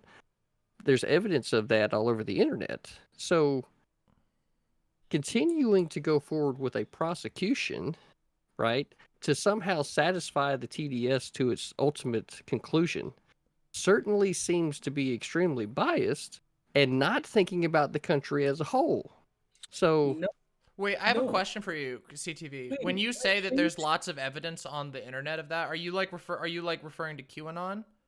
Is that what you're referring to right now? Like, are you? No, I'm just saying do you there's a believe lot of. Wait, do you believe? I'm just saying there's a lot of people on the internet. I literally said what I meant to say. Wait, okay, look, I love it. So you're right. There were like 72 million people that voted for Trump. But likewise, there were 80 million people. Could we stop spouting that number as if it's something amazing? Because right now we recognize there was 80 million people that voted for Joe 8 million Biden. of those ballots were fake. We know that Hugo Chavez's ghost Wait, hold on. implanted those votes. Wait, hold on. Wait, please. Nowhere please, near that, that's like, that, I love how you just don't even address like what I'm saying. What I'm No, I saying don't- is no, there's no, a no, lot of You said you people found shit on the that internet. I got cut off. I'm sorry. So I addressed one of the things We've you had said. rioting all over the country, You right? did mention it. You did mention the 72 million. So I addressed that first, and then I got cut off. The next I thing am I was fucking going with to him, say don't was, worry. yeah, I don't think it's ever a good idea for the president, for us to decide that we're going to go ahead and shirk justice. Quoting my good friend Jeff here, we're going to shirk justice for the idea that it's going to be because for good optics. Like, I don't think that's a good idea, because it's really, really terrible optics. The idea of, like, you know what, just let his followers feel good. We probably shouldn't actually pursue justice. That's absolutely retarded. It has nothing to do with me with bias per se. It has everything to do with the idea of if we're gonna believe in any kind of democracy in this country, which a lot of us don't. Nah, If I we won't believe do in that, justice, Joe. which a lot of us are starting not to, then we probably need to start upholding it. And I think this is one of the most egregious examples of somebody's inability to be prosecuted. The fact that he was saying specifically the only reason why we're not prosecuting this dude is because of his position. Once that position is gone, we need to go ahead and show that that wasn't the only reason. That the other reason isn't his complexion, right? Or the other reason isn't just because he has a certain amount of wealth. Like, we do need to show that justice is equally applied. Otherwise, you're going to galvanize a bunch of people. We obviously see. I mean, the same thing could be said with regard to Hillary Clinton, though, right? Oh, I believe we should. Hold on, wait, no, fanatic. Now you're getting baited. Don't. She brought up. Don't even. Wait, can I say something? You can't make that argument without it then being applied equally across the board. I know you're big on equality, right? Oh, So, CTV. I don't know. CTV. I think if any politician committed federal crimes, I'm pretty sure everybody on here would want them to be prosecuted. Okay, what we're asking is that Trump. I mean, if the crimes were committed, then and they absolutely. can prove it. Okay, But hold on. Okay, if it's going to be another one of these, we go through the impeachment, and then like, what the fuck came of that? Hold on, Nothing. CTV. So it's only more. It's only like more fuel for Trump and his side when he says he's going to be I gotta do this. I gotta talk about this. So just like CTV. All right. So do you believe Robert Mueller when Robert Mueller says there was very substantial evidence that Trump committed obstruction of justice? I don't know. You don't know. Okay, so it's just like Robert Mueller. You're just like whatever. It's maybe he's lying, maybe he's not. I don't that's know. Your position. Yeah. So it's. I don't know is a legitimate answer. Okay, so it's just a you don't. Do you believe? Do you think there's even substantial? That's why we have a process to where like I don't have to sit here and speculate about this. Everybody What Robert is Mueller innocent did until proven guilty. This is still the United States, is it not? CTV. What Robert Mueller did was the process. He said he can't indict because Trump is the sitting president. So all he can say at this point is that there's very substantial evidence. Okay, that's not like so like bring a case. Listen, he can't because Trump is the sitting president. Okay, is there some law preventing this suit from being filed? That's the whole question. There actually isn't a law, which is the problem. But there's just actually, I don't think that is a problem. And I mean, Pisco can actually back this point up. What was that first case that actually? Am I talking to Doobie, please? Because this is not this far off. Yep, control. I'm sorry. Okay. I think Fanatic said, "Oh yeah, 80 people voted for Biden." Obviously, right? Nobody's disagreeing that Biden got more votes. I think. Maybe some people here think that 10 million of those votes were fake. I don't know. CTV gone. But to speak as if that's not an amazing achievement on both ends, and to say that it doesn't show how divisive the last election was, how politically charged Trump's base was, but also Biden's base was, right? This isn't a small thing, right? It's not a small thing that Trump got 70 million votes. It's not a small thing that Biden got 80 million votes. The country is very divided right now, right? And there's a lot of energy on both sides of that divide, right? So to say that we need to make sure that people aren't disenfranchised, right? I don't know who's disenfranchised by Trump not possibly seeing jail time for paying off a hooker, right? What amounts to a hooker? But please, I'm not please. So. To be clear, I think I'm not making my personal position clear enough.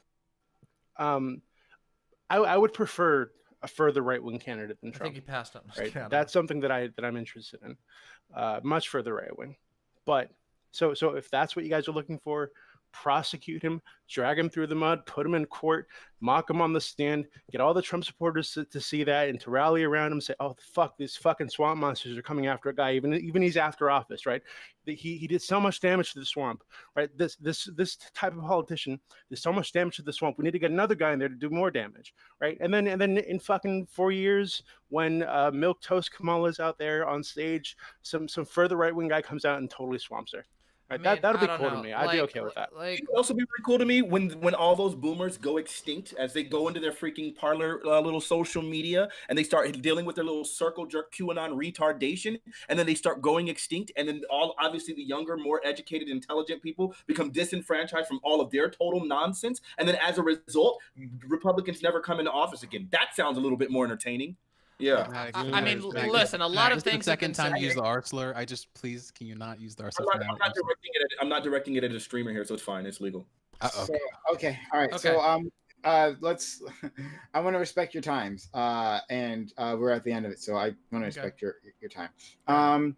But I would say that, I guess only my closing statement on this is that the reason why people think the swamp exists in the first place is that no one's ever prosecuted, right?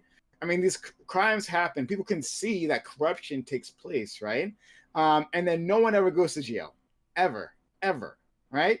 So if we were in a country, that had a culture of prosecuting the powerful, right? I don't think a Trump-like figure could have prosecuted the case, right? Could have created the case to get elected that he was going to clean up Washington, D.C. because it'd already be clean. Right? Or at least people will have the perception that it's clean. but people don't have the perception, and they're right to not have that perception because all the time, name all the crimes of the century, right? Who goes to jail? Fucking no one, ever. Sick. We're gonna have Pisco on. So after we this. can Remember, start with that. Stick That'd be around. fantastic. We always do more. I think that would afterwards. actually go a long way in helping strengthening people's faith in our institutions to know that people who do wrong, no matter what position they're in, a lot go more to fun jail. to have still. But that being Don't worry. said, now that since Pisco's we coming don't on. have that currently, right? Since that is not the case, I do understand what Doobie is trying to Foggy. say, because it doesn't exist. So Trump supporters will be like, "Well, you're starting with our guy." Probably a little bit, Gambino. Take a break if you need to. But that will happen if you don't. It'll seem arbitrary if you don't have a culture of this thing. So we need to get started eventually.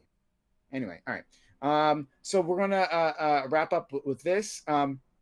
And then we're going to turn into our walk-on panel, right? So the stream is not ending. The stream is not ending. Oh, God. The stream is not ending. Likewise, stream is not ending. Another panel. But first, we're going to have them give their final statements on this and the last topic all together. Me and Pisco. And Sig. Sig's good. While you're sitting around here, guys, if you haven't followed me yet, please give me a follow. Don't you do that, Donald. We have It's these not over. conversations all the time. It ain't over. Don't listen to bring Donald Trump. Interesting people to talk about interesting topics, and I think it's something you'll enjoy. So if you've been here for a little while watching all this, if it interests you, please hit that follow button. And also, I'm gonna focus for a minute. Give me a if minute. you haven't yet already, please give me a sub. That supports this channel. Please use the donation button below. There's a donation button below, PayPal donation button to help keep this channel going. So if you like this content, please help this channel out by donating just a little bit to keep us around. All right, Sig Natural. I'm Sig Natural 27. Please follow and subscribe to Prime Kai. He has really great panels like this one. This one, it started out a little bit, the middle was a little bit, oh man, I'm listening to some crazy stuff. The end though was really nice. Maybe it's because I'm biased, but overall, it was each part of this panel was very entertaining, all for different reasons. Okay, Yeah, and that's why sure. I very much liked it. Yeah, absolutely. We can talk thank you about for that having me sometime, on. Fatalism. Can't wait to come back again. You don't want to respond to anything else that was said? Respond Nothing? To any of the Oh yeah, Trump, Orange Man bad. Go directly to jail. Do not pass go. Do not collect $200 fucking dollars. Okay. Yeah. Thank you, Joe Lewis. Amazing. All right, so yeah, today was wild. we'll Appreciate seeing you go, here. with Demon Thanks for Mama. watching. Yeah. So, oh god, there's just so much that ended up happening in this last segment. I mean, I don't know. I feel like any sort of narrative can be spun. We talked about this a little bit in, I think it was the second topic where we talked about the blood libel. There's all kinds of fantasies that far right figures use to peddle. And with all due respect to Doobie, I'm not going to take advice from someone who says they want someone further right than Trump when they say, don't be mean to Trump because we'll get you if you do. Sorry, not going to do that. I would like to prevent us from having further right figures like this. And again, if Trump wants to say that Hugo Chavez's court wizard summoned 1 million extra votes for Joe Biden in Michigan, then okay, whatever. They're going to do this all the time. What we need to do is if we want to have a functional country, we need to make a stand and say no. The way the Republicans are pulling this country is completely and unequivocally un-American. It's undemocratic. It's disgusting, and we will fight against it because the way they're pulling it is towards fascism. And if you think that's fear-mongering or whatever, well, come debate me about it because I would love to have that conversation with you and I will gladly educate you on exactly what I'm talking about. So, with all that said, if you enjoyed your Demon Mama on this panel, please come follow me at demonmama.com, M-A-M-A, demonmama.com, and give a little sub to my YouTube channel because we have a lot of fun over at this channel. I do a lot of debate content. I'm always willing to engage in good faith conversation with a little bit of heat. So if you liked it, come on and check me out. Give me a sub. Give me a like, whatever. And Prime, just wanted to thank you again for having me on. I always love coming on this show. So thanks for having me on. And all of you in Prime's chat, give some love to Prime. He deserves it. Thanks so much, right? The only thing I disagree with you is that you like a little bit of heat. I think you like a lot more than that. Don't underestimate yourself. But thank you, Demon Mama. And I really do appreciate you coming on. Like I didn't get to say this last time when we were on the No Comment Chicks panel, but like every time you come on, like I honestly feel like I learned something, right? Like you give a lot of facts and information. So I honestly think like I walk away smarter. when Thank you you. come on when I talk to you. So thank you for that. Yeah, Always. I can't say that for everyone, but leave that unspoken. Zing! So counterpoints. Zing! Another smart guy. Counterpoints. Thank you for being here. And yeah, we're just finishing up this, and we're gonna do a Q&A my and a talk. serious pleasure. So even if it gets a little bit contentious, even if Demon and Mama and I throw some elbows sometimes, I really do respect you, Demon Mama. It does not have to be two ways, but I think you're an intelligent person, and thank you. I enjoy arguing with you. So even if we disagree on shit, I still respect you a lot. And that actually goes for everybody on this panel as well. I really do enjoy the conversations. So just a few final points on the topics. We were kind of wrapping up the two subjects. So one of the things that bugs me sometimes is equivocating intentional death and unintentional death. It's something that we can debate another time.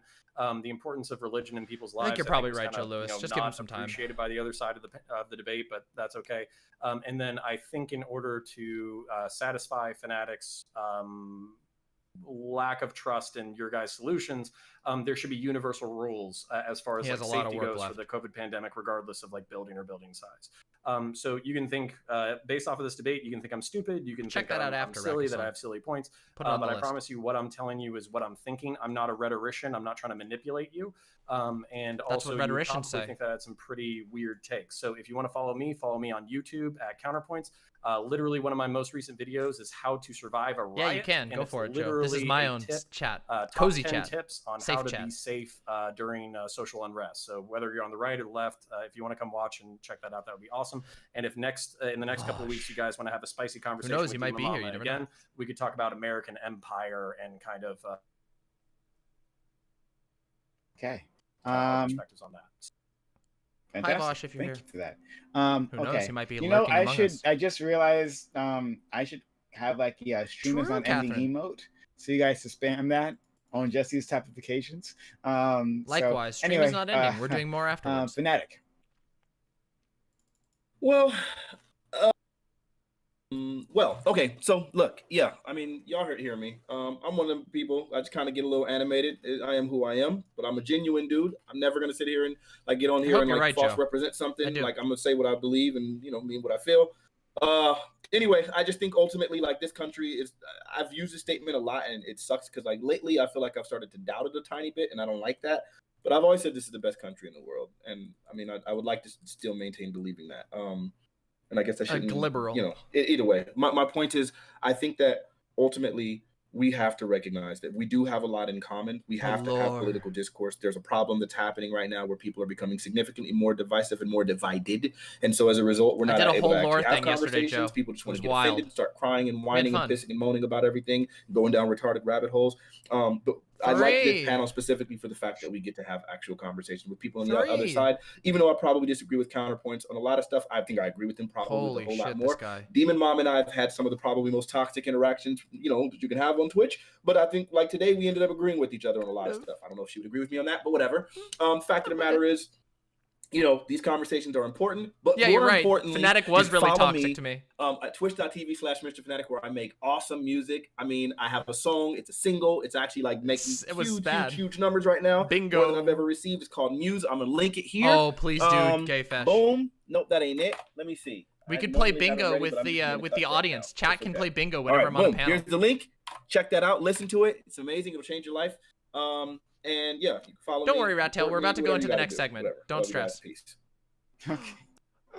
You know what? I like how we've trained Fanatic. Yes, that's the free space. I think that when he talks to his wife, he must start off with, "Am I muted?" No, we can hear you. Yeah. Or maybe she says, "No, I can't." Maybe turn the volume. I can't. No, I'm sorry, honey. No. But Mr. Fanatic, thank you as always for being here, right? Mr. Fanatic, who didn't forget, rest well, Rebecca. Thank you so much to advertise his own album, right? He wouldn't do that. Yes, right? we did, Rebecca. You must we'll talk about that after. Not been paying attention when he told you it's available. He has a SoundCloud link that he's going to drop into my chat. He also has a link which you can purchase an amazing album, something you can chill to. Yeah, it makes me happy too. There's no reason for me to repeat that because, of course, he would never forget. Oh yeah, we could play that again. Doobie.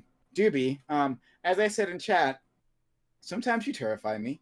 I should drop my single. Not Oh because my god, of you're right. The creature that you present as your image. I think it's because what's inside. I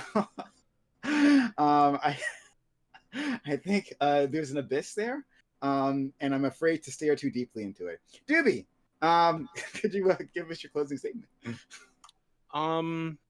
True. Yeah, both of I you. think a lot of it. I mean, I've known probably Sig more than longer than Maybe any we'll of listen you. to it after this just And for fun. I think you're all very nice people. Very glad to know you. I'm very happy to be invited to the panels. Check this out. If you guys want Maybe to we'll listen to it after argue this with just for me, hype. maybe So come good. see me and tell me how great I am. You can find me at the Politics Discord server. That is Hey, discord.gg yeah, look, give Gina a follow. politics. Again, that's discord.gg/politics. And yeah, my name on there is Doobie. And very, Stream is very not nice friend. over. We're just going to new content. It's just the panel. I like line things up for you. My This is God. Yes, Doobie I'm is just ahead. look. I'm just a nice person. Okay, you're trying to sell me as some kind of monster. The truth is, I want what's best for everybody. Unfortunately, I know what's best for people better than they do most of the time. So Yeah. they need to relinquish some control so that I can help them get their lives in order. That's it. That's all I'm saying. Doobie, you're a monster, but a monster that I love. So thank you, Doobie's a Doobie, for weirdo. coming on. I Not gonna honestly lie. mean that. I do. That's why we keep reaching out to We'll you. see, because I Donald actually Trump. really do We'll like see. to hear from you and what you have to say, because you have an interesting perspective, and no one else at least admits it on my panels to have that perspective. So I appreciate your constant Yeah, okay, honesty. Blue. Thank you so much, Doobie. It's your loss. Your and loss, everyone, Blue. I put the Politics Discord link in chat, exclamation point POL or politics in the chat to find the link to that Politics Discord server. If you want to argue, in the mood for arguing against someone about anything, right? You will find that someone who will argue about that thing in the Politics Discord server. So go check it out. It's a lot of fun. All right. Next, last but absolutely not least, we have my mate. Pisco 95. Pisco, thank you for being here. Thank you for sharing your knowledge. Thank you for sharing your passion. Of course. Interesting to see you so heated. You don't usually get this heated. I wanted to take a second. I'm really sorry about that. So I don't think I'm at my best when I lose control, and I want to sincerely apologize for that. I don't want that to sound as though I'm disavowing what I think on the substance, but I just don't think it's ever worthwhile to go down that rabbit hole. But Yes, I get it is, very Pisco. heated about these topics, and that Yes, should it indicate is. to everyone watching that I really do care about them, and I'm not being disingenuous. But so yeah, do you mind if I do my closing? Go. Hello? Yeah, yes. I Okay. shook my head, yes. Okay, cool. Oh, So thank you so much, Adisa. on the Happy to merits, have you. I pretty much only Welcome. wanted to And talk that's really about the kind. second topic, because the Thank third you one, so much. I'm not Means sure. I the thought world. Demon Mama made a very impassioned and righteous case that what Trump has did call me done a to our monkey. That's true, he society did. has been a crime, whether with respect to our conversations, Yes, exactly, or COVID, or Silent. the lies. So And my Peace heart was is like, there. No, but my you are heart nothing. is And I'm also like, with nothing? I am a god! what I think might arise out of some kind of prosecution of the president, and how it might not turn out the way we think it does. Revenge never turns out the way you think it does. So since I'm ambivalent about that, the second topic Monkeying is more around. my spiel. And I think on that question, there can be sincere disagreement about whether or not the regulations at issue actually discriminate against religion. I think Mr. Fanatic thinks that they did discriminate against religion. For what it's worth, the majority of the court thought that those regulations discriminated against religion. So it isn't totally beyond the bit. pale to say that Oh, he those, does much worse on Twitter. I can show you regulations did discriminate against CTV religion. on Twitter I is don't a agree. complete That said, complete I would transphobe. think that those regulations would be justified even if they discriminate Humanity against proceed to demon. religion. That's what we do. Precisely because He's a trans the reply interest guy. is so Complete train compelling, wreck. Yep. and because the Complete. regulations, by Complete. my mind, are narrow enough, narrow as they need to be, and narrow Redneck according is to a the science, Redneck and CTV are not about the same according to on Gorsuch and Twitter. His kind of Yeah, I'll talk conclusory about it after. statements about how healthy these churches have been in the past. And so on that basis alone, I think the court was wrongly decided, and the court relied on evidence that previously it disavowed that type of evidence, namely relying on Basically, statements Joe, yeah. of executive officials. Who's the biggest person and here? sort of relying on conclusory I think me. allegations Actually. that aren't backed up by Weird. any kind Well, of Prime, scientific obviously. backing. But I think So I am that's now. the disagreement on the merits of that case. And I think those of you who have difference of an opinion should follow me Yeah, on my he's- channel. yeah, that's why people 95. call him We talk the, about legal related stuff all the time. And thank you everyone for being on the panel and for having Chaser such the vapes. People call him passionate that. discussion. Okay. All right. And I'll thank you all once again. So we are heading into our walk-on panel where you audience members, that's you, can be involved, can come and give your opinions about everything that we've talked about here, and more, right? So come and join us. And I want to thank you all again, my panelists, for being here. You are all welcome to join us in the walk-on panel, but if not, that's okay. Your time and effort spent here is very, very much appreciated. So thank you again, and hope to see you next week. Have a good one, everyone. Bye, everyone. Yep. Bye. Bye, guys. Goodbye.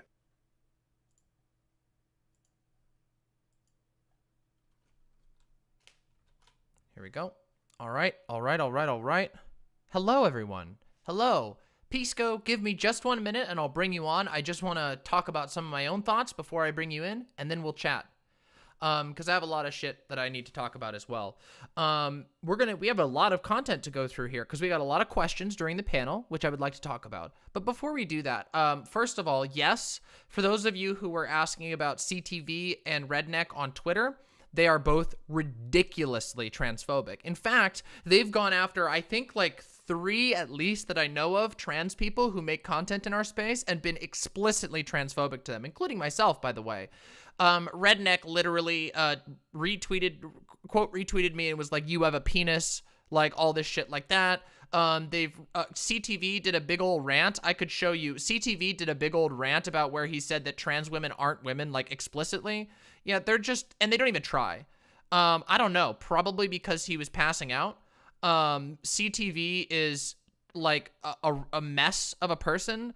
All he does is get incredibly, incredibly high on panel and then say stupid shit. And he's just one of the last right-wingers who hasn't said a slur on Twitch and gotten banned. That's all that there is. There's no right-wingers on Twitch because they all get banned off. It's pretty hilarious, actually. Bottom of the barrel. Just absolute bottom of the barrel. 100%. I always say this, but I say that CTV and Redneck benefit from right-wing affirmative action. They really do. They literally benefit from right-wing affirmative action. There has to be they're the diversity hires because you can't find any fucking right-wingers on this platform. So they have to just find basically patsies that are the only ones available. They have no right. Their platforms are tiny. Their opinions are trash. They don't even debate well. They just get there because they're the only ones left. That's it. That's it. Yeah.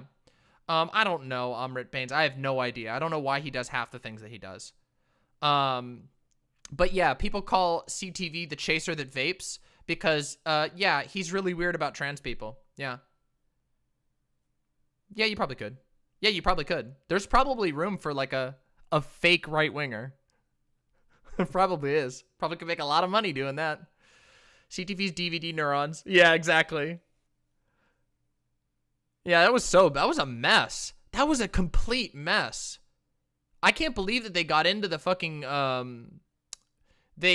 can't believe they got into the you talk so much so early on. It was like that. It was like that. Wild shit. Listen, I don't think actually, I was joking about that, by the way. I don't think it's actually really good I don't think it's really good to fake that kind of shit. I don't think it's good for your mental health. Here it is, the you talk too much. Ooh! Let's take a look at this real quick, and then I'll bring Pisco on and we'll talk, because I think there's a lot of stuff. Sorry, that was me. I was shaking the cam. I'm sorry. It was my leg. My bad. I was shaking my damn desk. 1 second. Let me bring this up real quick and we'll watch it. Let's watch this. Here we go. Then I'll check in on YouTube chat, then I'll bring Pisco on.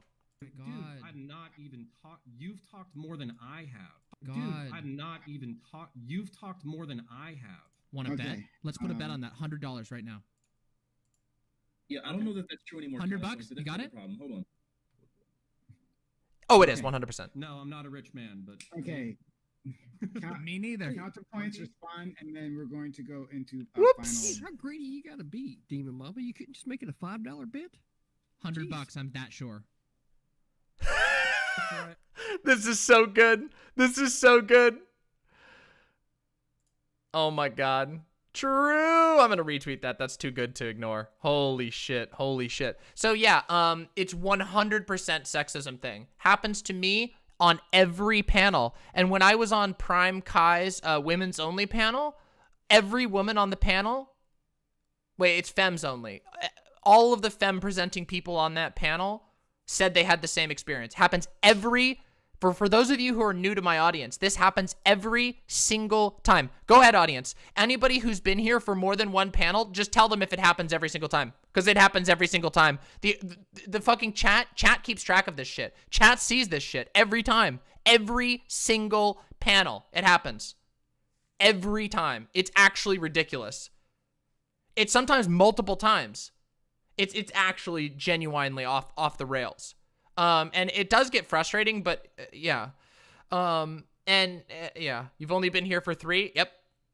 And keep in mind, I've been doing this for a year. I've been doing this now almost for a year. And I've been on probably 100 not even 100. I've probably been on like 50 panels every single time it happens. Every single time.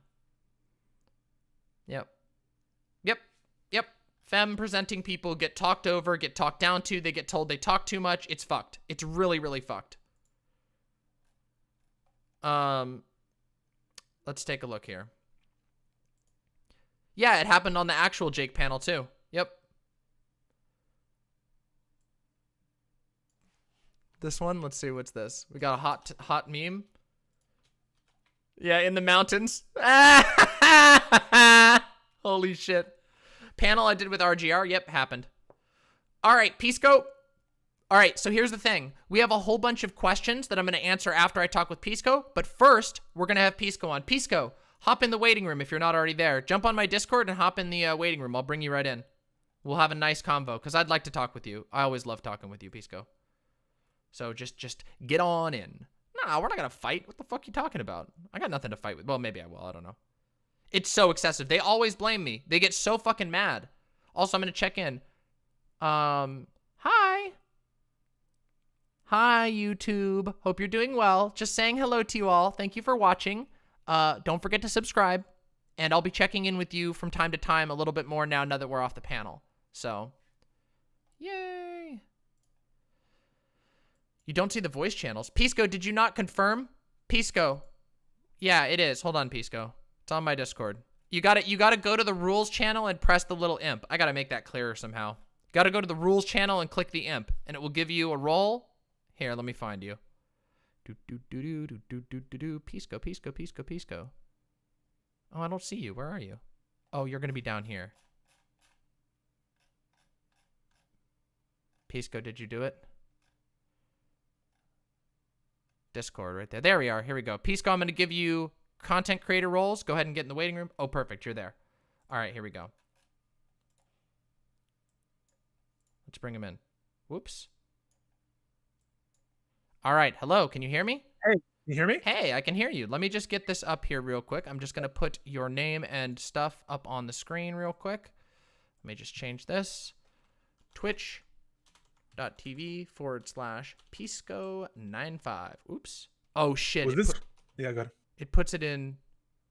Oh, crap. The text. I didn't know that it did that. I'll have to change the font temporarily. I didn't realize that this one did that. It's okay. There we go. We'll put it in this weird font. I've just picked a random one. There we go. All right. There we go. Appreciate Roman. It does Roman numerals. We can't have that. We're going to have to fix that. I love your font. Oh, thank you. Gina Ragnos, one of my incredible lead mod and thumbnail artist. Times New Roman, yeah, discovered that one. Yeah, I don't know if Gina. I don't know if Gina made it, but Gina certainly located it, and it's awesome. We have 2 really cool fonts that we use for our thumbnails and stuff. Gina's amazing at that kind of stuff. Now, is this imp the imp that was the controversial imp that was not to be clicked? Yes, by that Mr. was the Fanatic? controversial. Yes, correct. That was the imp that violated the Christian codes. Got it. Yeah. Yeah. Okay. So that was the one. I have to make it a little clearer because I think at this point we had to expand the rules, and so I think it pushes it down off the page. I'll figure out a way to get it to work. Got it. I figured it out after a while. Yeah, we just have that. It's basically we were getting rated a fuckload at one point, so we needed a way to like get rid of bot raiders, and one of the ways to do that is to have a verification button because bots don't press those buttons. It's very one well. extra layer. Yep. Would you really have that many people just? When with regard to the Discord, we preempted the Discord because what happened was my channel got hit by about 40,000 bots. And we didn't want sorry, not my Discord. My Twitch got hit with about 40,000 bots. And then the Discord, we were like, oh shit, they're going to probably target the Discord next. So we added that like immediately. Yeah, it was like 40,000 bots. It was actually wild. Makes total sense. Listen, yeah. how are you? I'm doing I thought good. you did extremely well on that panel. Thank you. Thank on you. every I tried to do topic. my best. Yeah. I mean, geez. It was hard to keep my cool. I mean, I lost my cool, but I don't understand how anyone on this platform has conversations with Mr. Fanatic. With all due respect, like it's just, I couldn't help but lose my cool. It was just constant. Yeah. Did by any chance you saw the conversation I had with him one-on-one, right? Yes, I did. Yeah. That's why I was thinking this would be a safe space where I could, yeah, absolutely. I mean, it's kind of wild. Like, I think, like, I'm not gonna armchair psychology, but it feels like there's some like anger issues and stuff going on there. Definitely has a problem with women, which is, dime a dozen on Twitch. Sure. But you were mentioning the you talk too much thing, which I thought was especially offensive today in the first topic. Yeah, I hadn't even talked at all. It was absolutely absurd. Yeah, so yeah, it happens every single panel I'm on, Pisco. I'm not kidding you. Again, I tell my audience, like people who've been watching me for a while, I'm like, just tell everybody the new ones what happens every single time, every single panel, no matter which panel it is. The only one except for one, which is the Femmes Only panel. Of course, it never happens there. With Prime. Yeah, with Prime. Yeah, because it's like all femme people. Yeah, and it does get annoying. It gets exhausting, but I expect it, and I've adjusted my expectations accordingly. So yeah, but when it comes to Fanatic, I feel like Fanatic is particularly pushy once he starts getting mad. Like he will shout over you, like quite literally shout over you. Yeah, people are saying not in chat. Because, that's what got me. It was just, I couldn't believe it, but I guess he does that a lot. I mean, I don't know that. I don't think it's maybe it's a stutter thing, but I don't think so. I think it's a tactic that he does to try and overpower. I think so too. Yeah. But then I felt bad because I shouldn't have mocked it anyway. But regardless, I was curious of asking sort of where did you get your skills from? How I don't really know.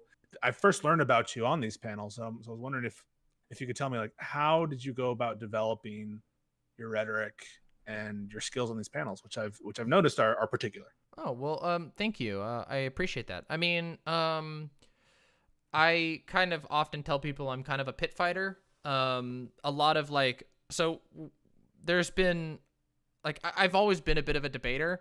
Even when I was younger, I grew up in like a super Christian family, like cult, as in I did a whole stream on it recently about how like extreme it was.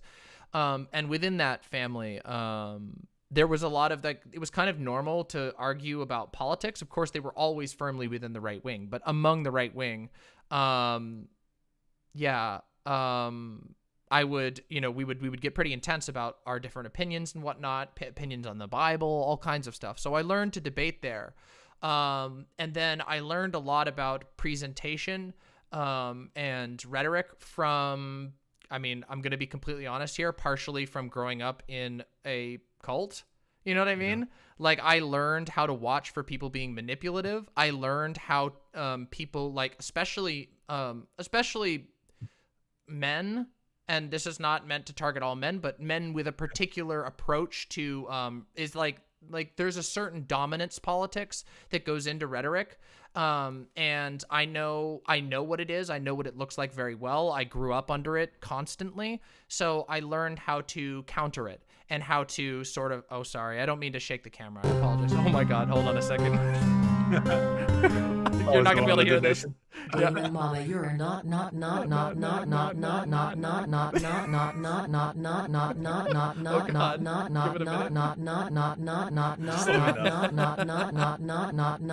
being realistic about Fanatic. Thank you, Cyborg, for the dono. I appreciate that. The DJ Peepo really got me. DJ Peepo's got me going. Yeah, exactly.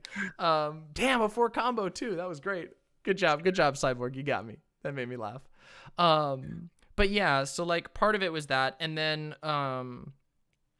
as time went on, like when I went into, like I've always been really interested in communication, but I never really like crystallized it around like a specific goal until like pretty, relatively recently. But when I was like in my early 20s, I had gone to college, and I deconverted from this really abusive religion that I grew up in, and then of course I came out to my family as trans, and that resulted in a absolute unfathomable fuckload of arguments, of debates. I hesitate to call them debates because it was usually like about who I am and my character and all this kind of stuff. And so I argued all the time. It ended up being arguments all the time about politics. And hey, thank you so much for the tier 2. Appreciate it, Jan. Well, I must have forgotten. Fixing that now. There we go. Maybe I should pause. Well, it's fine, I guess. But don't mute them. I don't mind. Yeah. Oh, okay. Yeah. So there was a lot of just, again, like it's like being a good street fighter. You know what I mean? Like it was just from that. But I really started like formalizing my rhetoric in like my mid-20s, when I realized that like being able to argue political points could actually make a difference. That like you could influence an audience to something better if you actually take the time to formalize an argument and know where it's going. And having come from a background of like dealing with like extreme religiosity, basically just totally off the like off the cuff, like fantasy world stuff where truth does not matter and people will pay fast and loose and it's just a game of dominance and whatnot. I learned how to engage with that type of rhetoric really well. And then one of my best friends, we would debate a lot in general of all kinds of issues. And they were really smart and they were really good at arguing. They like had traditional formal debate training, like they did debate clubs and all this stuff. And me and my friend would argue all the time about politics. And I just got better and better because I was able to learn the formal approach while still recognizing where it's necessary to dip into that pit fighter style. Yeah. And yeah, so I mean, the fact of the matter is that on these types of panels, the pit fighter style it's mostly the only style that matters. But it does help to be able to like formally construct arguments in terms of the audience, because I mean that's the thing. Like though I'm really willing to engage in like some dirty sneaky debate tactics when it comes to engaging with the right wingers, I like to be able to make my point make sense to the audience. So I think it's a really sorry to interrupt. No, you're good. I think that's a really profound point that you mentioned, because to some extent there are people who can repress certain truths, but it's really hard to control whether something is convincing or not to you. If it is convincing to you, it just is convincing to you, and it's hard to deny. So I think you're right that despite people's priors, people do pay attention to how the argument is constructed, and if people are being consistent. So I think it's to your detriment as a debater to ignore those things. I'm glad that you're not. Yeah, no, I mean, honestly, what Prime said at the end there of saying like, oh, like I always feel like I learned something. Well, that's my goal. My primary goal, even though debating I love it. I love the battle. I'm demon mama. I got the demon in me, you know? I like it. But even though I like that, my main goal is to educate people, you know, in whatever way I can. I consider myself a political educator, for whatever that Edutainer? means. Edutainer. Yeah, sorry, I misspoke. An edutainer, you know, is that like I want people to walk away having learned something, like with a seed that they can go chase and grow themselves into something that's interesting. And I will say, like, most recently, I will say that, like, I've learned a lot from watching people like Vosh and Destiny. RGR is like a peer that I consider I've learned a lot from. You're a law student. Yeah. There's like a lot of really great people in this space who I've learned a lot from just watching and learning from their tactics. I imagine that, I hope at least that I'm able to have that effect on other people as well, that people would like learn from some of the stuff that I've figured out that other people haven't yet. I think it's kind of like a thing you pick up a lot. But yeah, like last year I didn't have a whole lot much to do except for watch political stuff. And so I was like, you know, someday maybe I'd like to get like really, really good at like rhetoric and whatnot. And so I kind of put that into action this year with my channel, and so far so good. So what is to you like the most triumphant moment in a debate or discussion that, in other words, what's the hit that you keep coming back to? Is it, because very seldom do I think that in real time an opponent of yours is sort of totally giving up and saying, you know what, you're right about everything we just talked about. Yeah. So what moments do you find the most gratifying in your discussions? Damn. I mean, for me, it's I like to. It's kind of hard because to a certain degree there is a little bit of speculation, right? Of trying to go, okay, did the audience get what I was trying to say? And I think that for me, my aim is to see people like reacting positively to something that I nail. Like if I nail a point and people are like, people adding you. Yeah, people adding me, people or you know, I'm not gonna lie. Like, let's be completely honest. The way that like CTV and Counterpoints completely mauled, if I say the first even topic. The whole time, like CTV had nothing. His brain went empty, but he was still thinking about me. He's just like, you know, Demon Mama, blah blah blah, and I'm just like, oh, that what shows the you fuck? got to him. Yeah, I get to these people like so, it's so wild. So I will say that is fun. It is fun knowing that I get under these people's skins and get them fucking thinking about it one way or another. But really for me, like what I look for is like if at the end of the show I feel like I've managed to get the attention of the audience and get them to take away something important. I think one of the best moments I've ever had on my streams was actually right afterwards I got rated by Actual Jake. It was on the panel that I was on with Actual Jake. I think actually, wait a minute. Was I on it? I think you might have been. It was the one where I ended with like a huge statement about the police and the way that the police operate in this country. And my entire point of that final statement was to sell home to everyone watching that the police, as they currently stand in this country, is a horrifying institution that we should be ashamed of. And 100 years from now, we're going to look back and we're just going to be like, what the absolute fuck were we thinking at the time? And that was my goal. And I feel like I did that. I especially feel like that after Actual Jake sent his audience over and like literally like 100 people came flooding in being like, oh, that last moment was awesome. And it really made me think about it. I'm like, fuck yeah. All right, I did it. That's what I kind of live for, is like, can I get this like this little like paper airplane? Can I sail it through the fog of whatever, you know, indoctrination or political messaging or Donald Trump ads or whatever that everybody's got going on in their head? Can I get this important point through so that they can learn something? Yeah. Well, listen, thank you so much for, I was just curious, I wanted to thank you for your presence on this panel in particular, but the panel's circuit, to the extent that it can be called that in general.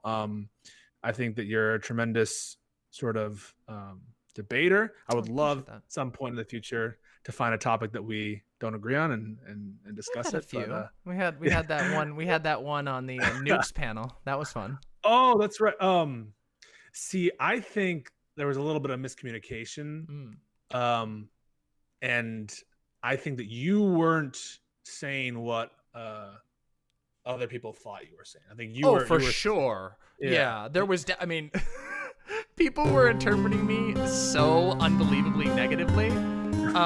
Holy shit! Excellent work on the panel. Thank you, Rebecca. Very fun. So you were making like a. Well, of course, any state that wants to expand its power or wants to protect itself would pursue, out of its own interests, would pursue nuclear weapons as a political fact, right? You weren't ascribing any moral weight to that one or the other, correct? Yeah, no. My point was that that by having nuclear weapons like in general availability in a world in which we are formulated of nation states of varying levels of imperialistic intent, it makes a forever catch-22 in which any power that doesn't want to cede to another power is going to have to consider, at the very least, consider very seriously arming themselves nuclear. And we should recognize that, being the people who are presumably the most powerful force in the world, we should recognize that we're perpetuating this cycle and that we're going to have a really hard time escaping from it if we don't acknowledge that nuclear weapons create a power differential that is existentially horrifying to anyone who's not us. You know what I mean? And whether or not you like, and of course there was a bunch of shit that happened after that. I mean, LSP was like making a whole bunch. I saw that too. Yeah. LSP like lied about me. Yeah. That's right. I watched that. And I mean, God, it was so annoying. Like, I mean, there were so many people like who were determined to misinterpret me there, and who were trying to say like, oh, I think it's okay that like North Korea is pursuing nukes or something. I think that's a ridiculous mischaracterization and bad faith mischaracterization of my point. My point is that they're rational to do so within their own self-interest. That doesn't mean it's a good thing. I hate nukes. I think nukes have have like broken the brains of humanity. But like, how could I say, like, what am I supposed to just pretend that like they're not humans, that there aren't thinking, strategizing people in North Korea? Like, that's one of the things that really annoys me, is there's this essentialism that goes about in a lot of these discussions when talking about other countries. That's like it's reminiscent of like the British Empire, like treating everyone else like barbarians. Like they're just like, these filthy warmongering barbarians. It's like, no, you've been invading their country for the last like 30 years, and they don't want you to keep doing that. You have control over it. Whether you're a just ruler or not, they don't seem to think that you are. And you have to recognize that, whether you like it or not.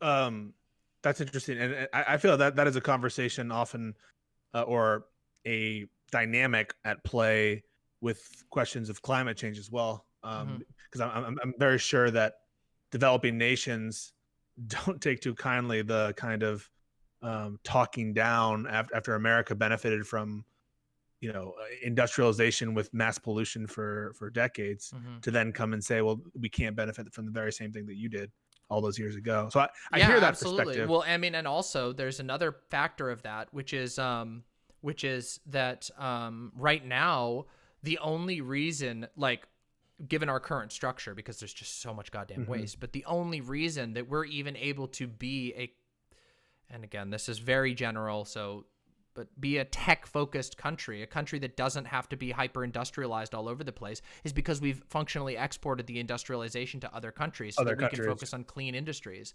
And we admonish for being polluters. Yeah. Oh, it's ridiculous. The doublespeak on like behalf of like especially Republicans talking about China's the biggest polluter. Yeah, because they have to, because the way that it stands right now, we've basically exported all of our industry out to them because it was either their people continue starving because we just hoard so much wealth, and we wielded imperialism to hoard so much wealth that no one else in the world is doing okay.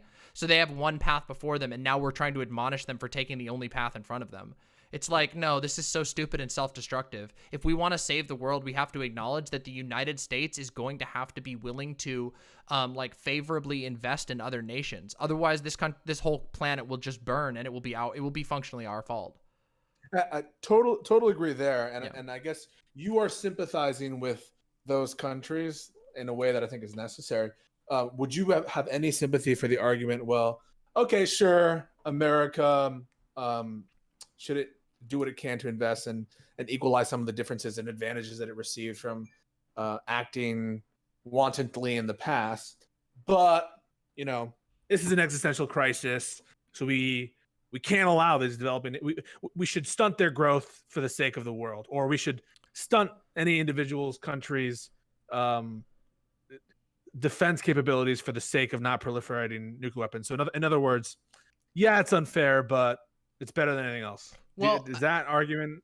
My response to that goes like this. First of all, I don't have any sympathy for like nations. I don't care about the nation itself. What I do care about is the people in that nation, and I recognize that like barring some complications, like on a very broad scale, the nation is going to seek to, in one way or another, empower its people, whether that it does that in a good way or a bad way. There's a whole bunch of stuff there. But the fact of the matter is, a nation is a conglomerate of the people. If the people are all starving, the internal pressures of that nation is going to force them to take action on that. So like it's a computer. Yeah, like, I mean, I don't know. I see other nations as like imperfect, but ultimately rational, agents.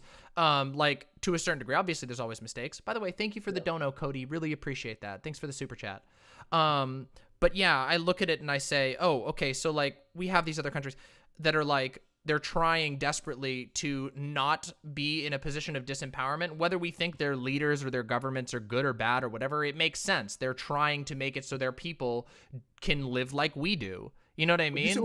Would you think, I'm not trying to be accusatory here, but sure. I agree with what you just said, but couldn't someone accuse you of dodging the question? I mean, like, yeah, sure, we buy that what they're doing is rational, but just because what they're doing is rational doesn't mean on the net level we should think it's good that they be engaged in it, even if what they're doing is right? And what I would, that would be the sort of second part that I was being too long-winded and didn't get out, but that's my own fault. Sometimes I am a little slow. No worries.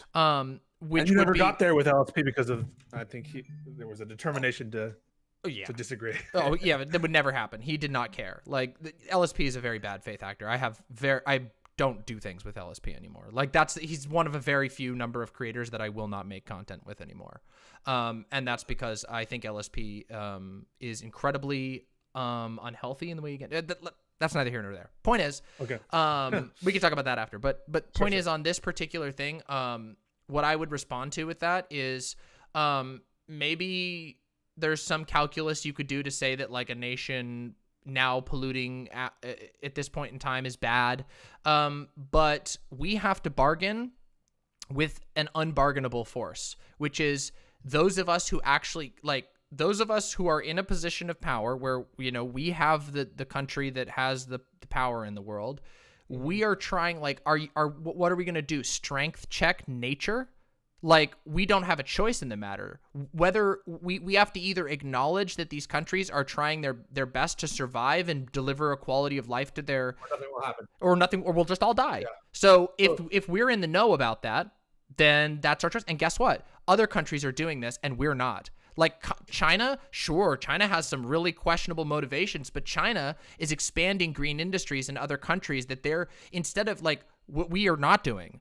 What we're not doing, like we're exploiting other nations. They're exploiting other nations, but they're doing it in a way that's favorable to the environment. So it's like, oh shit. That's interesting. Yeah. So what you're suggesting is there are some nations for whom the incentive structure is inexorable, and they don't have room to acquiesce to like environmental policies or denuclearization because their internal incentive structure is as strong as it is. But there are certain countries that do have that room. Namely countries like the United States. Oh, 100%. We have tons of room, like tons. Right. And we have tons of money. We could say, oh my God, like the planet is going to burn. We're all going to die. We need to like downsize our military. We need to invest in this and this and this. We could do that, but we don't. And what I kind of, think of it like is like this, like, imagine like you're, you don't have much money. You have to choose between, like paying your rent or and being able to have a house for the next month, or investing in something that 30 years from now will pay you like 10 times back what it is. You're going to pay the rent because you can't survive 10 years without a house.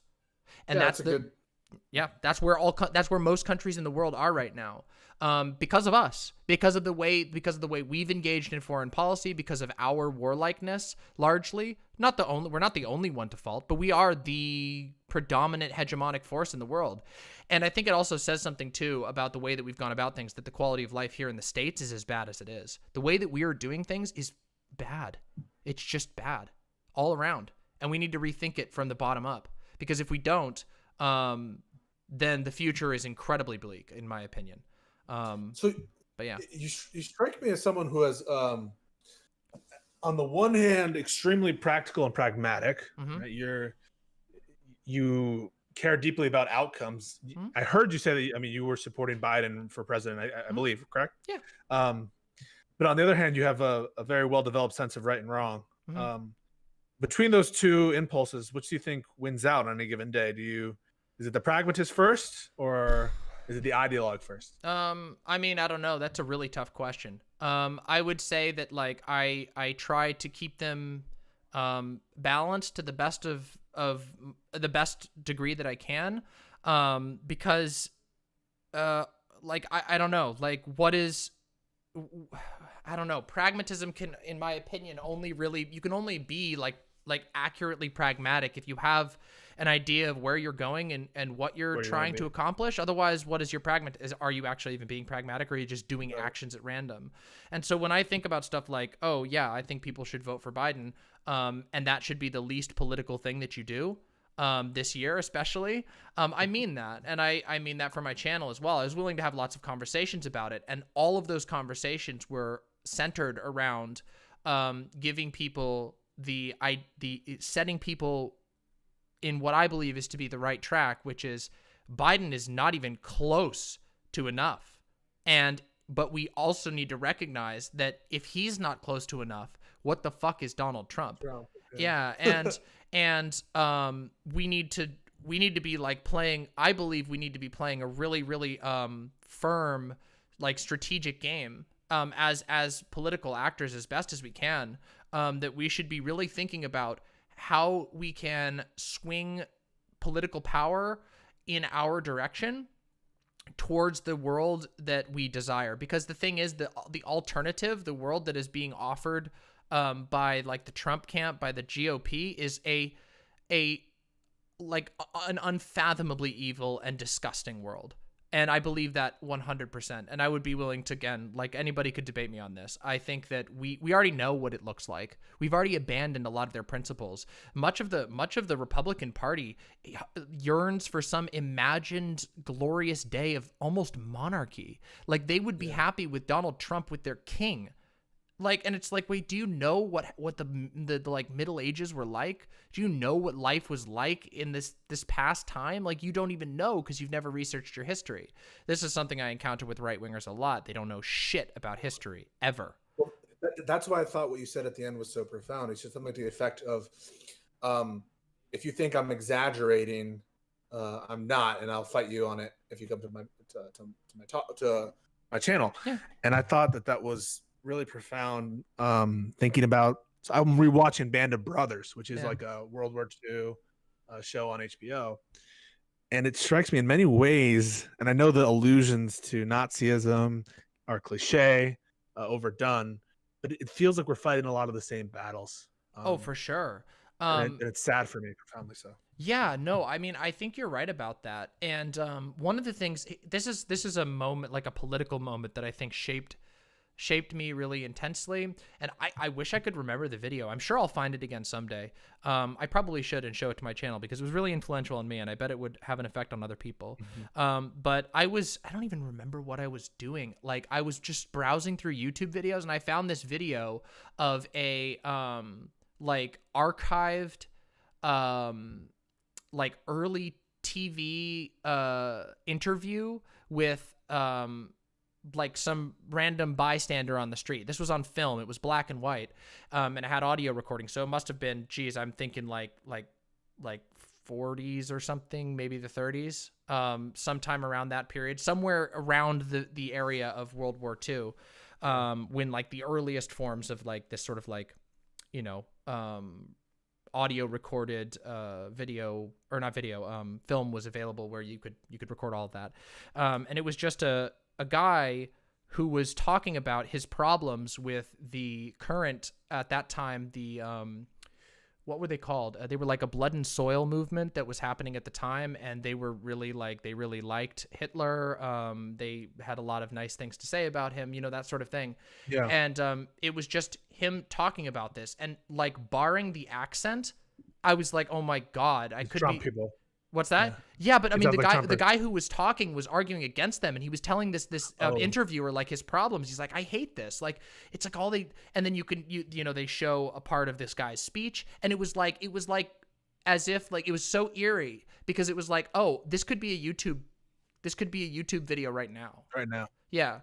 Like this could be just change the accent and upgrade the film quality. I was just like, oh fuck. And so that took me for a loop where I'm like, oh man, some of these conversations really have been recurring for a long time, and we haven't really managed to address them completely. And even in this panel we were on, there was one of them, which was the discussion where I brought up the blood libel thing, like when CTV completely had Counterpoints had a complete meltdown over like, oh, these conspiracies. I'm like, yes, those have been propagated since the late Middle Ages. Like these are known. Like if you don't even need to do that much reading, you can just open up the page of Wikipedia about blood libel, and they'll have 100 books about how many cycles of this we've gone through in history, how many times this fervor comes up in response to often economic circumstances, gets utilized to generate hate against a scapegoat, usually the Jews, usually brown people. There you have it, and it happens again. And then there's a big movement against it, and we repeat. Yeah, that's what I was trying to get at, and I felt like I wasn't doing a good enough job. When I was getting all the falsification stuff, what I was really trying to get to was, it seems from what you said and from what I understand of history, with or without some video, these ideas emerge, because I think there's something deeper going on here than an expression of maybe a sort of totally not productive video, like saying something. I don't think that's the greater cause for a lot of these trends, and I think what you said totally shows that that these memes are more historical and deep rooted than we like to think. Yeah, I mean, with regard to like, okay, so this is something that I have been making it like a small mission, is to encourage all fellow like left-leaning people on the internet who are in communication to study up and come to understand indoctrination, traditionalism, these kind of things, because they're enormous factors in how the right propagates its ideas. And the thing is that recently I did a stream where I talked about the church that I grew up in, and we watched a sermon by one of the most influential pastors in that church, and it's bone chilling, quite literally. And you can feel, and people in chat who have never been a part of extreme Christianity were like I had a million Monka X's in chat, you know what I mean? Because it's terrifying. But these people, they are, what they do is they call upon like cultural touchstones, religious touchstones to generate strongly emotional messages, usually and they funnel that into sort of hatred. And it is sort of a, I think it takes advantage of certain cognitive biases that we have for one reason or another, that I don't know how easy it will be to solve all of those. But I think that we can make headway against them by coming to understand how they're exploited. And I think like a lot of the reactionary talking points we encounter today, they're not particularly deep. They're not very deep at all. In fact, they're mostly just somebody lying about the facts of the situation. They just lie and say something else, but they're crafted in such a way to be engaged upon emotionally.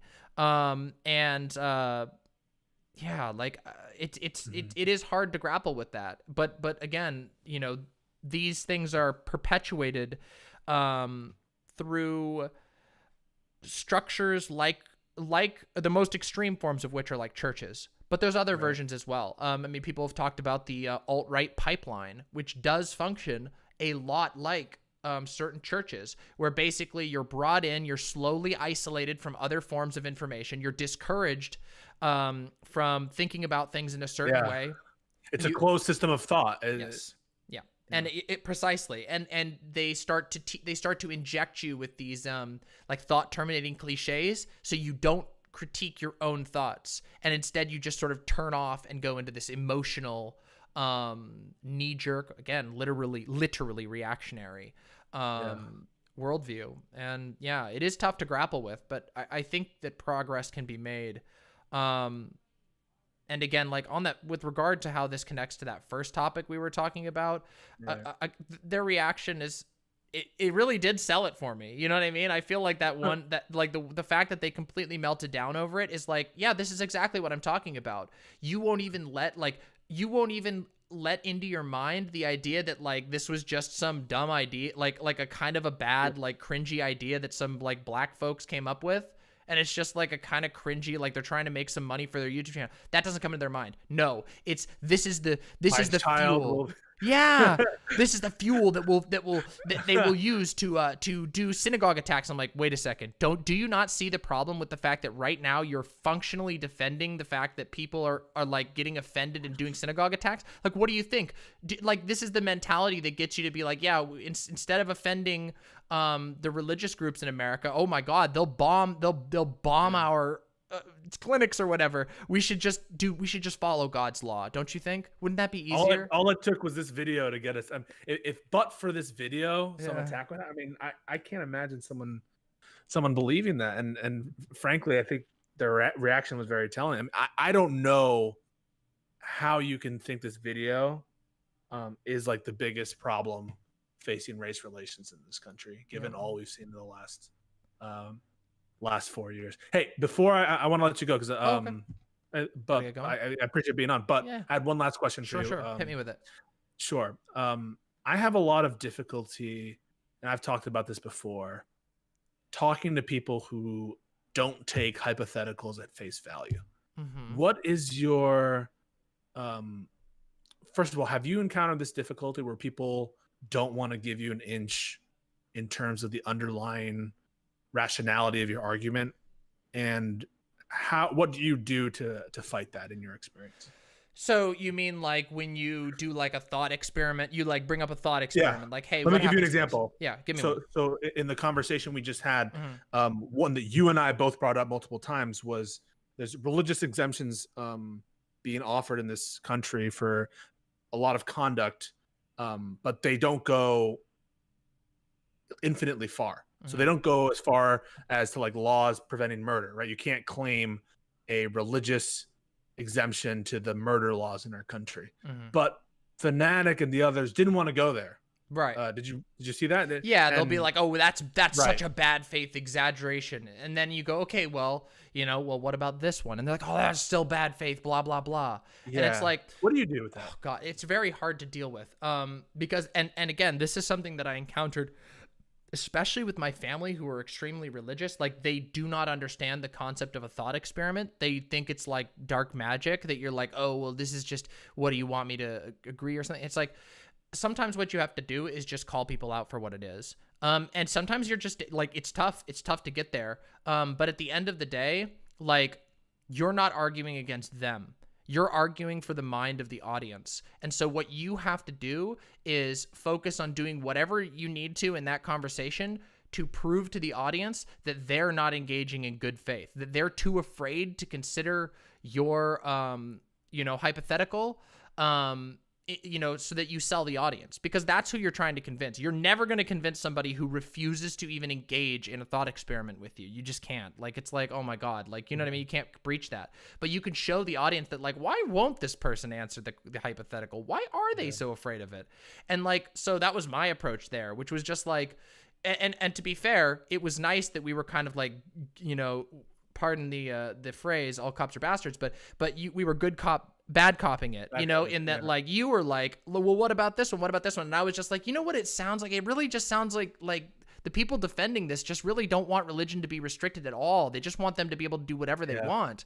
And like, that is a tactic. You know what I mean? And I think that like our side came out, at least by my judgment, came out stronger because of that. Because like, I can't imagine the audience pulling away from that, besides like people who are totally sold on this idea. And you can't always reach them. But the audience would come away feeling like, oh yeah, this guy was engaging in good faith. He refused to even consider it. He refused to even consider the fact that like, hey, maybe there's a reason for this. And so that's the thing. At the end of the day, in a conversation like this, where people refuse to engage and stuff, you just got to sell the audience. You just got to remember, you're not going to convince the person. You just have to make them look like they're like afraid of their own conclusions, which is what I think was the case there. I think that there's an emotional attachment that like Fanatic and a couple of people have to the idea of religion, and they're religious absolutists when it's Christianity, which is just like, they're gonna say anything. It won't matter what the argument is. If it says that religion has to do something, they're gonna argue against it no matter what. You counter that with MAGA people too, like people who I had an issue with like last username once. Where I was just, maybe you were even there. I don't remember. Was that the panel on the Supreme Court back in the court? Yeah. That's where I was just like, you know, at the end of the day, it always seems like you always find some way to agree with Donald Trump. Even though you're like some kind of, you call yourself an anarchist, you always end up just agreeing with whatever Trump is doing one way or another. It feels like you're willing to just discard all any ties principle. go to Trump. Yep. Yeah. Yeah, and sometimes you just have to like help the audience realize that that's the case. Because if you're being taken on a ride, so are they, and all you have to do is convince them that to just show them what you've realized, which is this person's taking me for a ride, and guess what? They're taking you for a ride too. So yeah. Thank you so much, Demon Mama. It's been a pleasure to talk to you. Yeah, likewise. I blabbed a lot. I hope I saved your curiosity. I was curious about your process and sort of where you came from, and you definitely satiated that curiosity. Hell yeah. Well, Pisco, thanks so much for coming on. Give yourself a shout out, if you will. Sure. Twitch.tv/Pisco95 if you're interested in the kind of law stuff and debate stuff. But yeah, thank you so much for having me on, and hope to see you again soon. Absolutely. Talk to you soon. Have a good one. Bye.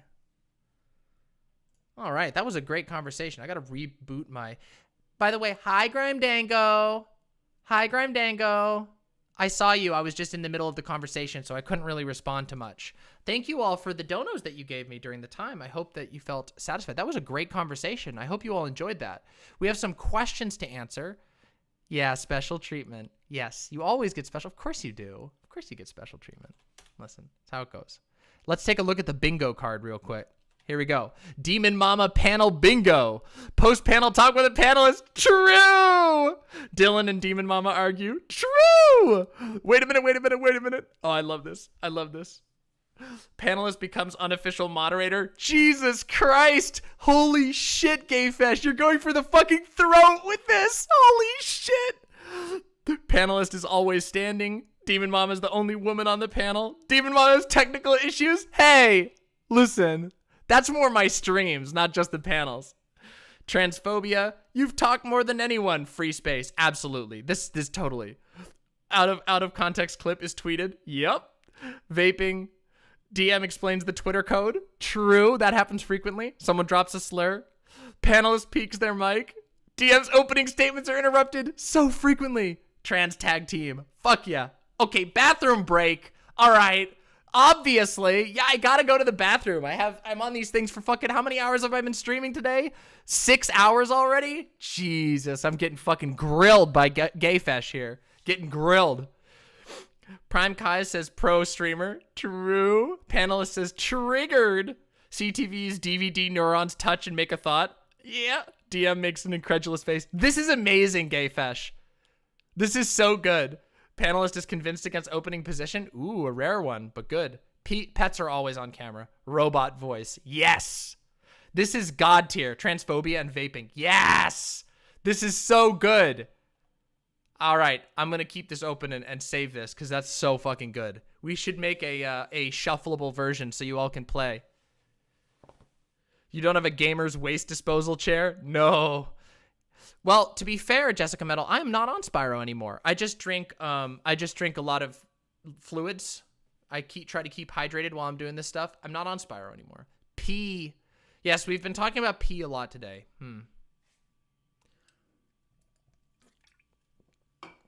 Weird. But tag someone who's always pissing. Hey, there you go. Listen, some people don't have the how's the Mountain Dew? Really good. I love Kickstart. Kickstart is my favorite type of Mountain Dew. It's better than the normal stuff because it has less sugar. It's still not like diet or anything, so I don't drink it very frequently. I think this one does technically have high fructose corn syrup. Yeah, it does, unfortunately. But I promise you, this is a rare treat. It's a rare treat. I have yeah, it's good. I have barely drank it. Like, I have barely drinking any of these. Yeah, it is really good. I really do. I really have been doing a good job avoiding it. Throwback? Yeah, maybe. I don't know. Soft Heather, good night. Yay! Soft Heather, have a wonderful night. Get some rest, okay? This has been a fun stream. Yep. Oh, Baja Blast is the best, actually. Baja Blast is better than Kickstart. But it's still really, really sweet. Drink yerbas? I've never had much of that. I would probably... Well, here's the thing. I like diet soda a lot, just fine, most of the time. Yeah, Diet Baja Blast is actually fine. It's just, I don't think you can get Diet Baja Blast in cans. You can only get it at, what's it called? Taco Bell. I don't think you can get it anywhere else. Now, we have a couple things to discuss. Dear chat. Let me check in with YouTube chat before we get into it. Let's take a look. Hello, YouTube chat. Hi, YouTube chat. Hello, everyone. Hello. Hi. Hi, all of you. How are you all doing? Have you enjoyed the show? I hope you're doing well. I really appreciate you being here and watching my stuff. Consider joining the site. You know, we do have a site. If you want to come up on the chat, you can... There you go. Bam. And make sure you're subscribed or you won't be able to get my notifications. But other than that, it's just you. It's not just you. It looks like there's a lot of people there. A lot of people here. We got Cody and Wyatt Knickerbocker, Inca. Hey. Hey, thank you. Discovered you from the Vosh raid and have been enjoying your content ever since. Yes, thank you. I'm so glad. There's been so many people who came in from the Vosh raid and really even been enjoying it. I'm really happy. I have some similarities with Vosh's content and some big differences as well. So I'm really happy to see you've been enjoying it. Because, yeah, I always want to deliver you good content. And guess what? I'm only going to get better. Yeah. Occasionally, I like having Code Red once in a great while. Hi, myself from the website. Hi, Royus. Hi, Mr. Democracy. And hello, Neo Ripshaft. All right, I'm going to go back to site chat now. Much love to you all. Thanks for being here. 1 million subs. Okay, so we got a couple things we got to discuss.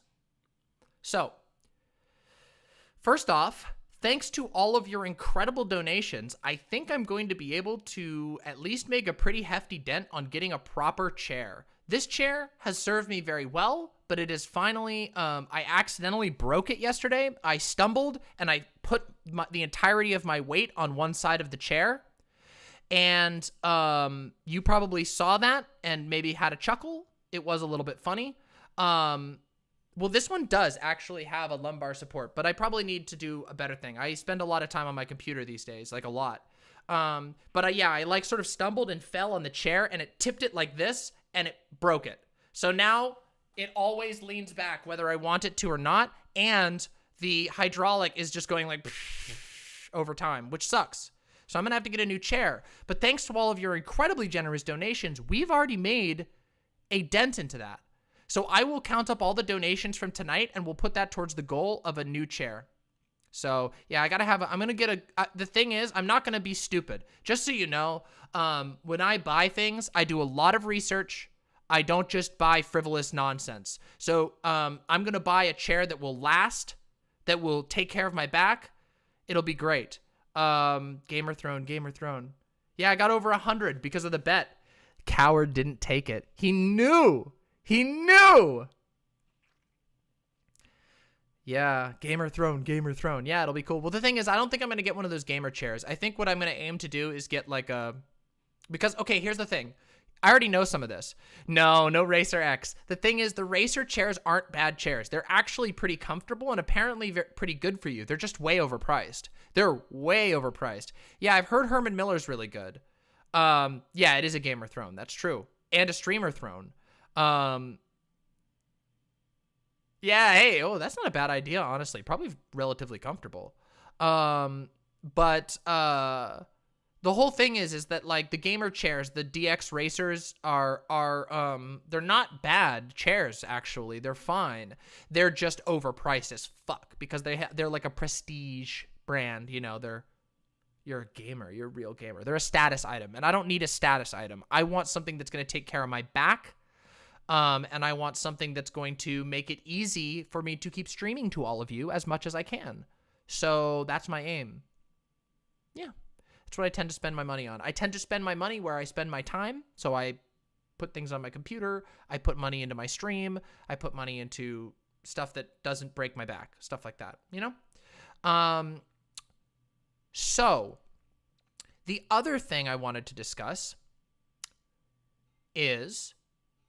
I got offered to apply to partner on Twitch. Weird, huh? Kind of pog though. That's kind of a pog thing.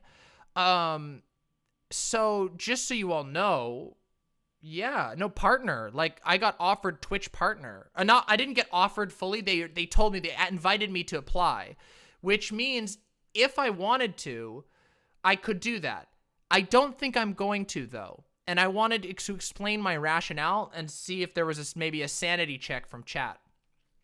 Right now, we're doing really good no matter what, we will always stay on the website. But right now, we're doing quite well on YouTube. There was a few downsides to being on YouTube, mostly to do with the chat, mostly to do with my ability to monitor stats, and the fact that I can't receive raids from anyone who's not using a GG site.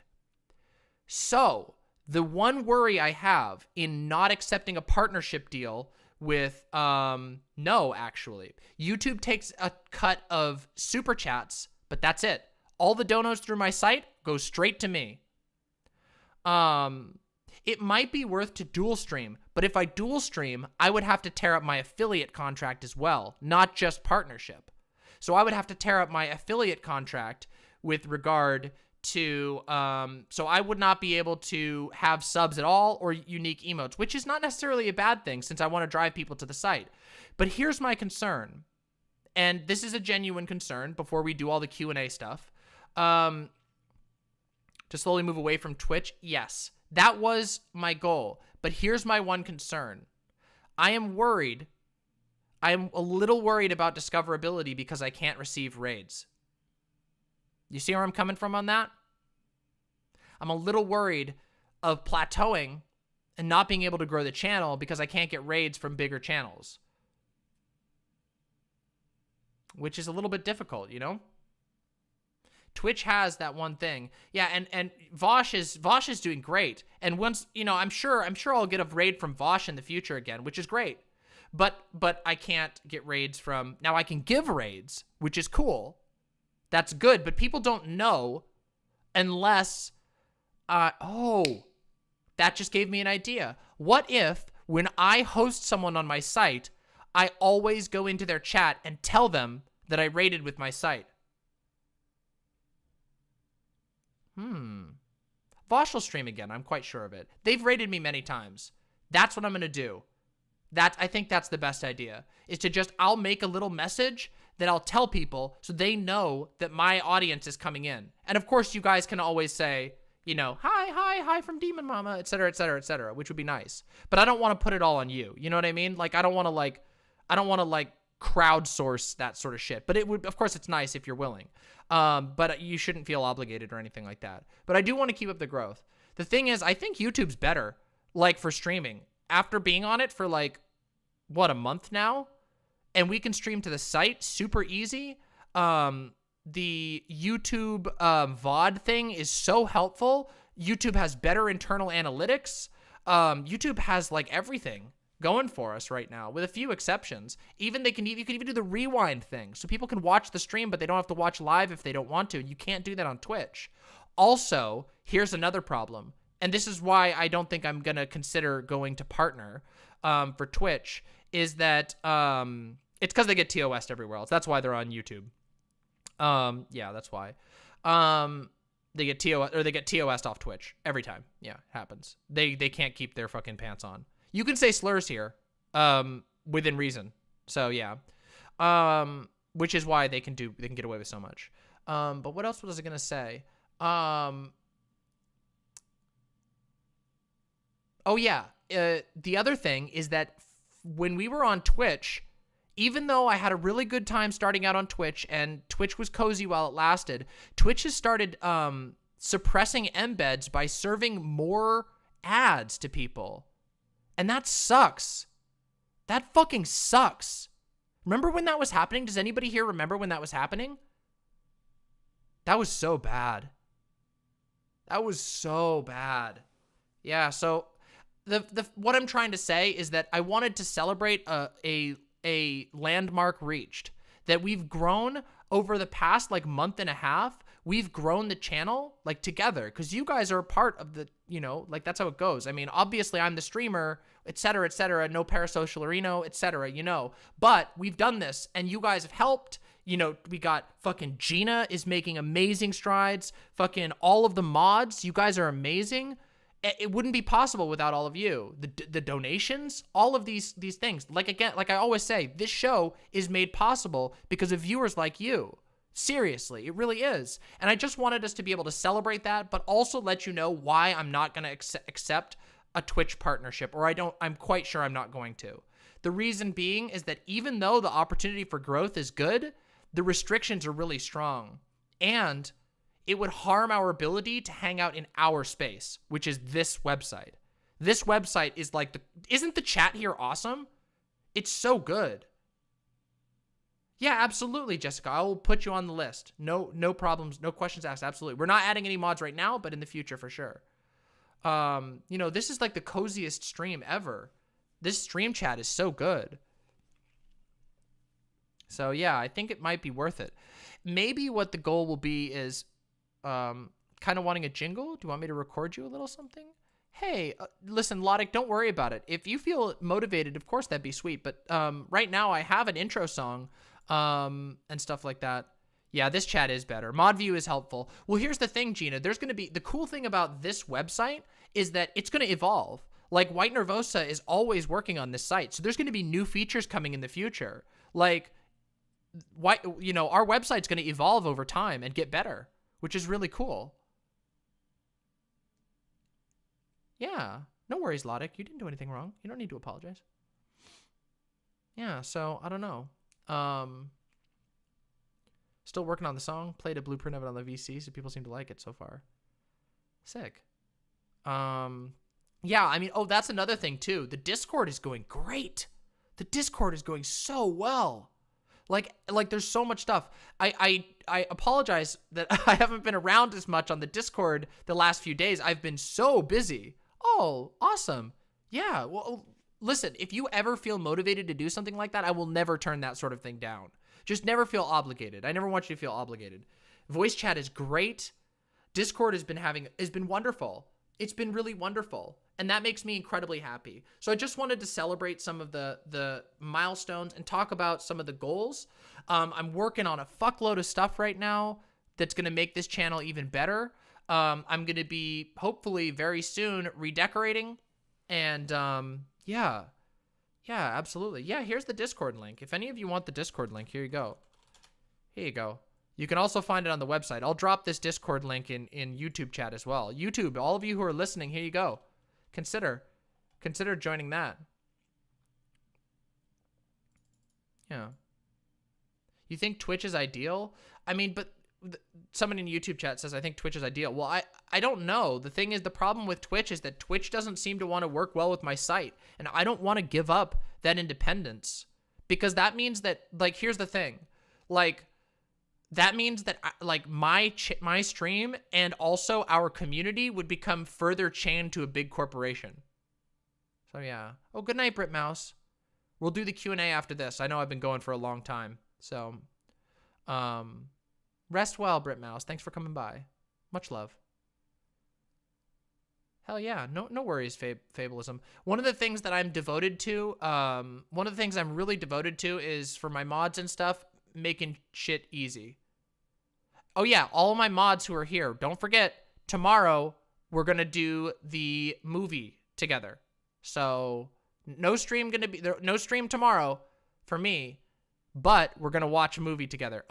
We haven't set a final time, but I'm thinking it'll be around stream time because obviously that seems to work well for everyone. So like maybe 3 p.m. PST, and then we'll watch it and we'll go from there. Let's plan for 3 p.m. I'll make an announcement in mod chat tonight for everyone. It's going to be really fun. We're going to be watching mods. We're going to watch a fun movie together. The interconnectivity of Twitch is cool and but the all-powerful corporation behind it really sucks. Yeah, it does. It absolutely does. And the other thing too is they seem really invasive. Gina, that's hype. Holy shit, that's awesome, Gina. Pog. That's going to be based as fuck. More power to Gina. Channel your demonic energies, imps. Oh, shit. Oh, shit, Gina. That's awesome.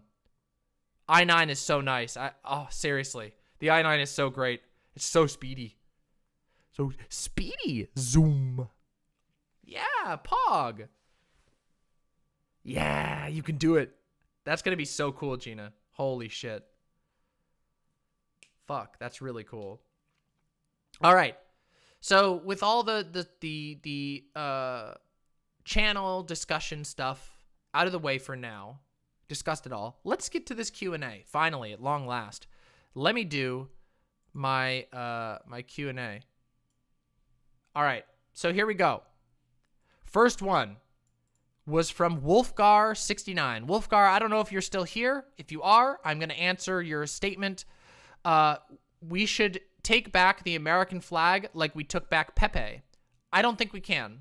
And the reason is that Pepe was originally not like a super political symbol to begin with. And it became like hijacked, and then now we're reclaiming it as like sort of a emotive and neutral thing. The American flag, I don't think can be reclaimed. The American flag is from its core a symbol of oh, just type it right in chat there, Adisa. You just did. That's all you got to do. You just type it in chat. You just did it. You just typed it in. Just ask me a question and I'll try and answer it. I do my best. Sometimes I miss it, but yeah, what I usually do is Adisa, just so you know, during panels, I try to take down questions to answer afterwards. Yeah, so I don't know that we can, Wolfgar. I think it's too deeply poisoned, and it's also too nationalistic. It's sort of structurally fucked. But I'd be willing to have other discussions of it. I just think it's really hard to do. Yeah, it's so nationalist in origin. I mean, fuck, even Vosh doesn't do that anymore. Like, Vosh had this whole thing where for a while he was like, maybe I could reclaim that. I just don't think it works. It's so deep. Yeah, we should. Oh, of course. We shouldn't shun people for it. Of course not. That's silly. But flag worshiping, yeah. Yeah, I agree. Yep. Lodic, I have a question. Why are you so base? Well, that's for you to decide, right? You all got to decide why I'm so based. It would be so egotistical for me to say it myself. Next question. Gambino asked, what would you call white people if we get rid of the term white people? Europeans? Well,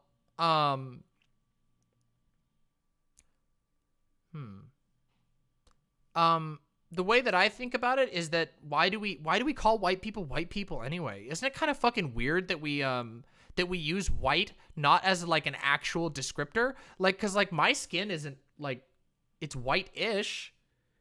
My skin doesn't really look white. It's like palish, I guess, kind of. I kind of have like reddish skin, pinkish skin. It's kind of weird that we use terms like this and that they're ultimately signals. Yeah, it's like peach. Yeah, it's like, the whole thing is that like when we use the term white, it doesn't even mean anything right now. Like when you say white, what the fuck who are you referring to? Just like their skin's kind of like a certain color? I should have. You're right. I should have. Silent. I should have. Yeah. Have you ever heard the tragedy of Darth Plagueis the Wise? Yeah, I mean, but that's the thing. Like, but like Caucasian, is that even accurate? What does that even mean? Like, is that really true about me? Am I Caucasian? Like, my family comes from the Slavic countries? Does that mean anything? Why do we care? I feel like we should have better ways of describing people than like what their race is. Like what a weird, it's really weird. When you take a minute and think about it, the fact that we describe people by their race at all is really fucking weird. It's really weird. And it's really deeply, it's like, oh, don't say that. That's so cruel, Jessica. My goodness. Aw, well, thank you. I'm sorry, Wazzy Woozy, but I can't reciprocate those things. But I appreciate the kind words, but no parasocial hero. You know, I'm just a person on the internet, but I do appreciate the kind words. It means a lot to me. So thank you. But I can't really reciprocate. So just so you know, maybe it inherently refers to systems that produce white privilege or like whiteness. But I don't know. I feel like maybe that's why the video you reacted to went that way. Maybe. Hey, Demon Mama, I always used to enjoy reading Sam Harris, but recently I've begun to think he's a bad faith actor. Any thoughts on him? Yes. Sam Harris is, in my opinion, a bad faith actor, especially in more recent years. Sam Harris has written some interesting things. There were some interesting things that he talked about in Letter to a Christian Nation. But beyond that, a lot of his writing is deeply tinged with this sort of very, very racist Islamophobia. Like, while, yeah, I will agree that, like, you can critique Islam, it becomes really clear sometimes based on certain ways of writing, that, like, he's fixating, that he's fixating on people more or less racially in a way that's functionally racist. And so I don't have a lot of good thoughts about Sam Harris. Also, Sam Harris in recent years has been courting the right really hard. And he's been playing up in a very griftery fashion, like this sort of idea that he's canceled and all this shit. And I just don't think it's a good look. I would consider rereading some of Sam Harris with a critical eye. Yeah. Majority Report just did a video on Sam Harris, that Harris is shitting on the IDW. The grift is complete. I mean, that's possible. Sam Cedar. Yeah, exactly. Sam Cedar did a video on Sam Harris. Oh, my God. Oh, my God. This is actually a really good question, Devious, so I'm going to answer this. Hey, Gambino. I'm glad I got to answer your question before we ended it. Have a wonderful night. And don't forget to drink water. Gambino, have a wonderful night. Let me answer this question from Devious Chilster real quick, and then we'll go and continue the questions. Okay, so at one point does a friendship with someone online who you started out as an audience member for become non-parasocial? Huh, I should think about this. That's a good question. It is a little bit complex. But generally, my general rule for dealing with parasociality is just keep your expectations in check. You know what I mean? Like, Devious, we've had a lot of like conversations, you know, in chat and whatever. Like, I think that like, just remember like, oh yeah, I've had conversations with this person. Like, I'm friendly. You're also on my mod team. So I generally consider you like in like sort of the friendish category. Like, I mean, when I say friend, I don't know, it's hard because like, when I think of friends, I think of like people like that are really close to me, but I think there's a lot of online friends that I have. And, yeah, we're online friends for sure. You're on my mod team. So like that alone is enough. Like you work with me, in a certain way. You just have to keep these things in check. That's the biggest thing, is be realistic about what you have. And try to reciprocate to the best of your ability that you can. There's always going to be some levels of imbalance in stuff like this, because just by the nature of the platform, like I am on the mic and on the screen and whatever, but you know, like, I don't know, like I engage with a lot of people. Yeah, I mean, you don't want to have idols, but it's okay to look up to somebody. I mean, there's a lot of people I look up to, and there's a lot of people that I've learned from. It's just, yeah, don't be weird about it. I've met a lot of people who I looked up to. I mean, fuck, I met Penn Jillette, and it was cool as shit. I wasn't like all starstruck or anything either. I just had a good conversation with him. It was cool as shit. So yeah. How cool do I have to be a guest on my stream? Well, you don't have to be, I mean, you're pretty cool. Like, I don't think you have to worry about the coolness level.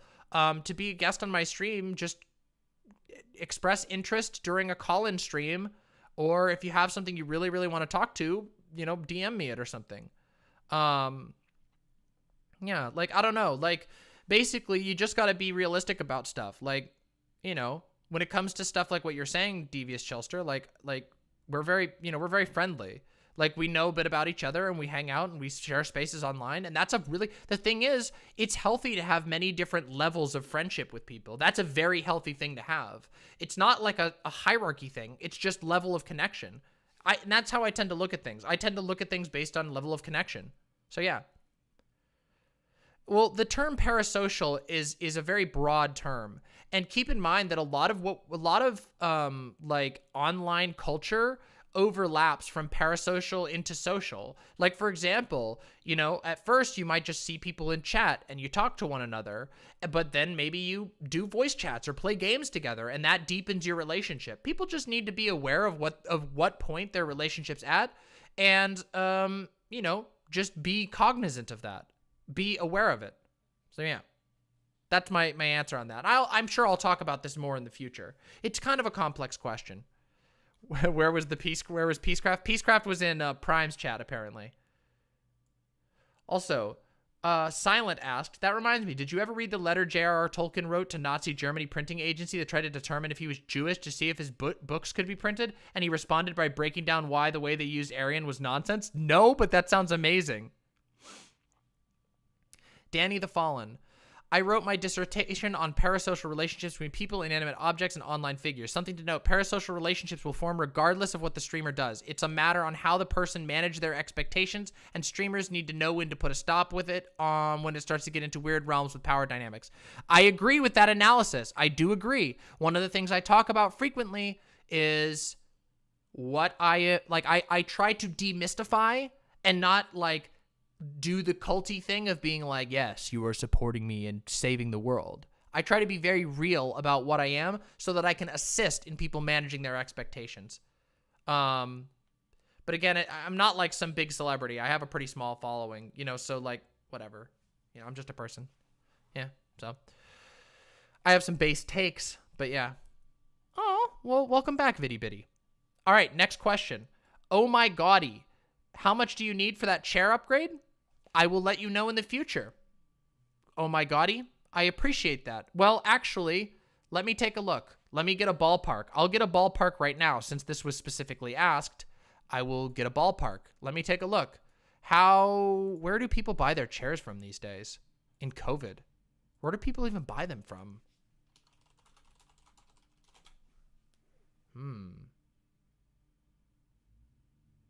Do people buy stuff on like, I don't even know. Where do people buy stuff?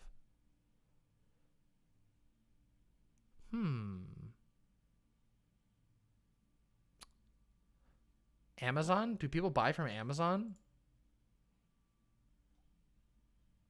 This looks nice.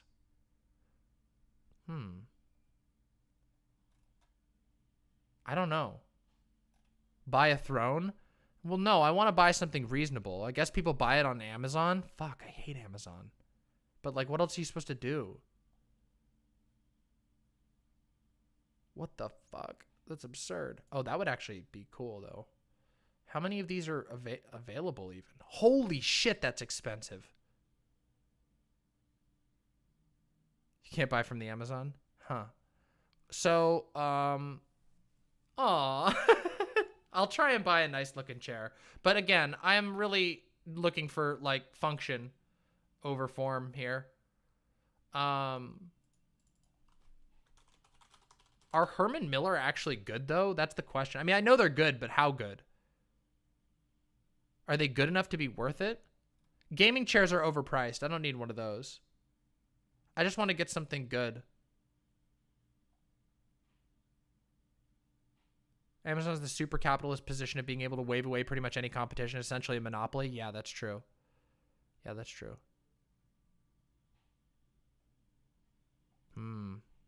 Maxnomic? Is that the website? Is that a website?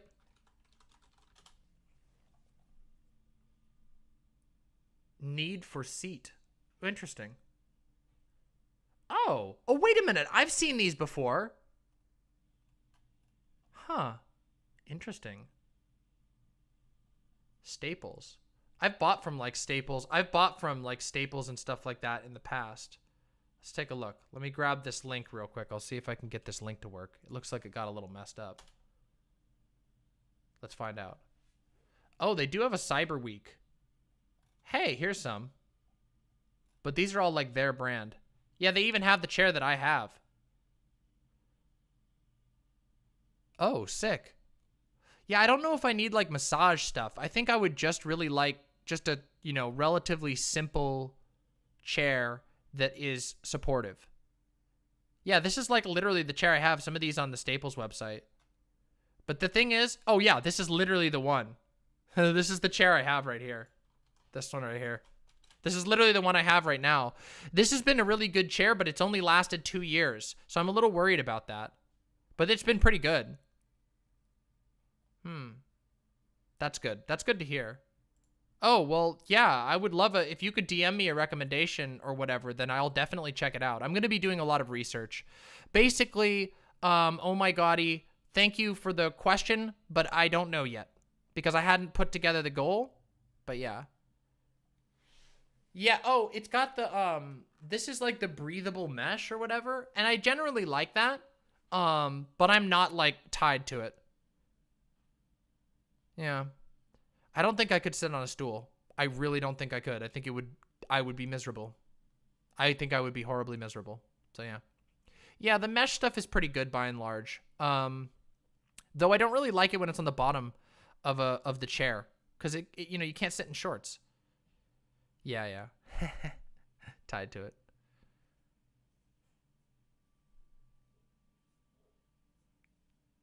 Oh, mesh bodysuits. Fair enough. Fair enough. All right, next question. Is praying in church the only... This is from Nico Chan 16. Hello, Nico Chan. I hope you're still here. Is praying in a church the only accepted way to pray, or is it more like a social prayer thing? Sorry, I don't know much about Christianity. Well, it depends. In Christianity, no, absolutely not. In fact, the teachings of Jesus Christ encourage you not to pray in public. In fact, although this is ignored completely by most religious groups because they go for a more loose interpretation. Yeah, they encourage people to pray in private where you won't be like adulated for your faith. The goal is not to make yourself look, yeah, pray in the closet is what they say. It's to pray in your closet because you should not you shouldn't be seeking glory from prayer. You should just be trying to talk to God. Hey, oh my goddy, thank you so much. Thank you so much. I really appreciate that. I promise you, it will go to a good source. So thank you so much. Oh my goddy, really, really appreciate that. Thank you. The monies. The monies. They go for a more loose interpretation unless it shits on people they don't like. True, Devious Chillster, yes. But yeah, basically, praying in church is not the only accepted way. As far as I know, there probably are some religions that encourage prayer in like group spaces, but I'm not 100% sure about that as far as which texts do that. Mostly when Christians are talking about church, mostly what they're going to tend to fixate on is this thing called fellowship. Fellowship is a concept of basically hanging out with other Christians because they can help you be better Christians. Fellowship is like really important to some types of Christianity, most types of Christianity, and that is the act that they're most concerned about when they're talking about going to church. They're worried about fellowship. Of course, when we're talking about lobbyists, they don't fucking care. They just don't want churches to be restricted at all. They want to be able to spread COVID and make money and all this shit. It's terrible. Yeah, I hate that too. I fucking hated the like obligatory handshaking and all that shit. I fucking hate that shit. The like forced socializing. It's terrible. Catherine, how does Demon Mama not just start screaming into the void? Like the amount of hostility and interruptions would drive me into pure insanity. Catherine, let me see here. Hold on a second. I'll save that devious and I'll address it right after this.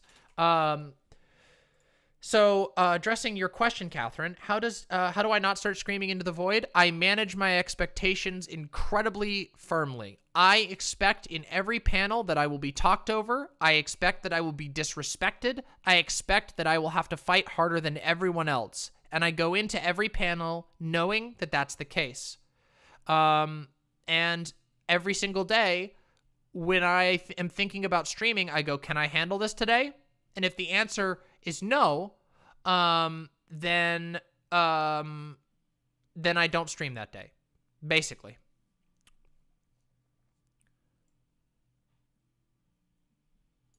They don't have fellowship at constant. Some believers might question. Yes, that is true. Wazi Woozy. Hi, is PayPal the only way to support me through the website? No, I don't think so. There should be a Streamlabs option, but if not, let me give you my Streamlabs link. I think my Streamlabs link should be in the description of the live stream. Let me see. Let me see real quick. Is it? No, it isn't. Let me give you that. 1 second.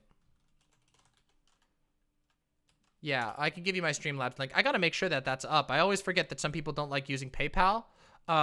So, oops, that's not the right sign in. Here we go. Let me give you this Streamlabs. Excuse me? Hold on a second here.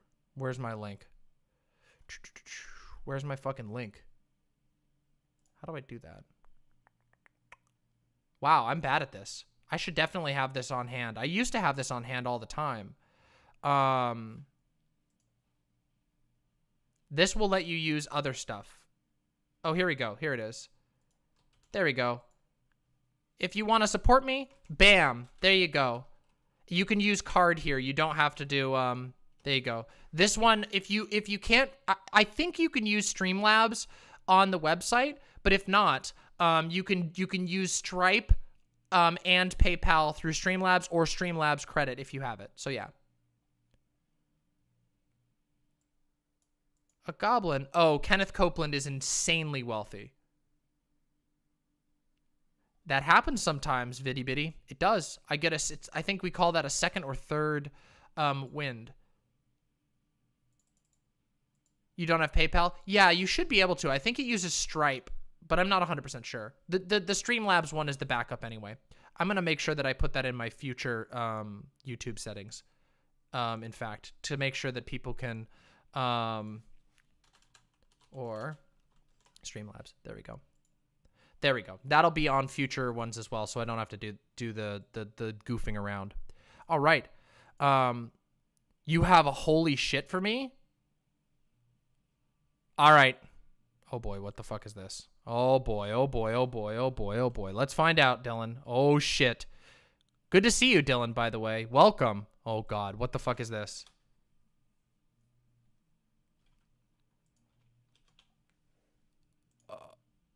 Okay, let's watch this.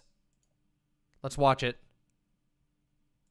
If you have any doubt at all that Hillary Clinton is the Illuminati's candidate, then just take a look at this logo. That is the logo for a company called The Groundwork. It's a startup funded in part by none other than Eric Schmidt, the chairman of Google's new parent company, Alphabet. The Groundwork is one of Clinton's biggest technology vendors for her campaign. They help her with her data analytics and digital outreach. It's a company from Google's top dog working for one of America's oligarchs, and they chose a freaking triangle with a dot for their logo. You can't make this up. If that isn't enough to make your conspiracy alarms go off, Groundwork's parent company is called Timshel, a Hebrew word meaning you may. Timshel is devoting to helping humanity solve our most difficult social, civic, and humanitarian challenges. The guy who runs The Groundwork, Michael Slavey, said Timshel and The Groundwork are the same project with the same backers. So not only do they have an Illuminati logo, they also have backers who speak Hebrew. If you have any doubt at all that Hillary Clinton... Is this like... Is this normal? Is that normal for RT to broadcast fucking raw JQ? I mean, I know RT is bad, but I didn't know they would broadcast raw JQ shit. Holy shit. You were right, Dylan Burns. What the fuck? Like, literally, that's just JQ. It's just raw JQ. RT is Russia Today. It's the Russian state media apparatus. It's crazy, you know. And unfortunately, RT offers, like RT.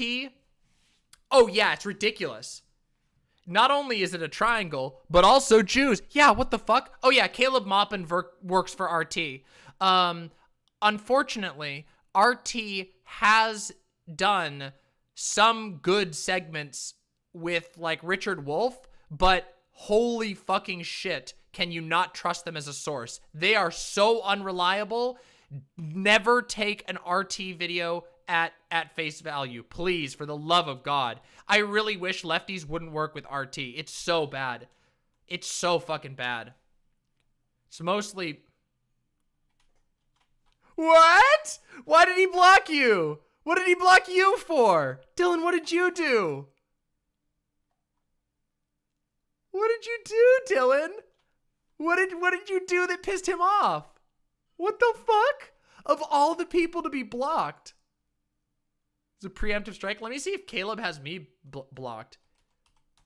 He probably will after today. Caleb Maupin doesn't have me blocked. Time to change that.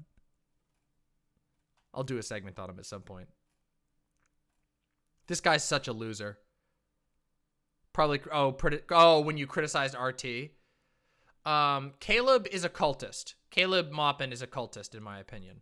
I think he's fucked. They suck. Yeah, he's very boring. Incredibly boring individual. Thank you for the fun, Dylan. That was, terrifying. Absolutely terrifying. Yeah, it makes me sad. Yeah, segment day after tomorrow? Yeah, maybe we will. You know what? Maybe we will. This is what most likely got you blocked? All right, let's check it out, Dylan. Let's see.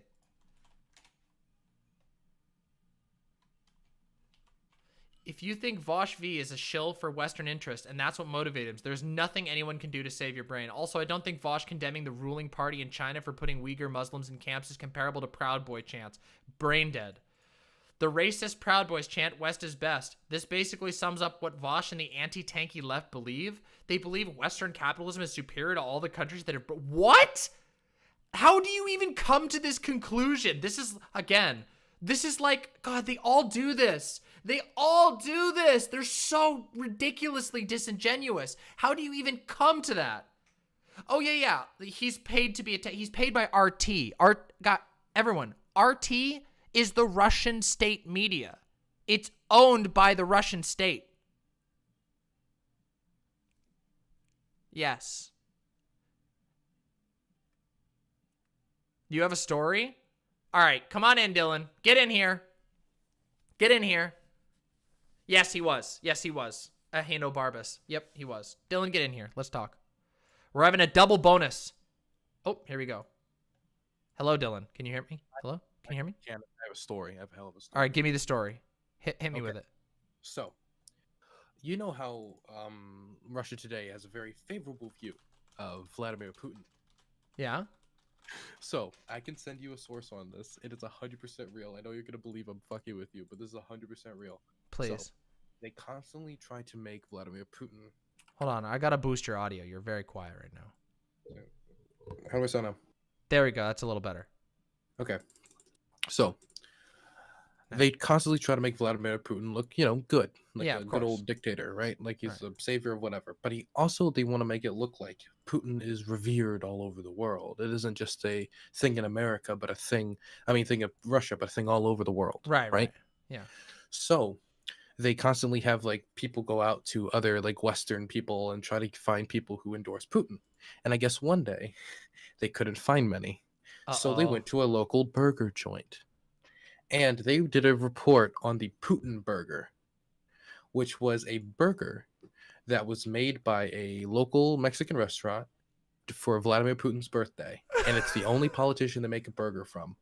And they do a whole segment praising it. And they said, this Putin is 1,952 ounces, which is the exact date of Vladimir Putin's birth.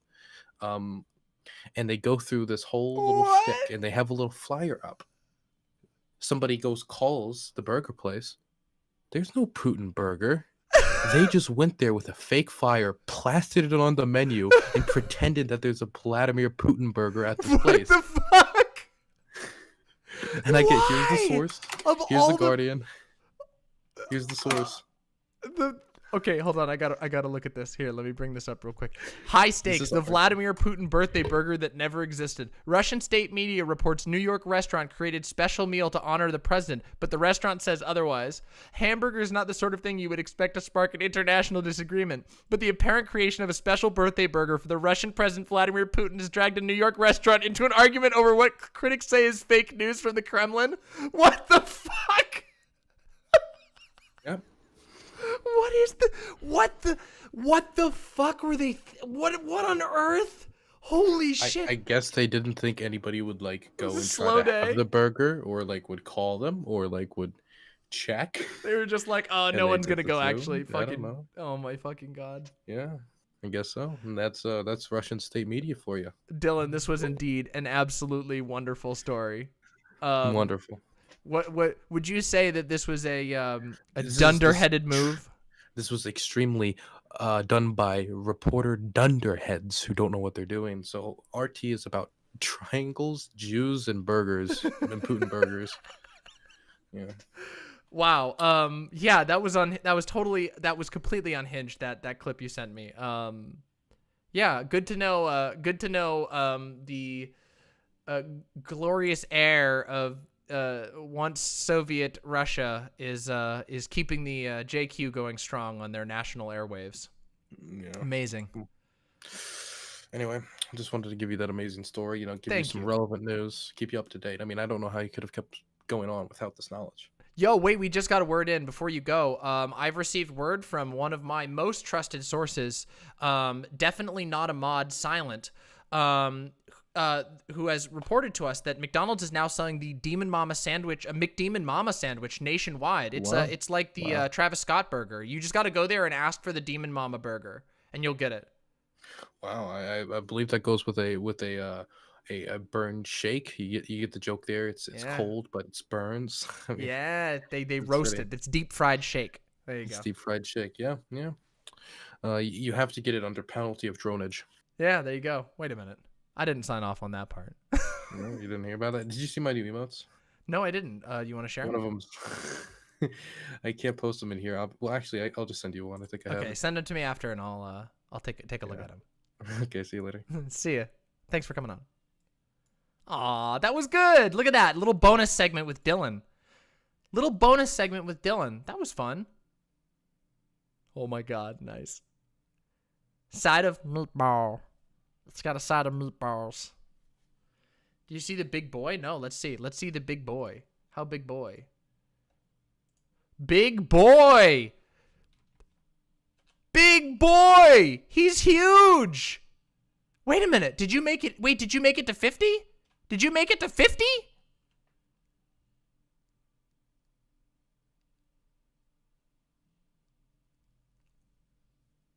Good job. Meatball. What, you like it when I do the meatball voice? I am a pro at the meatball voice. It's true. It's true. Aw, thank you. Thank you so much. You're very welcome. If we made art and sent it to you, would it put it up on my wall? Yes, of course. Of course. Absolutely. I would absolutely put it up on my wall. 100%. The meatball emote is on the Discord only. I do need to do the PO box. I'll do it. I'll do it. I'll do it. I will. I will. So we got to go back to the questions. Let me get into the questions. There's a few more we got to answer. Don't put po' boys in the po' box. That would be bad. Yeah, they would go bad. They would rot. Anarcho-demon mamaism will rings through the streets. True, all on the backs of the McDemon Mama burger served at McDonald's Incorporated.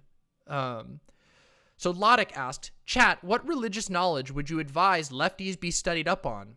Well, I would say it depends on where you live. If you live in America, you should know about Christianity. It's worth learning a little bit about Christianity, even if you only know cursory knowledge, because there are a lot of Christians here. There are a lot of extreme Christians here. So that's the one. And especially because you should also research up on how indoctrination, like religious indoctrination works. And for that, I would recommend reading up on Scientology. Scientology is like the introductory lesson on it's like the introductory lesson on social manipulation by cults. It's a transitional state. Yeah. You know what? I learned this from free college. What? What did you learn from free college? I actually wrote, fun fact, when I used to do history writing, I actually did a series, a really detailed series on Scientology. I could tell you all this stuff. Lotic? Oh, okay. Yeah, no problem. Sorry, I don't know why I always say Lotic. Lotic. Lotic, good to see you.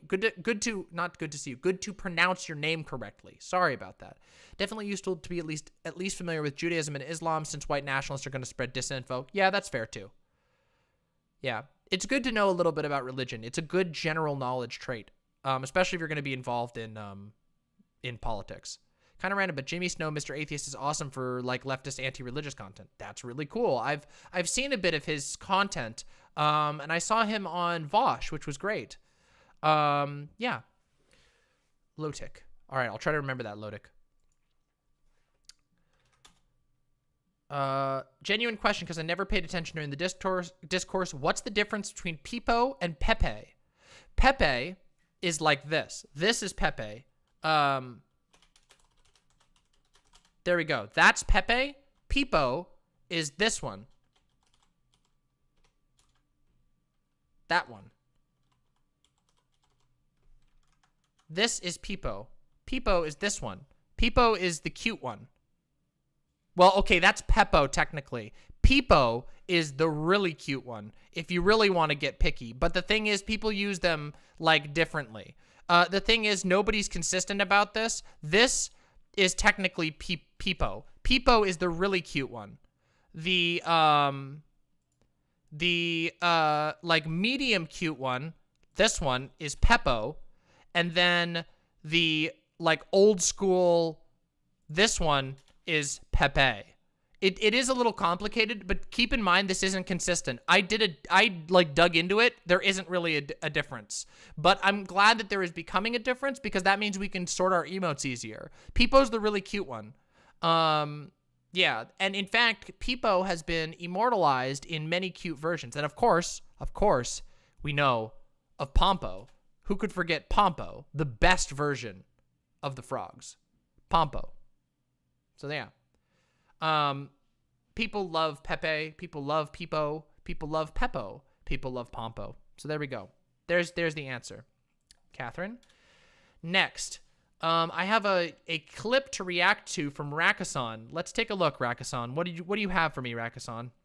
What do you got for me? Let's take a look. What you got for me? You may be.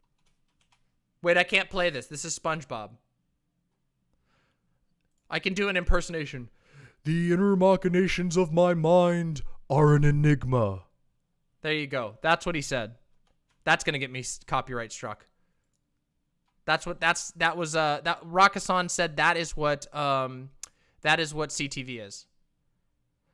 Oh, wasn't Pepe a hate symbol? Not really. Let's get in. Okay, you know what? I can talk about this. Is mayonnaise an instrument? SpongeBob. I don't know how good I can do Patrick. Oh, you mean like the meaning behind them? Okay, so there wasn't really a meaning behind Pepe.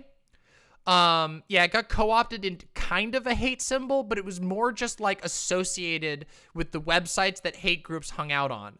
Because like, keep in mind that Pepe, okay, so Pepe, here, I'll show you. I'll show you.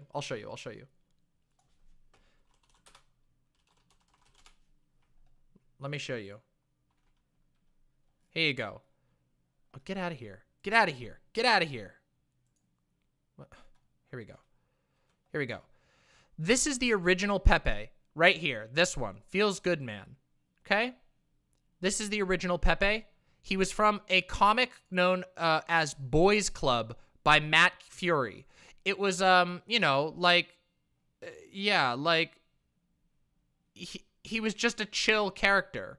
Like, Pepe was just a dude. Like, literally, it was the comic was just about, like, basically bros, like, just dudes hanging out. And he was, when he said feels good, man, he was, like, peeing on something. I don't know. It's some joke in the comic.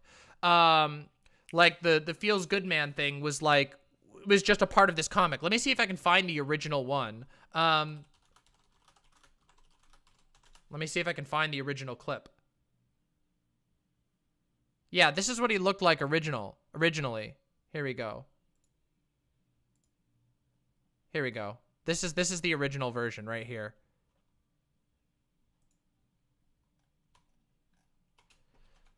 Later that day, hey Pepe, I heard you pull your pants down all the way to go pee. Feels good, man.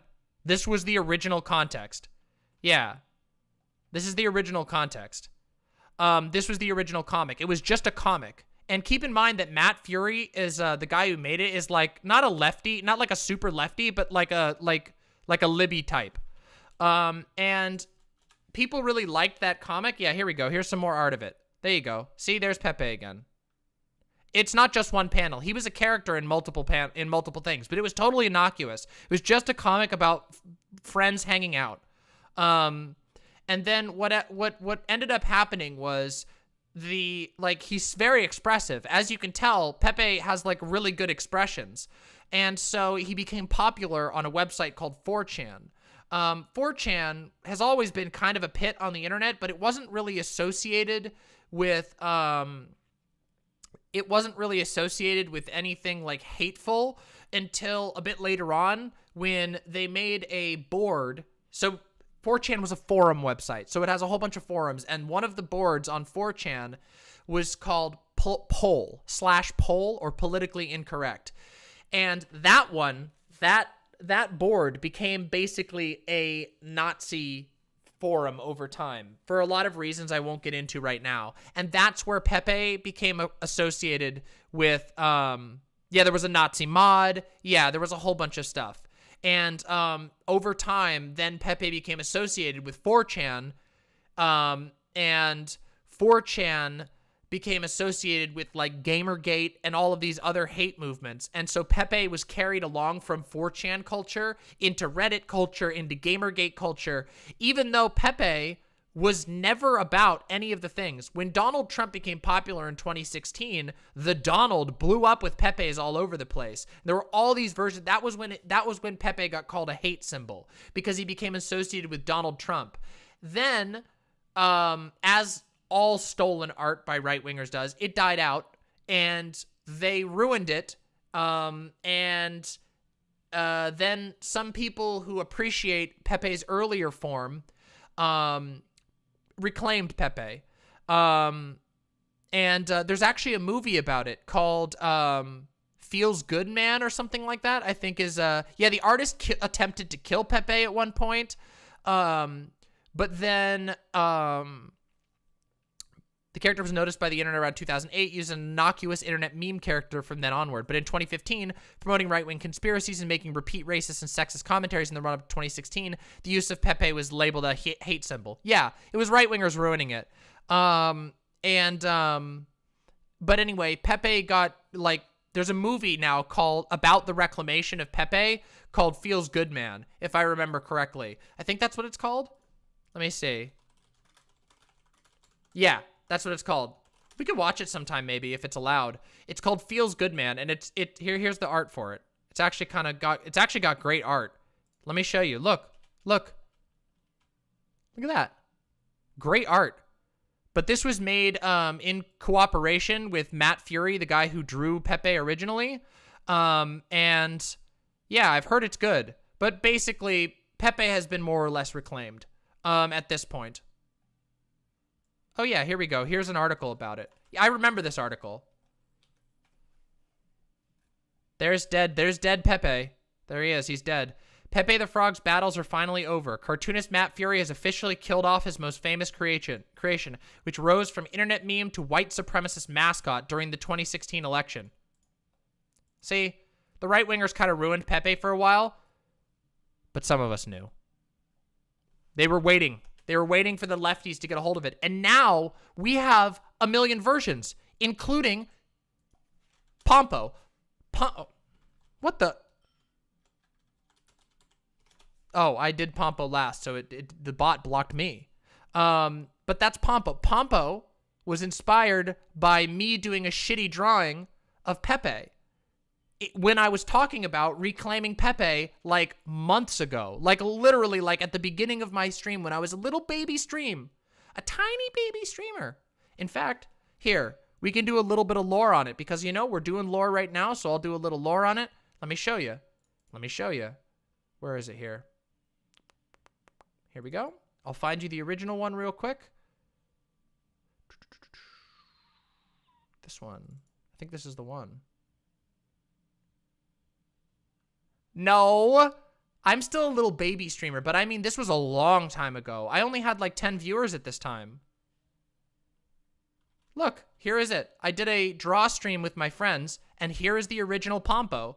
We were talking about Pepe on that stream, and we were drawing little versions of Pompo, of Pepe, like goofy versions, and then this is the original. There he is. See? He's right there. I drew this. I was just like, here, this is Pepe. Here's my version of him. Just kidding. And then I called him Pompo. Yeah, it was great. Yeah. Oh, Lodic, I don't mean that as like as a downplay. This was just a long time ago. That's all I was saying. It was a long time ago when there were only like 10 people watching. It was great. Some of you were there then. Marinara, I don't know if Marinara is listening right now, but I think Marinara was there. Windleby, you were probably there. Can't remember. Maybe. Gayfesh wasn't there yet. But it's okay. Just different. I think Kasky might have been. Yeah. Windleby, you weren't. Okay. Trying to remember who was there. I'm pretty sure Marinara was there during that stream. Couple of the OG chatters. I'm so happy you've all stuck around, by the way. Just so you know. I appreciate you a whole lot. So, yeah, my subs have blown up in the last few weeks. So, yeah. I've been blowing up. We can look at that afterwards. Let me get through the questions, then we'll do one little like wind down. Oh, that was all the questions. That was all of them. Oh, wait, here we go. Devious Chilster. Oh yeah, this reminds me of a conversation I had with my partner yesterday where she told her dad about me, and because I'm not one of the faithful, he said that it wouldn't work out between me and my partner. It made me so mad, but also I expected it. I'm really sorry about that. Yeah, maybe you did see a clip. It's quite possible. I only remember Pompo. I didn't see you draw the others. Yeah, you might have seen a clip. You might have, my name is an emote. You might have been there for when I retold the story. I've told it a couple times. I probably will again in the future. I like to give people the lore of some of these things. That's where Pompo comes from. But yeah, let's take a look. Let's take a look real quick. We're going to wind down here before I raid out.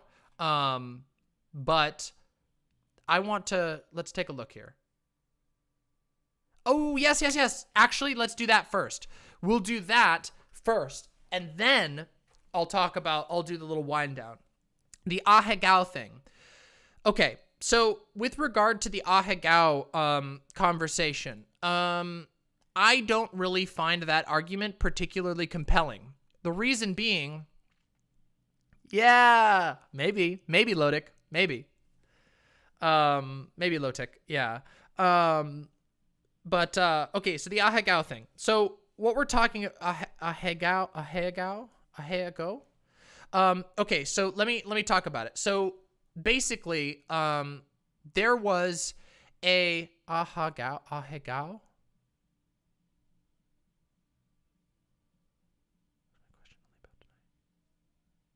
What's that? What do you mean? Sorry. What was that? Fableism? Ahegao. Yeah, that's what I thought. Did I not say that right? Ahego? Ahegao. Ahiago. No, that's the cheese. That's the cheese. We're not talking about the fucking cheese. What the fuck? You're trying to get me to say a cheese name. Jesus fucking Christ, you people. Asiago, yeah. All right, so, okay. No, we're not doing the cheese. Yeah, I'm sure you did. My name is an emote. All right. This is no time for cheese. What do you mean? Ahiago? Oh my god. Oh, okay. Oh, yeah. DM. Yeah. No. That's fine. DM me. Yeah, DM me. Go for it. I'll try and help you out if I can. Okay. So, let me talk about this. So there was a thread that went out on Twitter about how white people shouldn't use the term, hey, thank you so much. Thank you for all your work. Woo woo. Yay, Wasi Woozy, thank you so much. I really appreciate that. That's really generous of you. Thank you so much. Thank you so very much. So, oh yeah, the ahegao. What was I saying?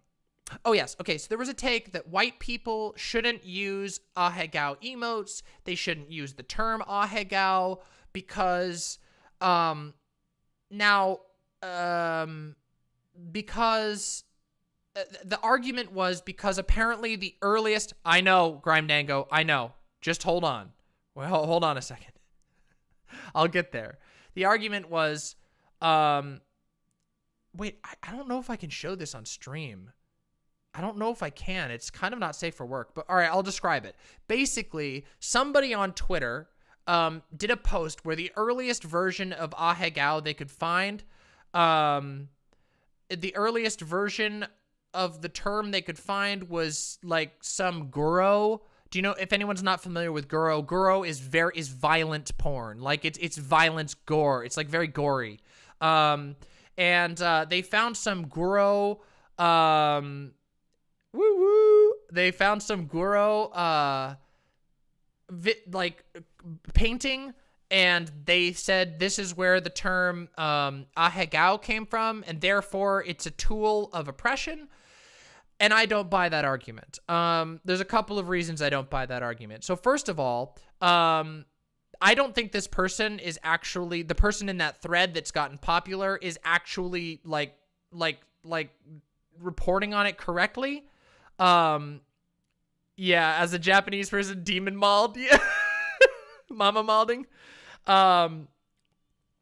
It is the visual form of death metal lyrics. Yes, it is. It's horny violence. It's very weird. Are they white? They're white passing. They're white passing. Wait, what did I say? No, wait, what did I say was weird? What? Did I say girl was weird? I don't think I said, I think I said something else. I was pretty sure I said that it was weird that the person was white passing. I don't judge Guro at all. Like, whatever. If people like that, fine. Yeah, I don't fucking care. If I said that, I'm sorry. I didn't mean that at all. Oh, okay. No, I thought I was referring to the person. Yeah, I know what I said. I said when, no, I wasn't saying that, okay, just to be clear, I wasn't saying that Guro was weird. What I was responding to was Windleby asking, are they white? And then I said, that's weird. That's what I was saying that. That's what I was responding that to. Not that Guro is weird. No, I don't fucking care. I know. I know. I'm not a kink shamer. Yeah, I'm pretty sure that's what I said. no. I mean, there's lots of weird things out there. I don't think weird is bad. In fact, I think weird is good. But yeah, as far as it goes, it's extreme violence, like porn, basically. Well, here's the thing. I think some people are like, can't do the Guro stuff, but I don't think like all people are like, rip literally, bink. Yeah, I don't think most people are like, I don't know. Listen, I'm not going to psychoanalyze someone's kink, okay? I'm just not going to do it. Fact of the matter is, I don't think that there was a good argument made by this poster that that like sort of extrapolated that because of its roots. Okay, yeah. Well, I didn't mean for it to be taken that way. It was probably an ADHD moment. I promise you. I do not have any judgments. I promise. I promise you.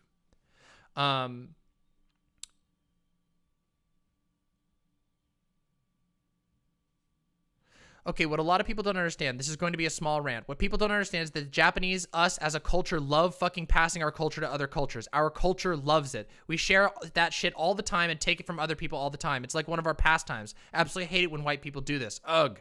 Okay, that's the thing. That's one of the other things. Guro is literally child abuse? No. No. There might be some versions of Guro that include that, but no. This Guro is fictional, just so you know. It's fictional. Guro is a fictional thing. So it's not any of those things. Some people are weirded out by it. If you don't like it, then you don't have to enjoy it. It's not for you. That's fine. It's for somebody who likes that thing. Excuse me. Oh yeah, of course. I mean, keep in mind that like some of these Guro artists have characters that are like, okay, you want to know an example of Guro that could be interpreted as an example of Guro? Super Meat Boy. Super Meat Boy is a game in which the character gets shredded into a bunch of meaty chunks and always reforms. There you go. There you go. Somebody writes a character that can be shredded by blades and doesn't feel pain and just reforms. There you go. Yes, Super Meat Boy. Yeah, there's all kinds of things like this. Is fiction okay even if it's fucked up? Yes. Yes. You know what? Here we go. We're going to have a broader conversation. So, before I get too distracted, let me answer the original question about ahegao. Ahegao is so distanced from whatever it originally meant that making the argument that it's like participating in oppressing Japanese women is absurd. That's not how culture works. There's all kinds of things that have bad roots that don't have any connection to what they once were. I mean, fuck, like, I don't know, like sports? Like, weren't some forms of sports literally training for war? If you like sports, you're supporting military industrial. This is nonsense. This is a nonsense Tumblr tier argument. And if you disagree with me, come talk with me. Pepe is exactly that way. Pepe's like reverse. Like Pepe started somewhere fine, went through a period where it was used by hateful people, then now is back to being popularly used, and hopefully will never go back into the hands of hateful people. But this shit happens all the time. Ahegao is a hentai meme, a massive hentai meme. So do you think it is deviated from the other aspect of them saying it encapsulated submissive stereotype? Yes. Oh, absolutely. Ahegao is used in all kinds of stuff. The ahegao face, the like eyes crossed, like, you know, that kind of thing, like that I just did, like that kind of thing is so distanced from any of that. It doesn't even, like, you would have to be doing some brain science shit. We'll talk about that in a second. You can clip it if you want to. Go for it. We'll talk about that in just a second. Give me a minute. So, if I remember right, football was once played using the heads of enemy soldiers. Maybe. Okay, ahegao is literally just being fucked silly. Yes, that's what it is. Ahegao is just the O face. Nothing else. Nothing more. People are way over going into this. Now, I think it's okay to do deep dives and try to find the root of it, but not when your conclusion is to ultimately moralize at people. I don't think that's useful or helpful. It doesn't help anybody. And I don't think that Japanese women of any type, like, asked about this, you know, or asked for this to be fought against. In fact, there are so many, like, not only like Western, it's so beyond just Japan. Like ahegao is beyond, so far beyond. Oh boy, here we go. Oh boy, here we go. I hope I didn't look horrifically ugly. Oh God, here we go. I look mad. I look hurt. All right, this is actually great. I'm going to download this. Quick draw. That was amazing. Yeah, there's me making the ahegao face. That's actually fun. I'm going to save that. That's good. Listen, that's great. Amazing. So listen, the ahegao face is just very distanced from where it once was. It's so far beyond even just Japanese. Like, I mean, it's not a good example of cultural appropriation either, because it has been so broadly used even in Japan. It's like saying this. It's, you know what it's like, making the argument that ahegao is like some sort of cultural appropriation or something along those lines is like saying the smiley face is cultural appropriation from Walmart. Like it really is. Like it's a face type, and that's just the term for the face. That's it. That's all that there is to it. And I think this is one of the things that people get a little bit fucked up about. And I know, white person take incoming. Careful. Big white person take coming in. But I think that people talk about cultural appropriation in a bad way. I don't think that most conversations, especially on Tumblr and Twitter, are like really, really good examples of like these conversations around cultural appropriation. I don't think they're very well handled, because the whole thing is that like cultural appropriation, there is serious issues of I know, right, Coladict? Damn, who would have guessed? Yes, exactly. Yes, I know, Grime Dango, I agree. Welcome to the stream, Coladict. Yeah, I know, nobody would have guessed. But yeah, the conversations about cultural appropriation, they're not even that. They're not even that gay fesh. It's even lower. It's like even lower than that. It's just people looking for like a leg up on one another. I'm pretty mad right now, but like this, why is this shit always talked about and fought against by like the whitest people in existence who know nothing about what the thing actually is? Just the fact that it's foreign and has some kind of past and therefore bad because it's not Western started. Oh, it pisses me off so much. I mean, I agree with you. That's the thing. I agree with you. I think a lot of, and again, I'm not saying, for the record, before people clip me and it becomes a big cancellation thing or whatever, I'm uncancelable. I won't care. Don't bother. But I don't think that, well, that's lame, Leaf. Just remember, canceling is we'll talk about that. Okay, we'll get to that.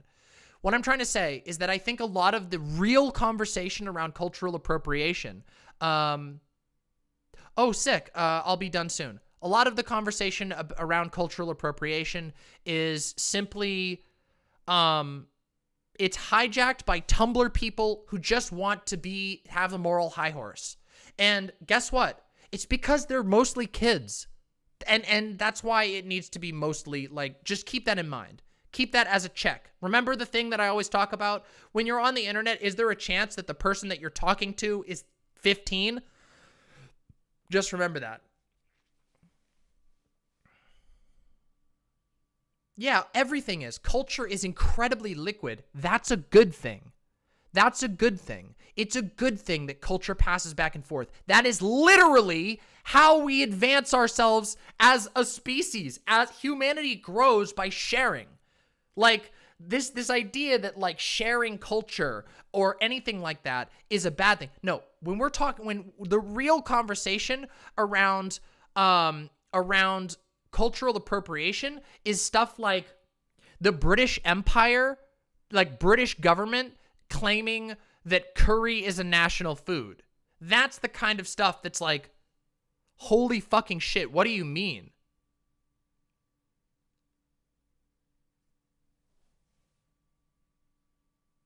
What? That's so silly. See, that's so silly, Viddy Bitty. That doesn't help at all. I don't like the moralistic interpretation of that kind of thing. That's so silly. Not only does that discourage people from participating with one another, it breaks down one of the most fundamentally good processes of life. I'm always mad that my native culture is treated like they're 100% pedophile rapists who sniff used panties, and the weebs don't help, and it's ugh. You know what? I agree with you. I think it's terrible. People have a really bad conversation around Japanese culture, and it's essentialized as fuck. It's really fucking weird. As somebody who likes lots of Japanese cultural products, I guess, in the big picture, all across the board, I have never understood the hyper-essentialization. It's very weird to me. It's just so weird. It's like, again, I don't know. The weeb thing, it's like if you came to America and the only thing you were hyped about was like King of the Hill and like tried to use that as the basis for your entire understanding of culture. What about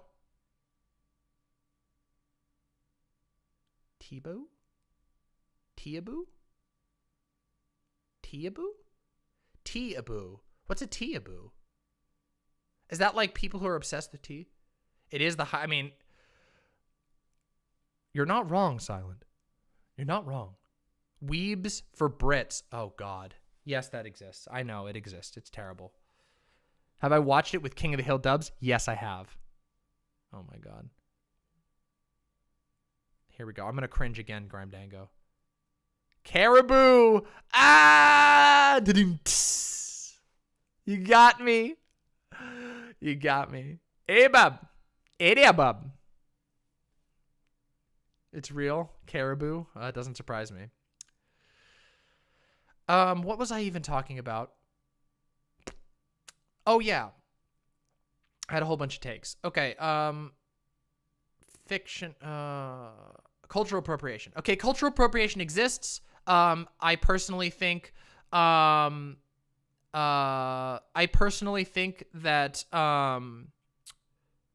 some good examples of this are like a good example of cultural appropriation is like when America tries to make Native American, like they use Native American imagery to push the state's interests. A state that literally oppresses Native American people, but they'll go to like a US diplomat will go to the United Nations and be like, we are so proud of our Native American population and look at how good we are. And they use that to justify state, like the state. They like glorify the state using Native American culture or something like that. Those are examples of cultural appropriation, not fucking people liking anime or borrowing an emote that's popular online or whatever. That is not how it works.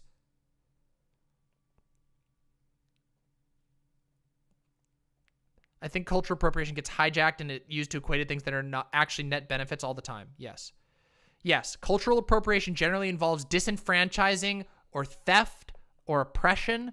It's not...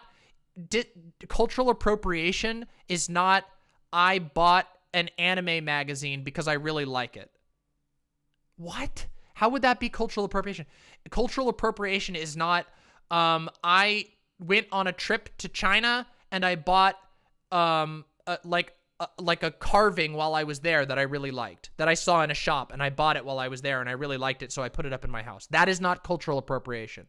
Cultural appropriation is like East India Company going into China and burning down villages and pillaging all of their tea to take it back and sell it as an exotic product. That is cultural appropriation. Yes, that's another example of cultural appropriation. Yes, it is.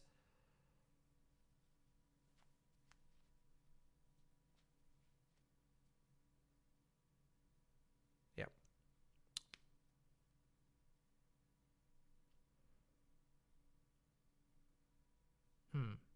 Yeah, that's cultural appropriation. Cultural appropriation is when a hegemonic culture tries to absorb and steal cultural artifacts like for themselves, not like sharing culture or enjoying things. Like, where the fuck would we be if we didn't share culture? I would be like, what the fuck? Like, okay, my family hails from some random fucking location in like the Slavic states in Eastern Europe. I was born in fucking Maine. I mean, I was born in the United States. I wasn't actually born in Maine, but I grew up from like really little in Maine. Like, you know, like what the fuck? Like my culture is like our culture is formed by so many things. Culture is liquid. We like I think there's a part of this conversation that's like there's a part of the conversation around culture that becomes fixated on like digestible. It's not docs. I mean, I've talked about being raised in Maine all the time, but yeah, it's not a big secret about me. So, yeah, it's not my docs. I don't like you found the state where I once lived a long ass time ago. Yeah. How do you feel using Nazi symbols as a form of praxis? What? I don't think there's any praxis in that at all whatsoever. Like, I don't know how you could justify that. How do I feel about Moxie? Moxie's, okay, Moxie is really, really fucking weird. But the first time you drink it, if you haven't had it in a while, it'll taste like fucking shit.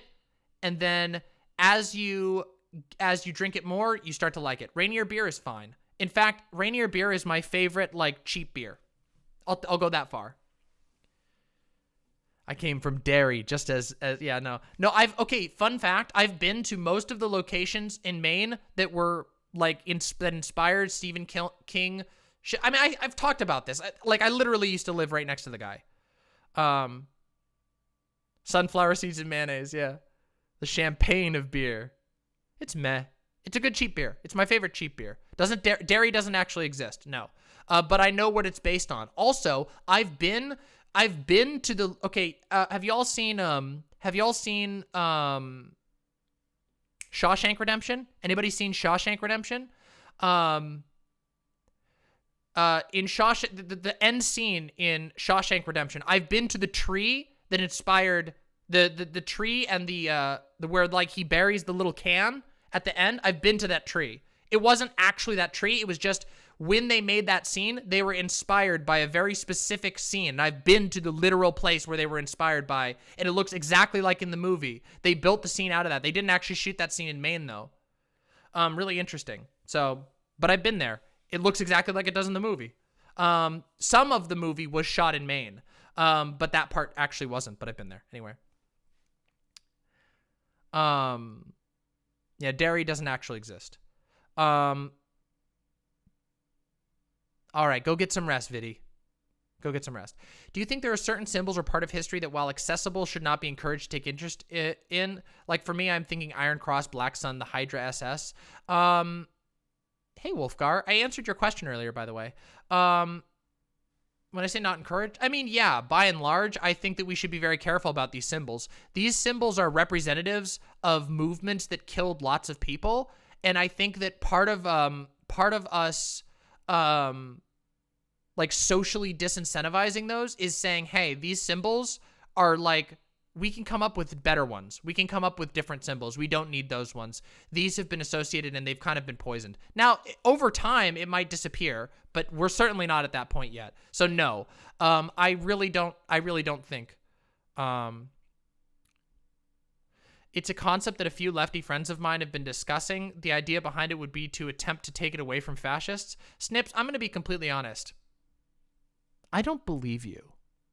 No offense, but that doesn't sound like a very good idea. I'm just going to tell you right now, you won't succeed. You won't succeed. They're poisoned. There are some things that can be reclaimed, and there are others that cannot. Nazi symbols cannot be reclaimed. Hey, Demon, I work third shift, so I listen to your stream with a headset, but can't respond. Thank you for answering. I didn't realize my state would be on the Q&A. Of course. Yeah, no problem. Hopefully you enjoy the response. It was I gave a bit of a response. It's nice, and I appreciate you watching, so hope you're having a good time, Wolfgar. Hope work is nice for you. Aw, okay, good night, Catherine. Don't worry, we're ending stream real soon. The other thing I wanted to talk about is, do I think that is about fictional stuff? Oh yeah, sorry, I can't remember if I said it, but good night, Catherine. I hope you rest well. Yeah, of course we can. I agree with you. My name is an emote. The other thing that I was going to talk about was the fiction thing. What's the time where I am? I am on the West Coast, so it is currently 11 p.m. It's getting pretty, yeah. Teacher student versus guru. Okay, here's the thing. Fiction is motherfucking fiction, okay? It is. Fiction is fiction. And guess what? Let me just explain something real quick. People have really fucking weird kinks, really weird ones. I know this because I used to work predominantly in sex work. Not as a sex worker as traditionally understood. I used to write erotica, like all the time. I used to write it all the time. And I had a lot of different clients. I met a lot of different people. People have weird fucking kinks, and they're almost never actually connected to anything that they are like as a person. People try to do this sort of weird phrenology with people's kinks where they're like, you like this, this, and this. That must mean you're this. That is like a Tumblrism of unbelievable proportions. It's like Tumblr social justice intent sucked up Christianity and turned it into this weird like neo-prudism, and it's really terrible because the fact of the matter is, do you encourage the idea of porn that encourages pedophiles, even if it doesn't actively pertain or utilize child harm, even if it satisfies that impulse? Because I feel it hurts children more. I don't even know how to respond to that. Like, I don't even know how to respond to that. Like, I just think that people need to remember that fiction is motherfucking fiction, and, sure. Well, Snips, look, I don't mean that to be mean. Maybe I jumped the gun. I know. I promise you. It's fine. I know, Gayfish. I've learned. Don't worry. It is bait. But Snips, I'm sorry if that came off as aggressive. I'm sorry if that came off as aggressive. It's a bad idea. I'm sorry. I hate to tell you that. It's a bad idea. Yeah, it's a bad idea. Sorry. I know it sucks. I'm sorry for being a little aggressive there, but it's a bad idea. Don't try it. Just don't bother. Those things are not recoverable, and you will hurt far more people than you will help. Just saying. I studied kinks and fetishes because I was going to write my dissertation about them. You're so right. Fantasies are weird. You can totally be into like rape fantasy while thinking that rape is terrifying and should never actually happen. Fun fact. Did you know that consensual non-consent is one of the most widespread kinks? Pretty weird that. I bet none of those people actually want to be harmed. That's why they call it consensual non-consent. You could be into stuff like fantasy gore, but you'll never harm a fly. True. Hold on. Okay. That wasn't bait. I'm sorry if we just shouldn't talk about it. Yeah, I was being a little honest there. I'm sorry, but yeah. I'll talk about it. Give me a second. Yeah, it absolutely does. Absolutely does, my name. See, wait a minute. We just found your kink. We just found your kink. We found out which kink you're okay with, but you're not okay with other ones. Listen, people like all kinds of weird things. Should we be careful and question? What?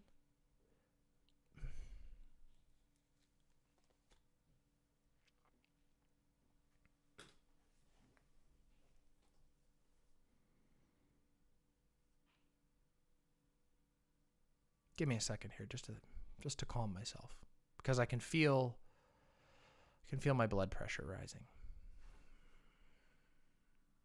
All right, no, just kidding. I'm just kidding. I just wanted to scare you a little bit. All right, listen. All right, look, listen. Kinks are fucking weird. All right, there's a fuckload of. If I go onto the internet right now, if I go onto the internet right now, I will find 100 images of people getting fucked in their brains fucked out by demon monsters. Like what? Like demon fucking monsters. Like, do you know how many images there are of people getting fucked by the Revenant from Doom? The skeleton guy? There are images out there of the Revenant from Doom with horns. The Doot Revenant just fucking the shit out of a TG'd transgendered fucking Doom girl that's been forcibly, like, the demon energy turned the Doom Marine into a girl, and then the Doot Revenant is fucking the shit out of the TG'd Doom girl. Do you see what I'm talking about? There is all kinds of weird shit. These things don't make sense. You're not supposed to put fucking weird kinks onto like a giant moral scale. Like that's what, oh no. Listen. That shit is normie fucking shit, all right?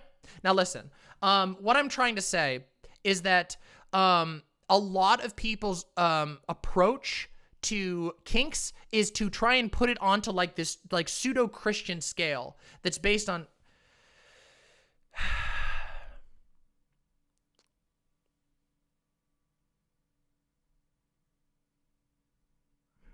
how do I describe this to you?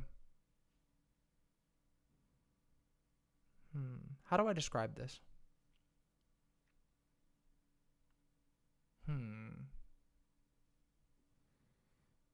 I got an idea. Hold on, wait. I got an idea. I got it. Ready? I got this. Ready? I got this. Hold on a second.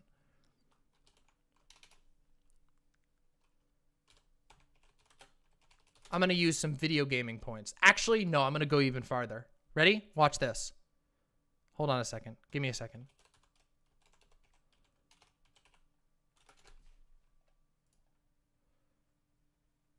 Here we go.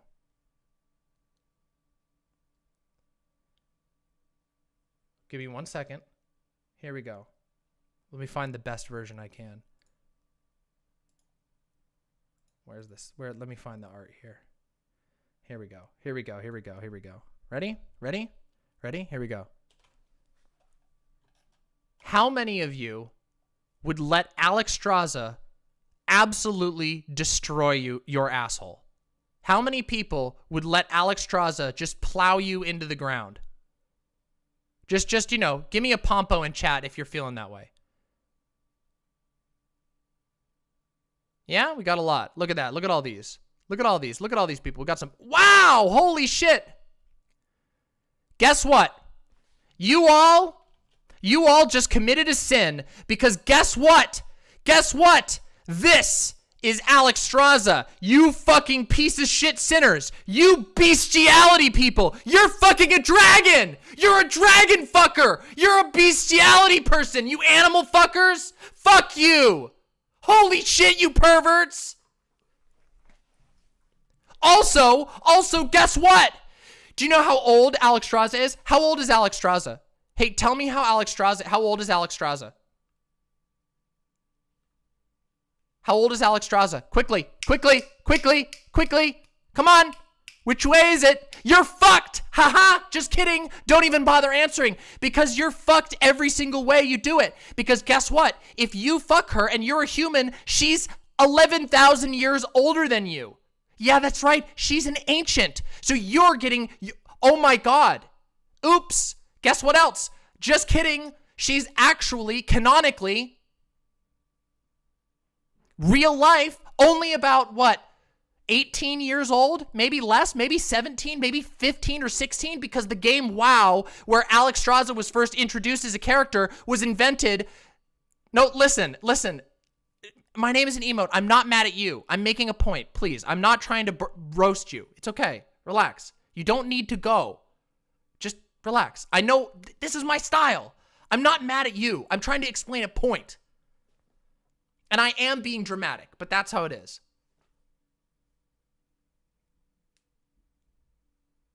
Listen, relax. Just carry it out. It's okay. I'm not polite. I'm an asshole. This is what I do, though. The point of what I'm trying to get at is that the point that I'm trying to get at is that characters are fictional. I could write on this thing right here. I could write on this right here. Let's pretend I've made a dragon character and I write age 17 on here. If you liked this image or whatever, or if you liked this image of Alex Straza, like this one I showed you before or whatever, whichever one I used, this one, if you liked this one, if you like this, but then I write up here 1-7, are you a pedophile? Are you? Because guess what? I'm going to do it. I'm going to do it right now. All of you who said that, I'm going to write the number 17. I'm going to write age 17 over here. and now you're a pedophile. See, that's the problem with trying to police the morality police the fuck out of, wait, what do you mean? A dragon is an animal. A dragon is an animal. Not me. I didn't say anything, Silent. It's all of you who are going to have the FBI knocking at your door.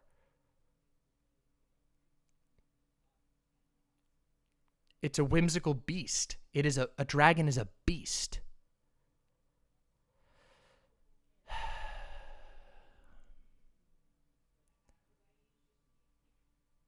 Nobody said anything about fuck it, allow CP. What the like this is why this conversation is so hard to have, because people try to take this like weird like it's like something some sentient animal, whatever. It's what about people who like do you think that people who like draw themselves getting like wait,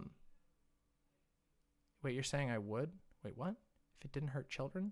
Wait, but listen, the thing is that fictional art is totally separate from abusing children. Abusing children is so motherfucking horrible.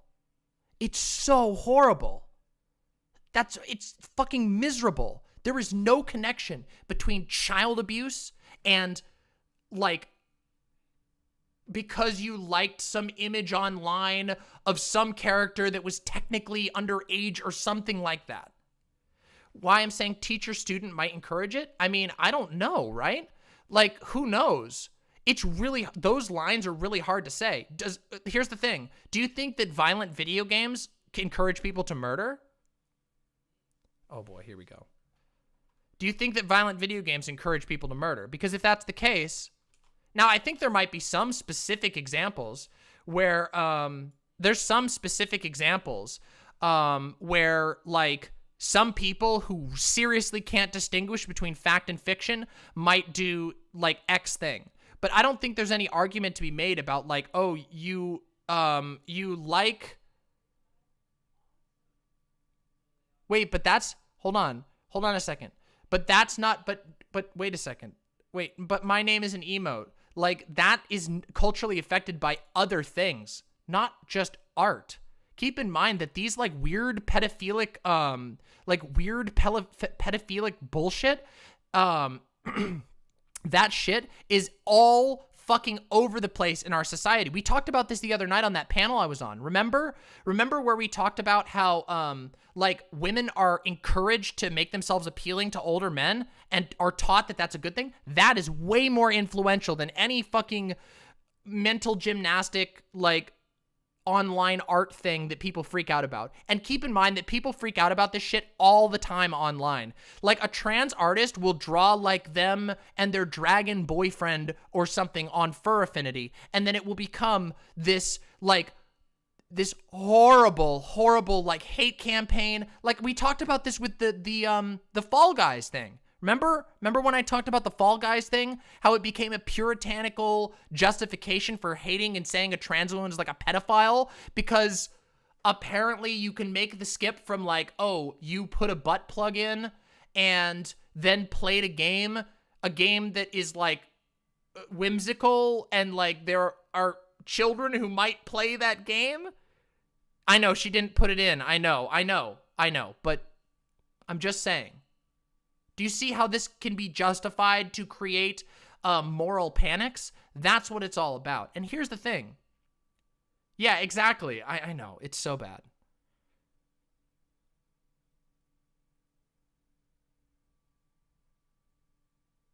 All right, go get some rest, Samoski.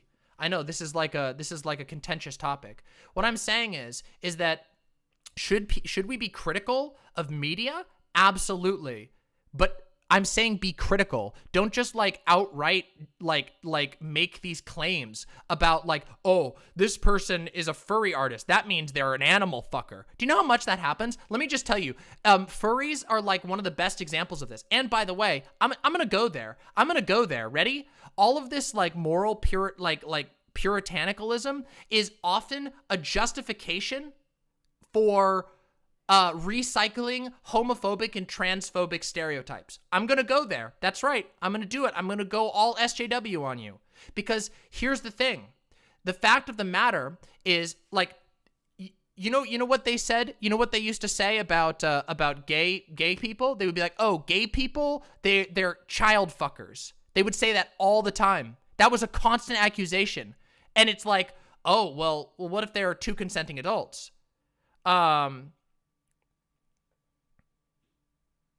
Yeah, well, all people will fail it because it's a messy area. Furry hate is primarily, yeah, exactly, yes. Furry hate is just trying to find a way to keep hating gay people, but just reframe it.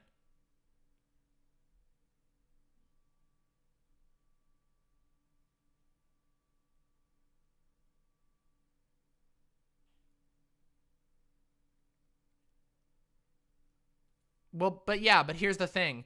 Like, I don't think all people are like this about this, but like people hate on furries out of a knee-jerk reaction to anything that they think is weird. The fact of the matter is that there's all kinds of weird kinks out there. All kinds. The weirdest shit, from balloons to fucking cake smushing to all this random shit that people like as kinks. You know what I mean? There's all kinds of random shit out there. It's not that deep. People have weird kinks. The human mind forms weird associations, and that's just how it is. People say like, "Oh, well, furry people are animal fuckers." And it's like, no, they're not. They like this fictionalized idea of like a humanoid creature that has some animalistic traits.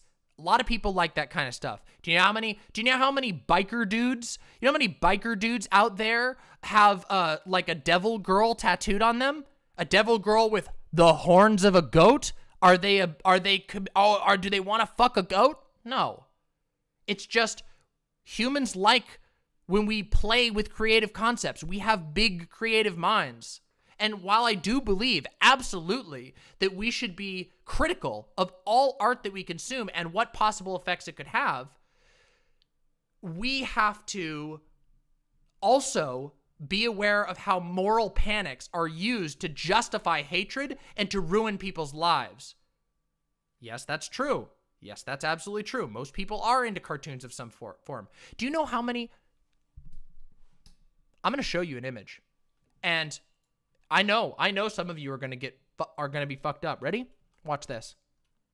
Everybody goes to this one, but ready? Watch this.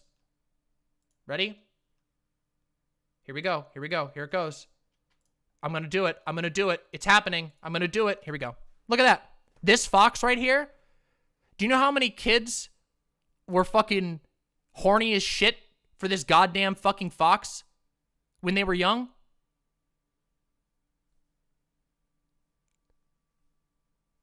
Shit. It's just how it is. You make a humanoid character with strange traits, people love it. Oh, there we go. Yeah, you could do Maid Marian too. Roxanne, another great example from Goofy Movie. The squirrel, Gadget. Crystal, oh my god. There's so many. This is just how it goes. Yeah, Renamon, yeah. Gadget, there you go. There's like a million of them. Star Fox himself. Endless. It's endless.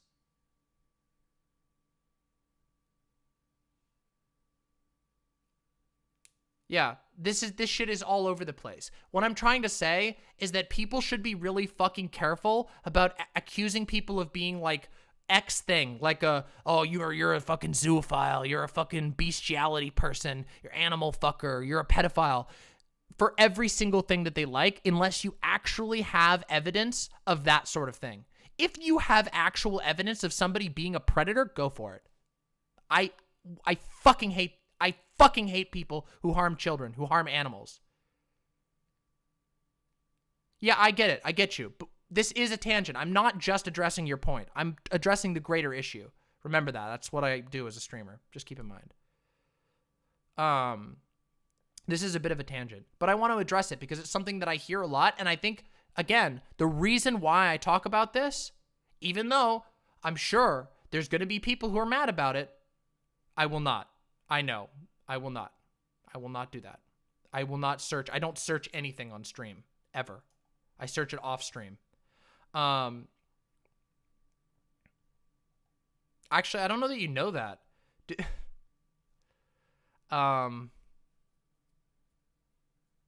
Let me tell you something. My name is an emote. God, I got to tell you something about the animal industry, the meat industry, the dairy industry. I got to tell you some real bad news about it. But yeah, the point of the matter is, listen, the point of the matter is that when you say CP, that is an atrocious thing. That isn't, but it's not, wait, but that is an atrocious thing that victimizes actual people. We're talking about drawings. We're talking about people who draw weird fictional characters and then make up details about them for whatever reason. We're talking about dragons that can use magic to sprout a giant dick. It's not in reality. It's fiction. It's fiction designed to act on certain parts of our brain that we don't understand.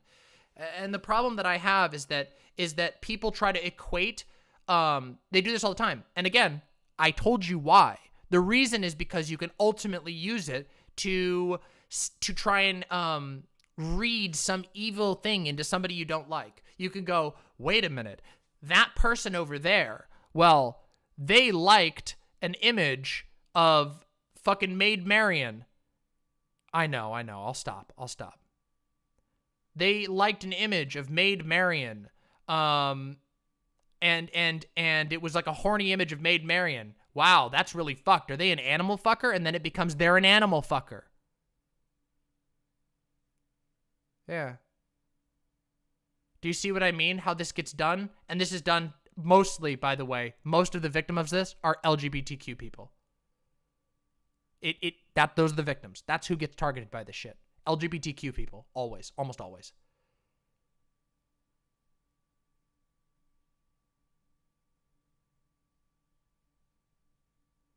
Well, wait, but like, wait, hold on. This new streamer is interesting. Thank you. I am a new streamer, kind of. I've been going for a year. Welcome. You happen to come in during me screaming about fucking, I don't know, screaming about random shit on the internet and how people don't understand the difference between fact and fiction sometimes, and it's frustrating. That's about it.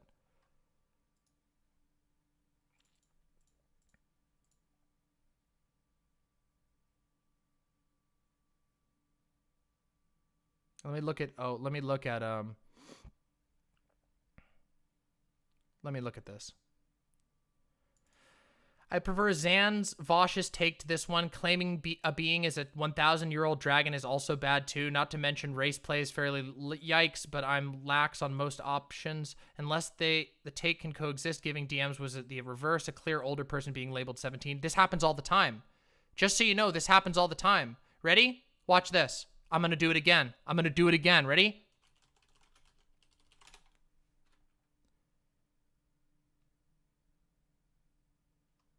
So, ready for this character?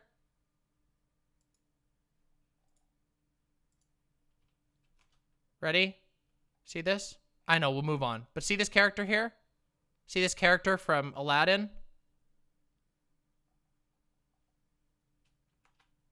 What, canonically 16, right? Yeah, 15. Whoops.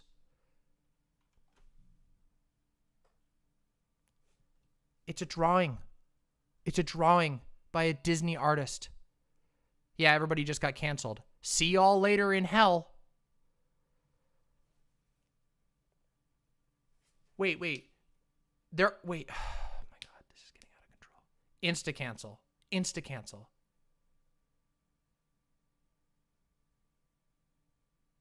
Yeah, exactly. That's a good experiment, Danny Fallen. The point, what I'm trying to say here is that policing fiction is not a fucking good thing to do. The point is should you think about what things are, like what actions you have? Is she 18 now? Maybe that's been retconned. Yeah, that's a good question, Sassy Pog. Why does that happen? It's happened a whole bunch. There's a ton of, by the way, there's a ton of Disney characters that are exactly like that. They're like 15, but they draw them like an adult woman.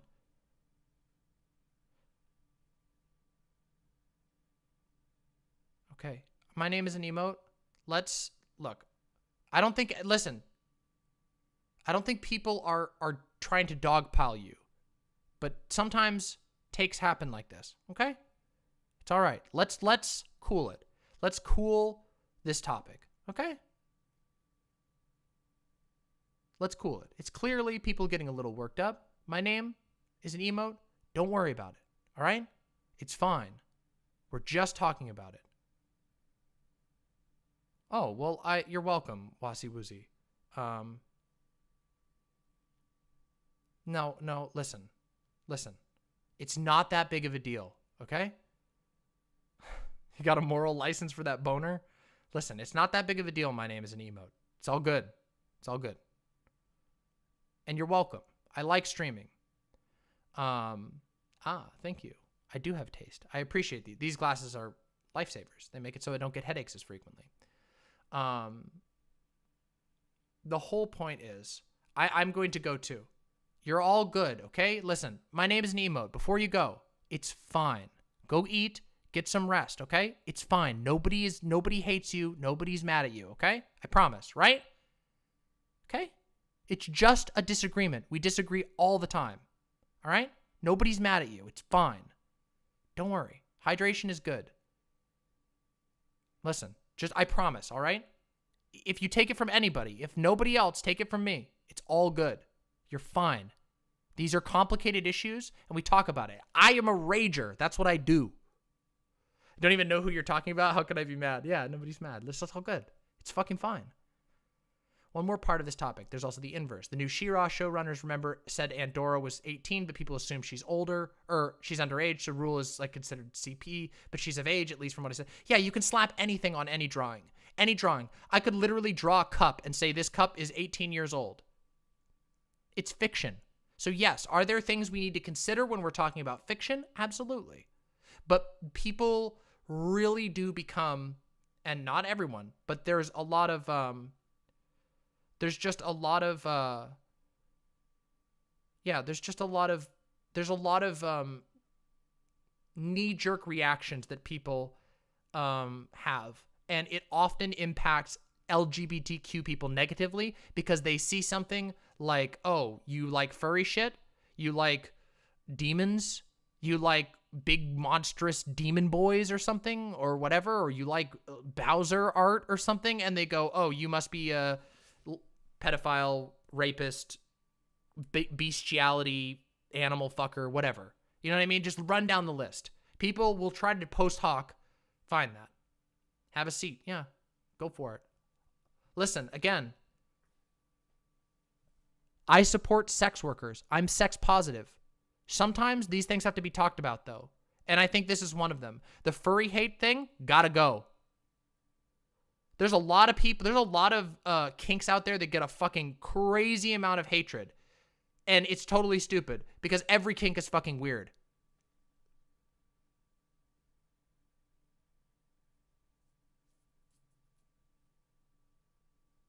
Yeah, I mean, it happens for sure. But it's all, remember, a lot of this stems from the fact that our culture is so fucked about sex to begin with that they literally excuse rape all the time, but they'll get mad about a cartoon character that's too horny. Do you think that discussion of kinks would be improved if there was a better... I think your question got cut off there.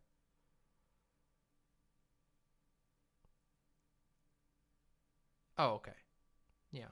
Yeah, I think there would be. If people realize that there's a difference between real life and fiction, if we had a better understanding of how bad our culture is about sex, about how our culture forces... Basically, if you grew up in America, chances are you have some kind of like severe issue with sexual repression. It's just a fact of life, one way or another. It's just true. Our culture is so bad about sex. It doesn't teach anybody anything. Nobody in our culture knows anything about consent. So yeah. That's all. Just try to be a bit more understanding and don't jump to the gun to call everybody like a pedophile or anything. Not that anybody did that here. You're very welcome. You're very, very welcome, Adisa. And we will talk. We're even afraid of platonic touch. That is true. People are very weird in our culture. We have a very unhealthy culture when it comes to sex. Now, with all that said, I need to raid out because I need to go eat the food that was prepared for me. So let me just pick somebody to raid, and I will tell them that I raided this time so that we can do growth. Is it gay to hug your father? Remember that? Wait a minute. Remember that? That's a great example of it. Remember when everybody was freaking out about Joe Biden hugging Hunter Biden? That's a prime example of people turning everything into some weird psychosexual whatever. You're welcome, Snips. I'm sorry for being a little snappy. It's been a long day. It's been a long day, and I shouldn't have jumped the gun on that. That was my bad. And you have my apology as a streamer. Hey, thank you so much, Leaf. Leaf, thank you so much. Really appreciate that. Holy shit. That's going straight into the chair fund. Thank you so much. All right. We are going to... Ooh. We're raiding into Conyer CC. Oh my God, we're raiding Conyer. Of course we are. We're going to raid into Conyer. We're raiding into Conyer. Oh my God, we're raiding into Conyer. Go give Conyer my love. And tell Conyer that Dima Mama says that he's sexy as fuck. Okay? All right, here we go. I'm hosting in. Love you all. See you soon. No, you're good. Listen, Snips, maybe I'll get to know you. Anyway, hopefully we'll see you again soon, Snips. Good night, everyone. Mwah.